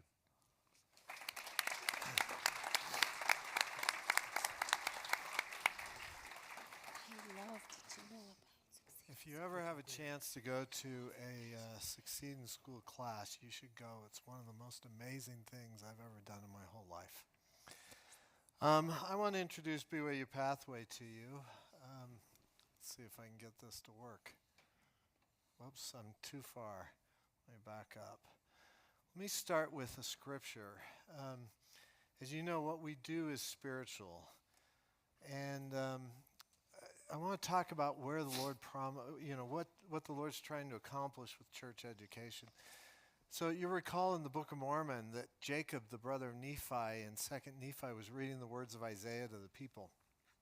And then in 2nd Nephi 9, he says this, "And now, my beloved brethren, I've read these things that you might know concerning the covenants of the Lord, that he has covenanted with all the house of Israel." All the house of Israel implies the entire world, not just the United States or Canada or Western Europe. That he has spoken unto the Jews, that's code for we'll find this covenant in the Bible, by the mouth of his holy prophets, even from the beginning down, from generation to generation, until the time shall come, or the time comes that they shall be restored to the true church and full of God, meaning our day. When they shall be gathered home to the lands of their inheritance, right? They're going to stay where they were born. They're not going to move all over the earth and come to the United States. That was the early part of the restoration. Now they stay. And shall be established in all the lands, in all their lands of promise. Now, the covenant is that they will be established. And if you think about what established means, in fact, if you go through the scriptures, what you'll find is that it means to have a faith rooted in Jesus Christ, his law and teachings, right? Have the fullness of the gospel, covenants, the priesthood, local priesthood leaders, access to the temple, family, the ability to learn by study and by faith, think church education, the ability to support one's family, a future, including for one's children, safety and hope. Many members of the church do not have that. And they're not established because they lack some of these things. Now, ultimately, to be established means to live in the presence of Heavenly Father and his Son, Jesus Christ, in an exalted state. And BYU Pathway and the broader church educational system are key tools the Lord has given us to help us become established. Now, if you think about our theme today, and becoming one and building Zion, the Lord said this in Doctrine and Covenants 78 in verse 6. He said, "For if you are not equal in earthly things, you cannot be equal in obtaining heavenly things." Now, as Professor Barkus pointed out, we're not going to give them, our brothers and sisters in Africa and the islands of the Pacific and the Philippines and other places like that, we're not going to just give them things. They've got to work, but they need opportunity. And so that's what BYU Pathway is about. Now, our mission is to develop disciples of Jesus Christ who are leaders in their homes, the church, and their communities. President Oaks has added nations to that. And this is where BYU Pathway is located. It's more than 80,000 students in over 180 countries. Any place that's it's supposed to be gold, but yellow on that map is where BYU Pathway is. And we believe that we'll be over 100,000 students by the end of this year. Elder Bednar has said BYU Pathway will serve millions and millions and millions. President Eyring told me, you will teach the whole world. They're not ready for religion, but they are ready for education. We are low cost. A bachelor's degree in the United States costs $6,200. It's 3 years. In Africa, it's less than $300. And it's all in English currently, although we will launch in Portuguese later this year. And I'm headed to Brazil on Friday to announce that. But you can start in English Connect. You learn English in 1 year or less. Then we have in your first year, you take our foundational course called Pathway Connect, which gives you confidence and helps you learn the critical thinking skills you'll need for university studies. You start with a first certificate that's job ready, so you get a better job. Then you get a second certificate plus some general education. That gives you an associate's degree. That's your second year. And your third year is a third certificate plus some general education, and you end up with a bachelor's degree. Now, if we're going to have people be established, 60% of our students live in areas where where labor markets don't function very well. In fact, there may not be a lot of jobs. And so we have to be focused on employment outcomes. These are what our students report. And they report that after their first year, so they finish Pathway Connect and a first certificate, 75% get a better job. After the second year with their associate's degree, another 71% get a better job. And finally, when they graduate, another 84% get a better job. So within 2 to 3 years, they are, within their program, they're getting 2 to 3 better jobs. In that 60% of the world where our students live, or the 60% of our students that live in areas with labor markets that don't function very well, our focus has been on helping them to get remote jobs. So they can stay in their home countries, they can build up the church. Last year, our students reported that just under 10,000 of them had remote jobs. Something that came out of COVID, one of the blessings of COVID, at an average income increase of 200%. Now, we have a unique way of working on this, and I just want to share this with you. As Professor Bartkus noted, we have on the left-hand side, you can see that there's an educational program, Spiritual Foundation Leading to Discipleship. On the right-hand side is an economic generation engine, where they get a work-study job. We help them find work-study jobs in Pathway Connect. As they continue and develop skills, they then get an internship that leads to a career. And the way this works is as follows. So you start with the Tier 1 job in your first year. It's something as simple as, you might be a receipt assistant. You actually put receipts into the computer. Then you become a bookkeeper as you complete your first certificate in basic accounting. And then you get advanced skills and you can become an accounting clerk and have a degree in accounting. And there's lots of verticals where we do this. Minimum requirements allow you to have, just start with a smartphone and basic English, working your way up to a laptop, advanced English, and managerial skills. And you can see on the right some of the verticals in which we do this. And then the benefits of this are these. We're able to help students stay in their country and build up the church. It provides a stable foundation for spiritual and leadership growth. Imagine getting paid in dollars when inflation in your country is 80%.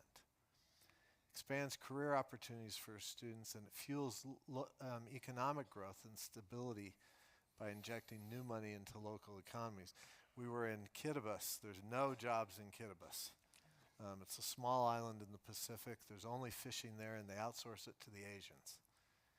And we said if we get 5,000 jobs in Kiribati, it's only a country of about 100,000 people, we'll create hyperinflation.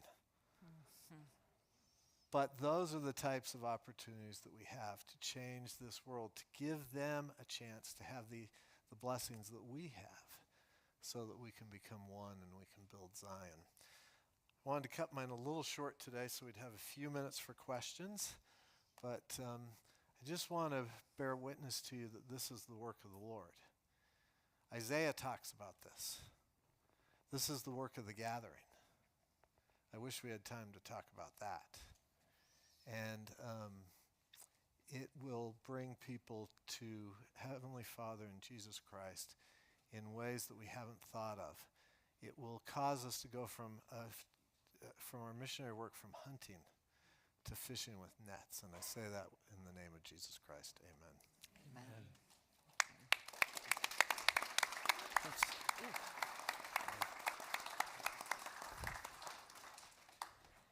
Thank you to each of our panelists. I'm now going to go to Eliza. Eliza, will you go to the mic and tell us what were 3 of the themes that you heard across these presentations today?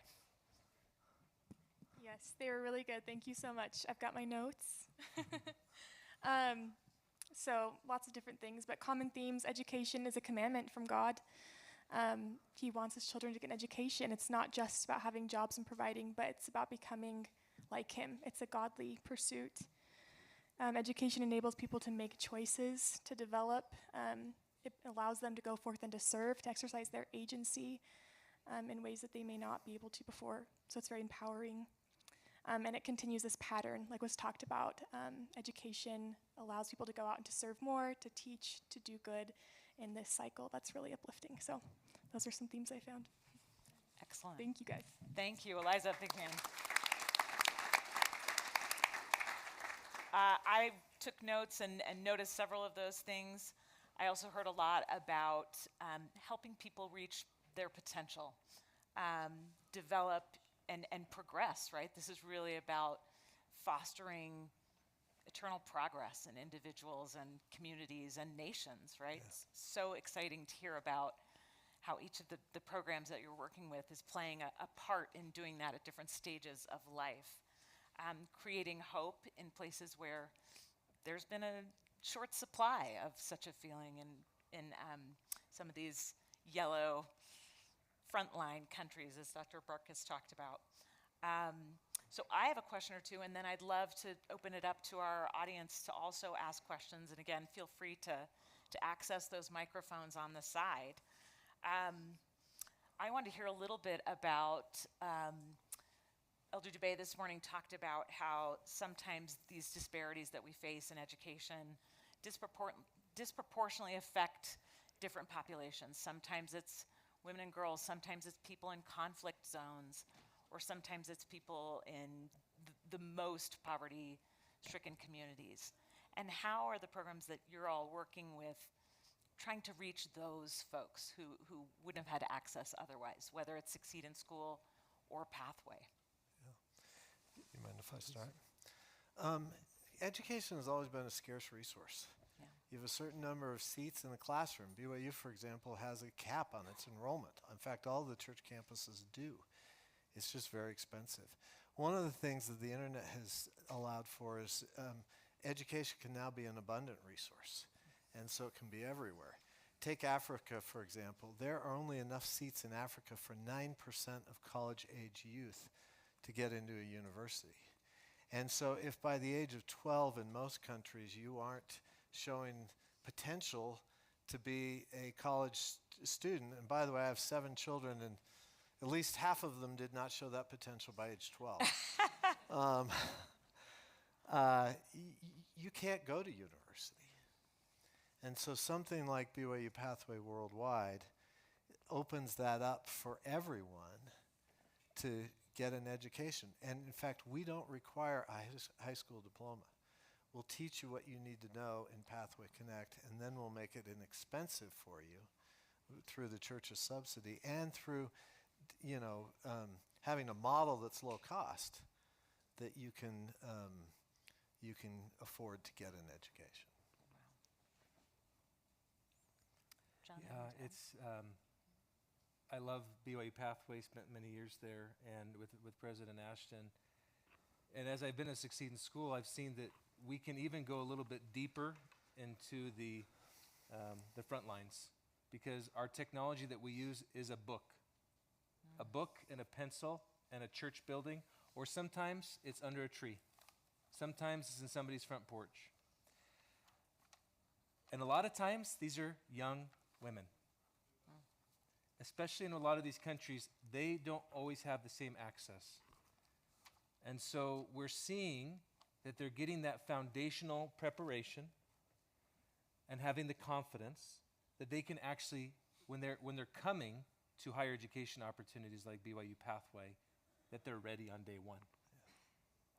As opposed to, there's many that we can't get to the millions and millions that Elder Bednar talked about unless they are ready. And we can't serve them in the global workforce to help give them the dignity of work like Dr. Bark just spoke of, unless they are ready to participate in the global workforce. I feel like that's what all of us on this panel are trying to accomplish. Building a pipeline. Pipeline. Yeah, fascinating. Do we have any audience questions? Yes, we've got one right here.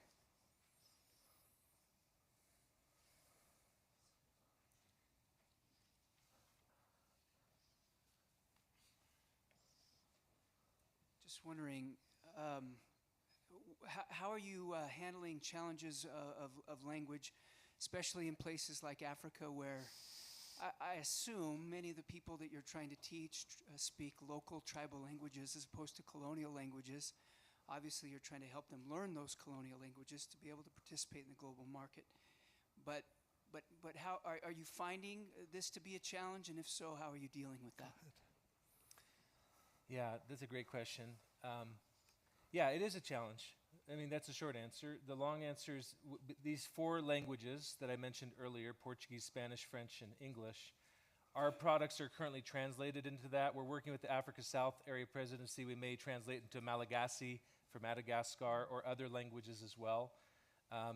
But Elder Bednar actually said in the quote that President Ashton referenced that the first part of that quote is that there are millions of people in Africa who can't read the scriptures right now because they don't have the scriptures in that particular tribal language. So we start there. We teach them French, and then we teach them English if they want to. That's all this is, of course, agency-based. And so it is something that we seek to help them in those colonial languages initially so that they can learn the gospel. And we try to get them into English. That's the language of business, and that remote jobs come when you learn English. So, and eventually we'll have some opportunities in other languages. But there have to be jobs in those areas where we do it in Portuguese or Spanish or French. So, I just want to ask a question, a complex one, about all of the adults who grew up and are serving in the church and doing things before that pathway came along, and who can't access children things, out-of-school children who are not going to school. I work with Gospel Literacy Program, which is a small emerging effort, currently in the Welfare Self-Reliance Department, but we started in Africa as well. And there are, one of the things that calls to my attention, we often find the dropouts from Pathway. For example, we started in the Caribbean and Guyana because people were dropping out of Pathway and Welfare Self-Reliance because they couldn't read and write, because they didn't have opportunities for education. And do you track the ones that drop out or can't make it? And are there ways that we can use the Pathway program to help train teachers in non-formal education and adult literacy and local languages and other things like that? Because putting them all into the global economy, there's a huge local economy that needs to be developed, and they need geographies of local economies and other kinds of approaches. Is there a way we can connect these into Pathway? yeah, so we do track the people who drop out, and most come back actually over time as they come in, they find out this is actually a real university with real curriculum, right? It's developed by BYU Idaho Ensign College and accredited by them. And So they come in, they find out it's real. It's hard. It's harder than anything they've ever done. Some do drop out, but they come back. The second thing is actually at John's request, BYU Pathway is developing a certificate for teachers. And that will give them a credential that they can use to go work in the local economy as teachers. So, does that help? Yeah, I have more questions. I may talk to you separately later. Great. Thank you. Thank you. So our call to action in one sentence, what would you say, President Ashton? We have thousands and thousands of students who speak English. They're honest, speak great English. They're honest, and they know how to work across borders, and they would love opportunities to work for your companies. If you have opportunities and you want to lower your costs, increase your profits, and employ students who will be great workers for you, contact us. John, anything from you? Yeah, I think all of us are here in a common cause. We love education, and I think we love the front lines too. I think we all resonated with that. As you feel prompted in whatever way in providing jobs to BYU Pathway students, perhaps using your brain and your heart in giving service to figure out big problems that we're trying to solve with the global education challenges, we invite you to consider ways that we can partner and we can serve together. My call to action would be inviting us to think about how becoming ambassadors of BYU Pathway worldwide. And now that I know more about Succeeding School in the ways we can, it's indeed a practical way of us serving, impacting, and helping shortening the global disparities that we've been talking about. Thank you, and thank you so much to our fantastic panel.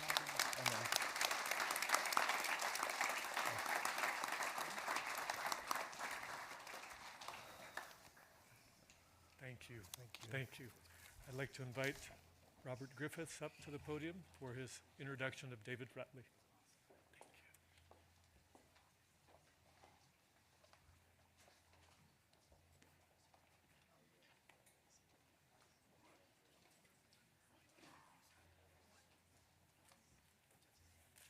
Good afternoon, everybody. At great risk, I'm going to follow the advice of my two doctor sons-in-law and tell you all to stand up because your heart needs it.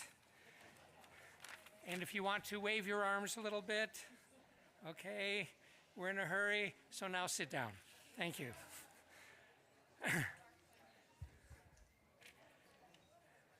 Really, you need to sit down again and not walk. Do not walk. Sit down. Thank you. It is my honor today to introduce our final speaker for the conference, David Rutley. For the benefit of the students in the audience, I would like to first share what David was doing back when he was around your age. At age 15, he began what was to become a serious lifelong interest in mountaineering and rock climbing. Yes, they do have mountains in England. He later attended BYU, including the Washington Seminar internship. He continued his education with a bachelor's degree at the London School of Economics and an MBA from Harvard. David also served a mission for the church.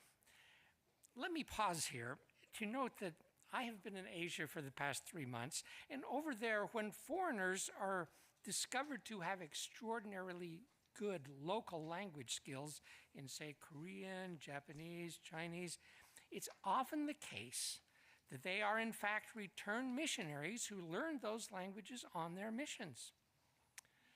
Now, in David's case, he served in the England Manchester mission. And I can tell you that his English is really quite good, though he does have a bit of an accent. David and his wife Rachel married afterwards and are now soon to be empty nesters as the last of their 4 children is headed off on their life journey. So, with education and training in hand, David worked his way up to senior executive positions at PepsiCo International, Walmart, Halifax, and Barclays Bank. He then launched his career in public service with election to Parliament in 2010, where he served for the next 14 years. Half of that time, he served as a UK government minister, where he gained an extraordinary breadth of experience in the Whip's office, in environment, food, and rural affairs, and in foreign, Commonwealth, and development affairs. He led the UK strategy to expand external relations, particularly while serving as Minister for the Americas. In that service, he visited 26 countries, 15 US states, and Antarctica.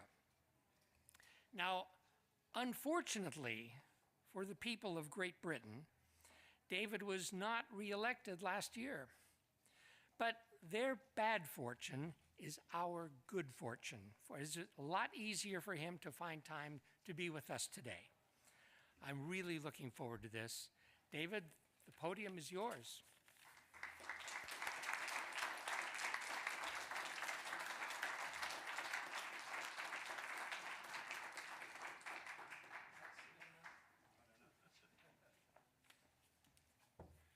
Thanks very much, Robert. He said off the microphone, was that civil enough? I'm not sure.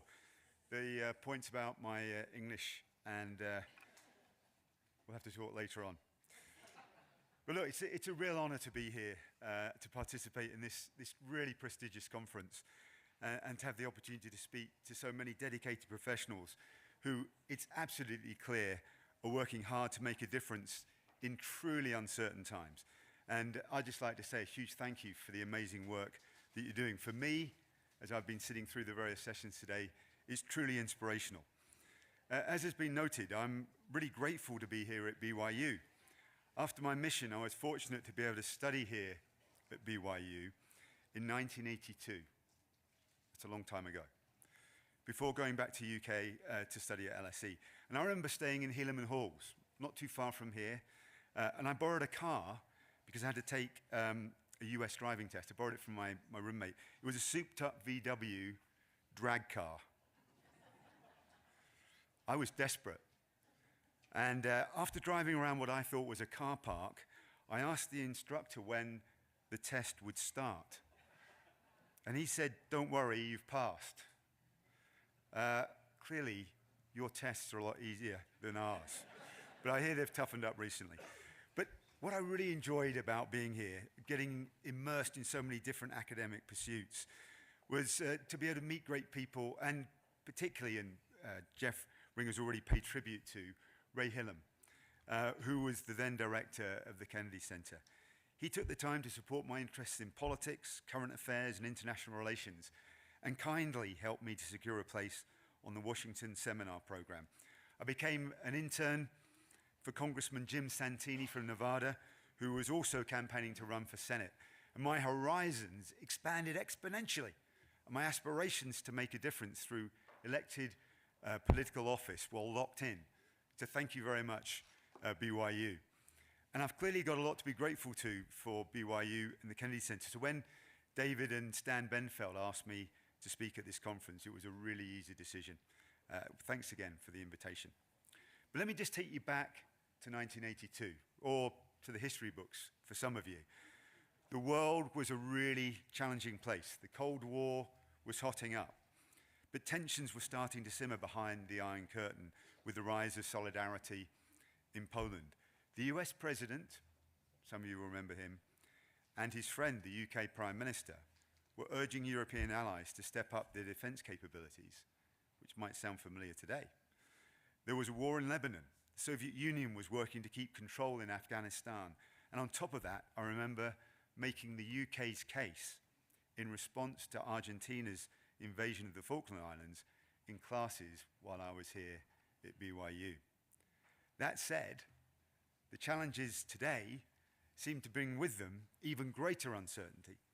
Russia's invasion of Ukraine, a major war in Europe once again, and the Israel-Gaza conflict with its wider impacts across the Middle East have been and continue to be very unsettling.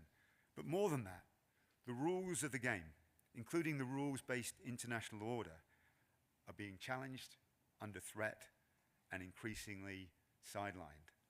What's more, the tools of international relations have changed. Power politics has made a comeback, and now it's being played in a looser, less clear framework around emerging competing spheres of influence. A new world order is emerging right before our eyes, and in classic British, understated English, this is what we might call rather disturbing. Or perhaps more than a little concerning. In addition, with the threat of wars and the increased focus on military might and hardball diplomacy, there's less focus and bandwidth and funding for international development, which will change the nature of our relationship with partners in related programs and have significant implications for many developing countries and their people. During this excellent conference, during the sessions and in conversations during the breaks, we've heard a lot about the challenges and changes facing the world, changes facing your work, changes facing the people that you work with.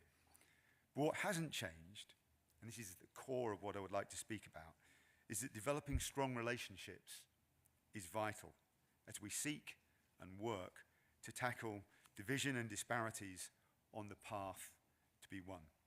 Of course, strategy matters, policy matters, resources matter, projects and how we manage them matter, but our relationship with people, other human beings, are fundamental. That's why in my remarks today, I'll focus on how we can build stronger relationships, relationships that are deep, relevant, and enduring.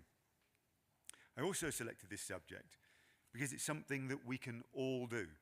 No matter what our current role or interests are, we can all make a difference in this way. We should do it. And in the current circumstances, we must do it. Much of my contribution will be based on my time serving as a UK Member of Parliament for 14 years and as the UK Government Whip, where we show a lot of love to people in our party to help them do the right thing. And Minister for 7 years, and I'd particularly like to focus in on my work as a Minister in the Foreign, Commonwealth and Development Office, the Minister for the Americas, Caribbean and Overseas Territories. I'm keen to highlight what I found and saw to be effective and productive during my time in office. It's a personal view. It's not meant to be a commentary on the approaches of others. It's just what I found to be effective, and I fully respect that there are other approaches that work as well. But I hope these thoughts will be directly relevant in the work that members of the International Society does, whether it's in government or business, the church, other NGOs, that they might develop or might be of interest to those who are studying this really fascinating subject of international relations. Deep relationships are based on a sound understanding of the situation at hand and the people that we're working with, particularly in difficult situations where it seems that little progress is being made. Don't just accept the position based on first impressions. Take the time to use different filters and perspectives to increase the depth of our understanding, and don't be afraid to seek inspiration.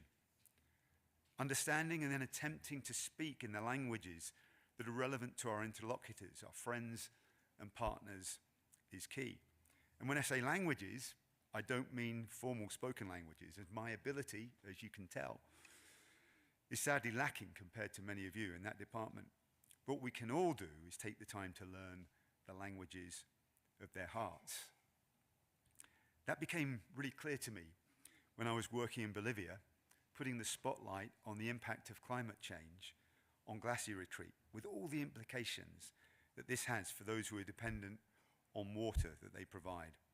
Up beneath the Chacchini Glacier, at 16,000 feet, we paid homage to Pachamama, to Mother Nature.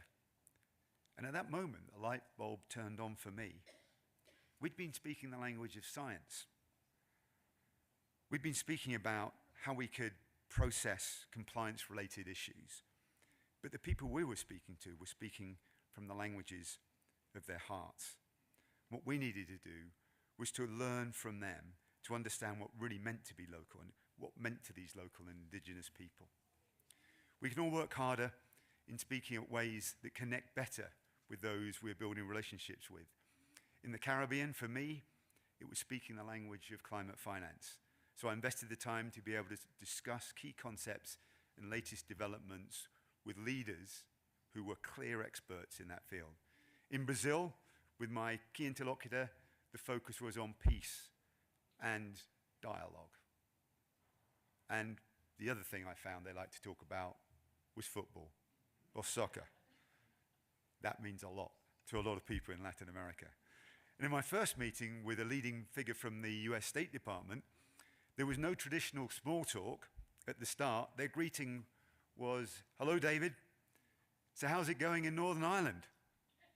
Which at the time was a very leading question. They wanted to get down to business straight away. So I adjusted my briefing requests and my approach to future meetings. We need to do our best to find out where the people will be, that we're talking to will be coming from in our conversations. It's worth taking the time to find out what makes people tick. And when we get that right, it can help us make a good first impression. I was due to meet with a key dignitary in a major state in the Americas on an important national day. And frankly, I didn't feel that the usual gift of a pair of House of Commons cufflinks would really cut the mustard on this occasion. And I'd heard that this particular individual had an eclectic range of interests and that he'd performed in a Rolling Stones tribute band. So I said to the team, go and get the best, most wide-ranging book on the Rolling Stones, and we'll see if this makes a difference. Got into the conversation. The moment came where he talked about his experience of being Mick Jagger, or whatever part of the band he was in. And I gave him the book. He opened it up, and he said, words that I'll never forget. "It's only rock and roll, but I like it." What that did was to help create a relationship where we could move on from the issues that were so often causing blockages in our relationship and irritants to talk about the things that really mattered to both of us. It made a difference. Listen, understand, communicate, open a dialogue, share experiences. All this builds trust. And as the great man Churchill famously said, meeting jaw to jaw is better than war. Next, be respectful. In Peru, I was privileged to meet several indigenous people who were environmental defenders. It was a really busy day. We had a packed agenda. And so I had to leave in a rush from this meeting. But one of the group ran over to me and beckoned for me to open the door, which I did. And he handed me some crafted necklaces and bracelets made from beads to express his thanks and those of his people. I was really pleased to have this brief encounter, and I treasure those gifts, and will always treasure those gifts now. Because a few weeks later, this dedicated campaigner, Quinto Unuma Alvarado, was tragically killed by a cowardly assassin, which was absolutely shocking to me. Because some of the people we develop relationships with demonstrate a huge amount of courage to even have a conversation with us. We need to recognize that and to respect them for that. When we have a good relationship, a well-established and deep relationship, we should work to make them wider as well. The UK has a very special relationship with the United States. That's true, isn't it? Sorry, I'll say it again. I just need a bit of positive reassurance here. The UK has a very special relationship with the United States.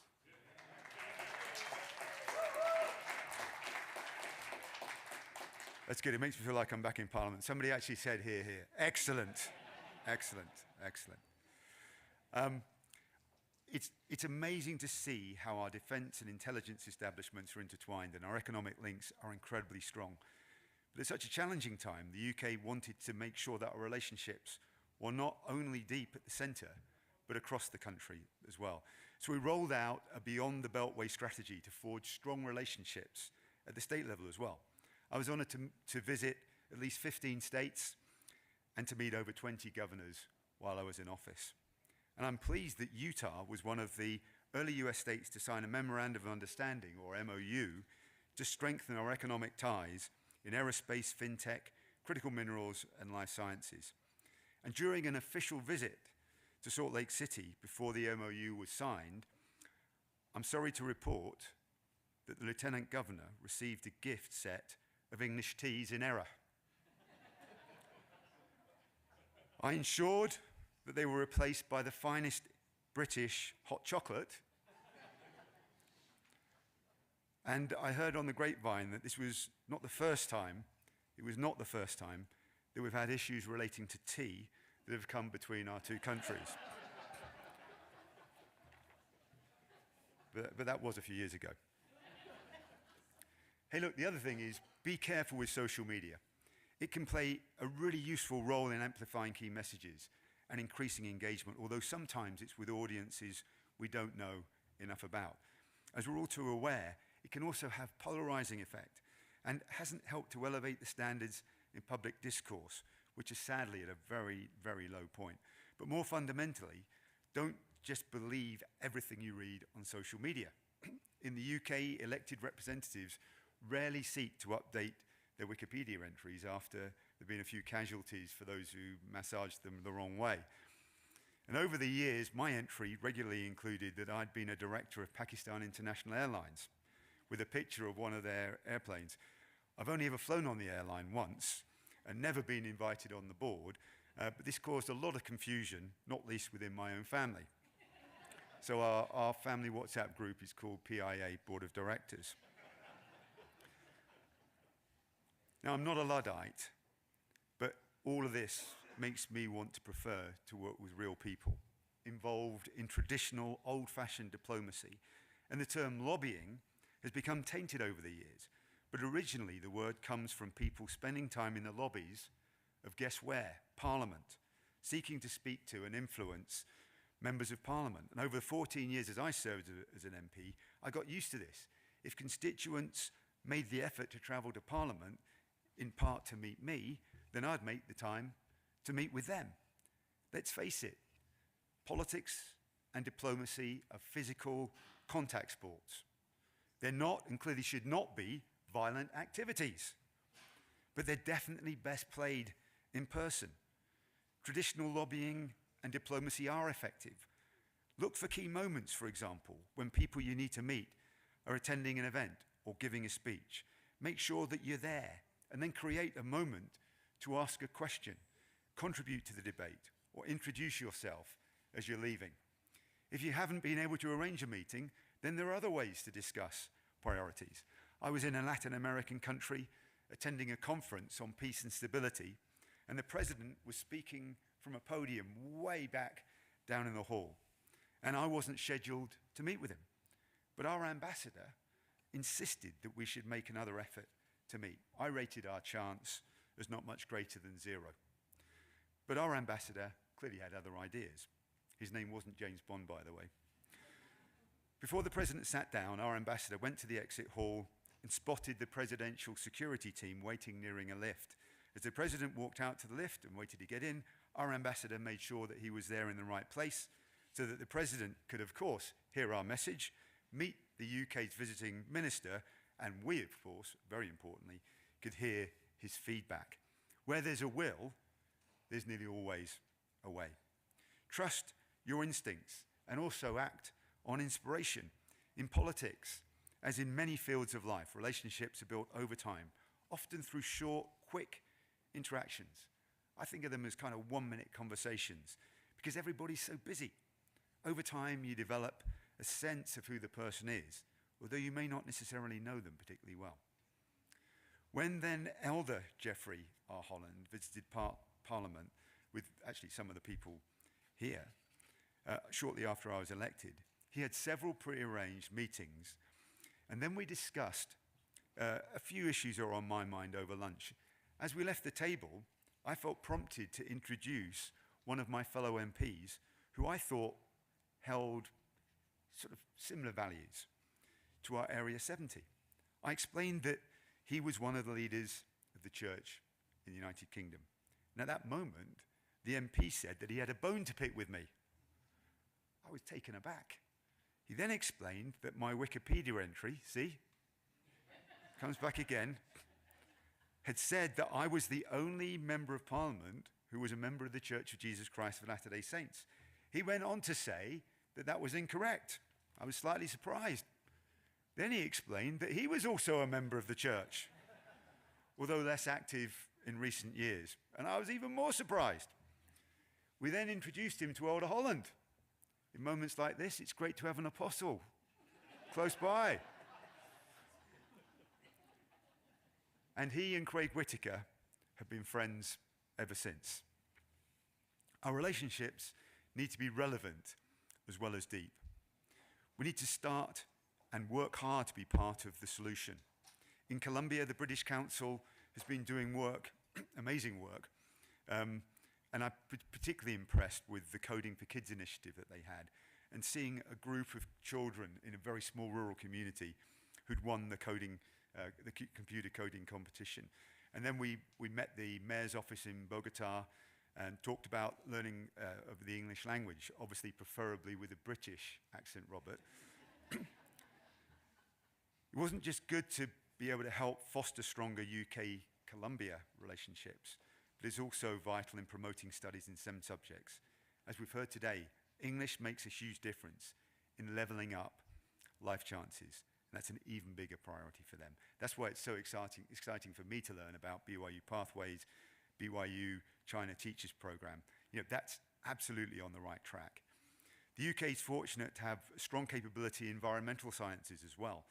The Department for Environment, Food and Rural Affairs, DEFRA, where I also serve as a minister, has well-respected programs in this area. And whether it's the Biodiverse Landscapes Fund in Central America, or marine conservation in Ecuador, or reforestation projects in Amazon, we've got a good reputation. But the most important thing, and this has also come out in previous presentations, is that we want to ensure that there's a genuine transfer of knowledge and that we build local capacity. Being part of the solution like this builds trust and much, much stronger relationships. Finding common cause, common ground helps to address challenges together and tackle divisions. As members of the church, one area of clear common cause is to develop strong interfaith relations. Our friends in other faiths share that common desire to be able to worship and follow their faith in freedom. The church and our leaders have made great strides in supporting freedom of religion or belief. And certainly in the UK, the church has worked tirelessly to promote this cause. The UK's previous Forbes Special Envoy, my then parliamentary neighbour Fiona Bruce, regularly expressed her thanks for the support that the church gave to her work and the activities of the UK all-party parliamentary group on FORB. Freedom of religion or belief is clearly a human right. It's enshrined in the UN Universal Declaration of Human Rights. But we need to be conscious that it's only one human right, and we need to continue to work hard to promote and protect it, as there are other human rights which, understandably, are also seeking attention in an increasingly polarizing world. The common cause must expand beyond these issues, areas of traditional comfort, I guess. After all, the Saviour was clear when he said, "By their fruits ye shall know them." And for that fruit to have the most fully appreciated element to it, it should not only be spiritual, but have positive and practical temporal impacts as well. And for me, that's clearly the case in policies relating to women and girls. It's often been said that if we want to make a step change in our approach to development, then we need to, and one of the best ways of achieving it is by putting a stronger focus on educating women and girls. It's positive to see the incredible work that the church is doing in that area. Being relevant also means being there for our friends when it matters most, and be prepared to take accountability. In late 2023, some of you will remember that President Maduro in Venezuela stated that he wanted to claim territory in the Essequibo region in Guyana. David Cameron, the former UK Prime Minister, and then my boss as Foreign Secretary, said in a message to me, I think we, i.e. you, need to take action. That's a clear message.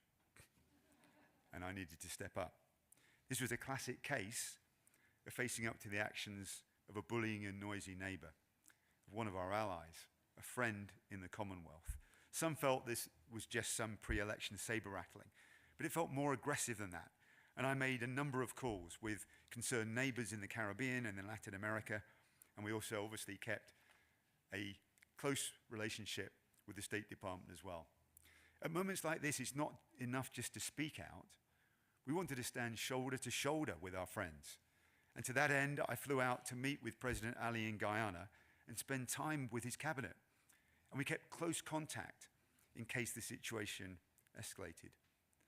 Some on the other side of these tensions called me a pirate. I understand that this term of endearment dates back to the times of Francis Drake. But don't worry, I can assure you that I'm not a pirate. There's no parrot on my shoulder, as you can see. Sometimes we need to bring friends together to help work through these areas of disagreement and to secure better outcomes for all involved. In my second year as FCDO Minister, my responsibilities were extended to cover the UK's 14 overseas territories. They're located in different parts of the world, from the Caribbean to the Atlantic, Pacific and Indian Oceans, and clearly they've got different interests. When they're different interests, there are invariably differences of opinion, and that's when things don't always go according to plan. Our task was to work together to establish a new joint declaration that would establish a vision for modern collaborative partnerships fit for the 21st century. Previous discussions before I was involved had led to some very heated exchanges. People had walked out of meeting rooms because of those strong disagreements. Clearly, we needed to avoid all that. So the UK government team worked hard with the teams at the overseas territories to understand concerns and the issues that they had really extensively before the final negotiations on the wording of the final draft of the declaration. In the end, we spent a full day working through what was quite a short document as one family reviewing every word in turn, and finally the task was complete. We were able to pave the way to a new partnership arrangement that would lead to partnership compacts between them and the UK. We worked closely together, and because of that, we were able to create those relationships that would be fit for the future. And that felt extraordinarily good. And I'd also like to pay tribute to Senator Flake, who has done amazing work as the US ambassador in Turkey, where he invested in building relationships, again, similarly with real individuals, and was being honored in Sweden for the work that he's done to ensure that Sweden could join NATO. Active stakeholder engagement plans help to ensure that our relationships remain relevant. Most people know that they have key stakeholders that they need to work with. People who are decision makers, gatekeepers, influencers, consultees, but not everyone takes the time to develop active, dynamic stakeholder engagement plans. These relationships really matter. They're vital in our work. So invest the time to plan them out. Prioritize stakeholders by mapping out their interest in an issue and their influence or power. Determine their role in reaching a decision or gaining support for an initiative, and then develop tangible plans to better communicate with them and highlight the tools that you will use to engage with them in the most relevant way. Whatever you do, don't make these overly formulaic. It's about people and needs to be kept personal and, as a result, relevant at all times. As we work to develop our relations and our relationships, we need to ensure that they're relevant, and we also need to make sure that we're working to make them truly enduring. That's the last of these three key concepts. One of the ways that we can do that is by attending or creating convening moments, because personal relationships are so important. It makes sense to be at places where our key interlocutors are likely to be. They're hugely efficient ways to build relationships, strengthen support, at key moments and to make the case at key points as well. It was a great honor to be able to be asked to speak at the UN Security Council in New York. I made a statement on the Colombian peace process, as the UK acts as is known as the UN Security Council penholder on this issue. I also spoke in the debate linked to the invasion of Ukraine around the time of its first anniversary. But what I also learned, perhaps more importantly from this experience, relatively early in my ministerial role in the Foreign Office, was how important it was to be in the same place as other ministers, diplomats, and opinion formers. And instead of just relying on visiting each country over many months and waiting for them to come to the UK, we could make new contacts and effectively communicate and reinforce these relationships at these regular meetings. People matter. People make decisions and influence them. So make the point of being where key influencers are likely to be. As part of the Beyond the Beltway strategy I mentioned, I was invited to attend the annual US National Governors Association conferences, snappy title by the way, in Washington, D.C. As close friends of the US, we're invited to attend several parts of these conferences. So we set up brush bys, bilateral meetings, as many as possible. Our teams were equipped with lookbooks to help spot those governors that we weren't quite so familiar with. And there's a really important top tip here. You need a really tall member of your team as well to look out across the packed room to spot that person you want to speak to. And former basketball players are really well equipped for that role. Informed by these experiences, I made sure that I attended more and more of these convening moments, whether it was at CARICOM or the Organization of American States, whether it was attending the 50th anniversary of CARICOM in torrential rain. I thought I knew about rain living in England, but Trinidad and Tobago, that was really tough rain. Or attending key meetings on subjects like Haiti. Make every effort to be on the invitation list at these convening moments. Make every effort to be at the table. There are also great opportunities in these convening moments to create coalitions of interested parties. Haiti had become a real concern to me and continues to be. It's often put in the too difficult box and doesn't get the share of voice when there are difficult geopolitical headwinds. But many Caribbean leaders told me about their concerns regarding the ripple out effects of the situation in Haiti, whether it was the humanitarian situation on the ground, the impact of irregular migration, or the really concerning spread of automatic weapons and violent gang culture across the region. And it also directly impacted the beautiful British overseas territory of Turks and Caicos Islands. We were really concerned, as was the US and Canada, where you have very large Haitian diaspora populations. And when the concept of the multinational security support mission was developed, I was really keen to ensure that the UK could play some role, help in some way, even though Haiti was not traditionally part of the Caribbean that we've historically been involved with. However, the coalition was being developed at the time, and with the leadership of the Kenyans on the ground, we were able to take forward a step where the UK could make a donation, play its part to help lever in, pull in other countries that should and needed to play a more important role. Coalitions also create opportunities to lever in support and funding for initiatives. This is particularly true with environmental programs, where a relatively small amount of funding from one government or one organization can help provide the leverage to bring in many multiples of the funding from other sources. And we saw great examples of this in Mexico. Coalitions not only bring parties together, but they also have the added advantage of normally having a longer term effect as well. We also need to have a better sense of occasion. I have to confess that I'm not always the best at this. When something ends or another priority emerges, I often prefer to move on to the next thing. I didn't attend my business school graduation as I was focused on the next project. But I'm not that bad. I did turn up on time for our wedding. In my political career and as a minister, I had the chance to learn from the best though. and Her Majesty Queen Elizabeth, and now His Majesty King Charles, have taught me a huge amount. The King's annual diplomatic reception at Buckingham Palace is a high point of the year in the diplomatic circle in London.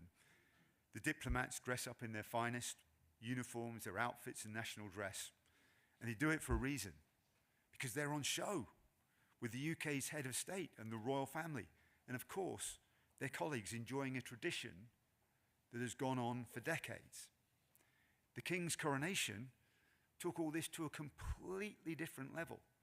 The organisation of this once-in-a-generation event was strategic, incredibly detailed, and very personal. It had been around 70 years since the last coronation, but it was as if the institutional memory was still very much alive. I was the FCDO minister with the oversight of the diplomatic elements of the programme of events, although it was an incredible diplomatic team that made them flow as well as they did. Ahead of the coronation, distinguished guests from fellow royals to heads of state were gathered in waiting rooms. I spoke to kings, prime ministers and governors. The same was true after the service. But what was different was how moved many of them had been by the symbolism and the spiritual nature of the service. As you know, the King is the supreme governor of the Church of England, the defender of the faith, or in his words, the defender of the faiths. That experience created deeper relationships through shared experiences and truly only once in a lifetime memories for all involved. Time after time, I've learned that people-to-people relationships are the most personal and long-lasting.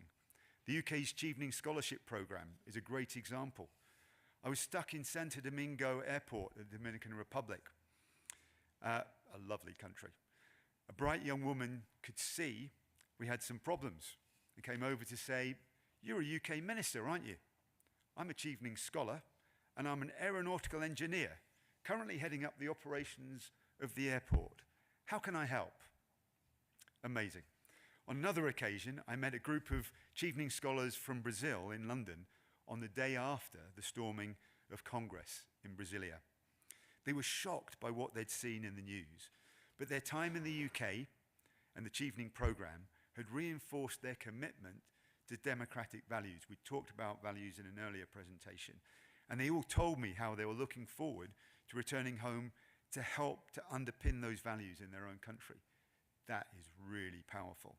I saw these same positive, lasting, study-related relationships with Clayton Christensen, a Rhodes Scholar at Oxford, who not only went on to become a leading academic at Harvard Business School where I studied, but he was a lifelong Anglophile. I learned a huge amount from his example. I've seen the same impact from my friend Mark Hendricks, who studied at LSE, and I'm pleased that he's here today. And it's true for me too, having studied here at BYU briefly and at Harvard Business School. And of course, we all know that the mission experiences create very similar results.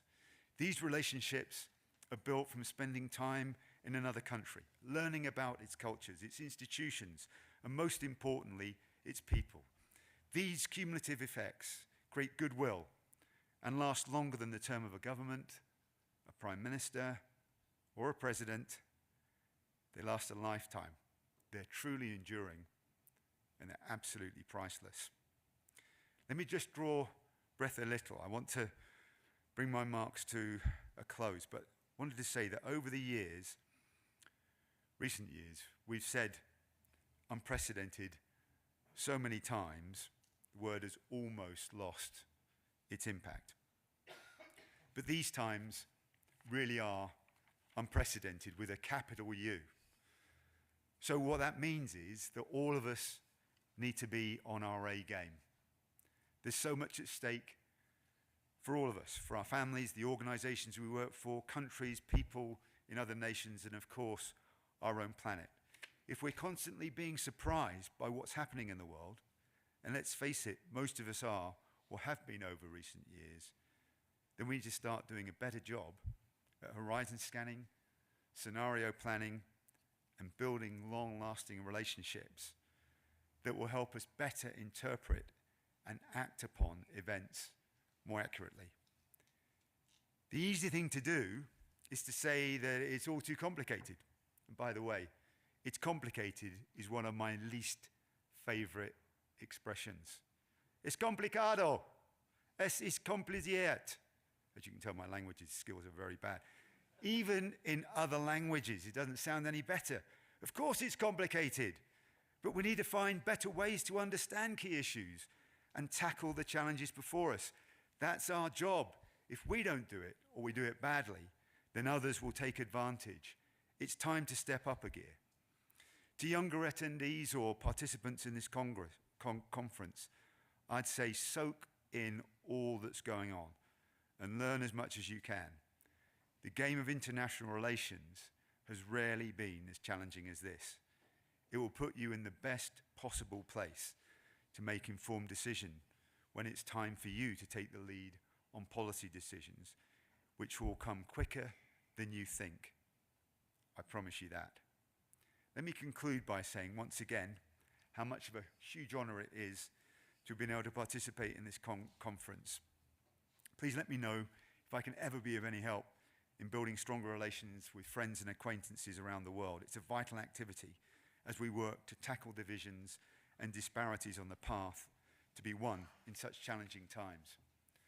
But on a personal note, if you don't mind, I'd like to, and some of you may remember, that in his final words in the dispatch box at the House of Commons, UK Prime Minister Boris Johnson said, apart from saying, "Hasta la vista, baby," which I didn't think was necessarily the best English, what he said was, "Stay close to the Americans." And I'd like to add, in my parting words to this esteemed audience, with many Americans in attendance, stay close to the Brits. I'm grateful that ours is a truly special relationship, one that's deep, relevant, and enduring. Thank you.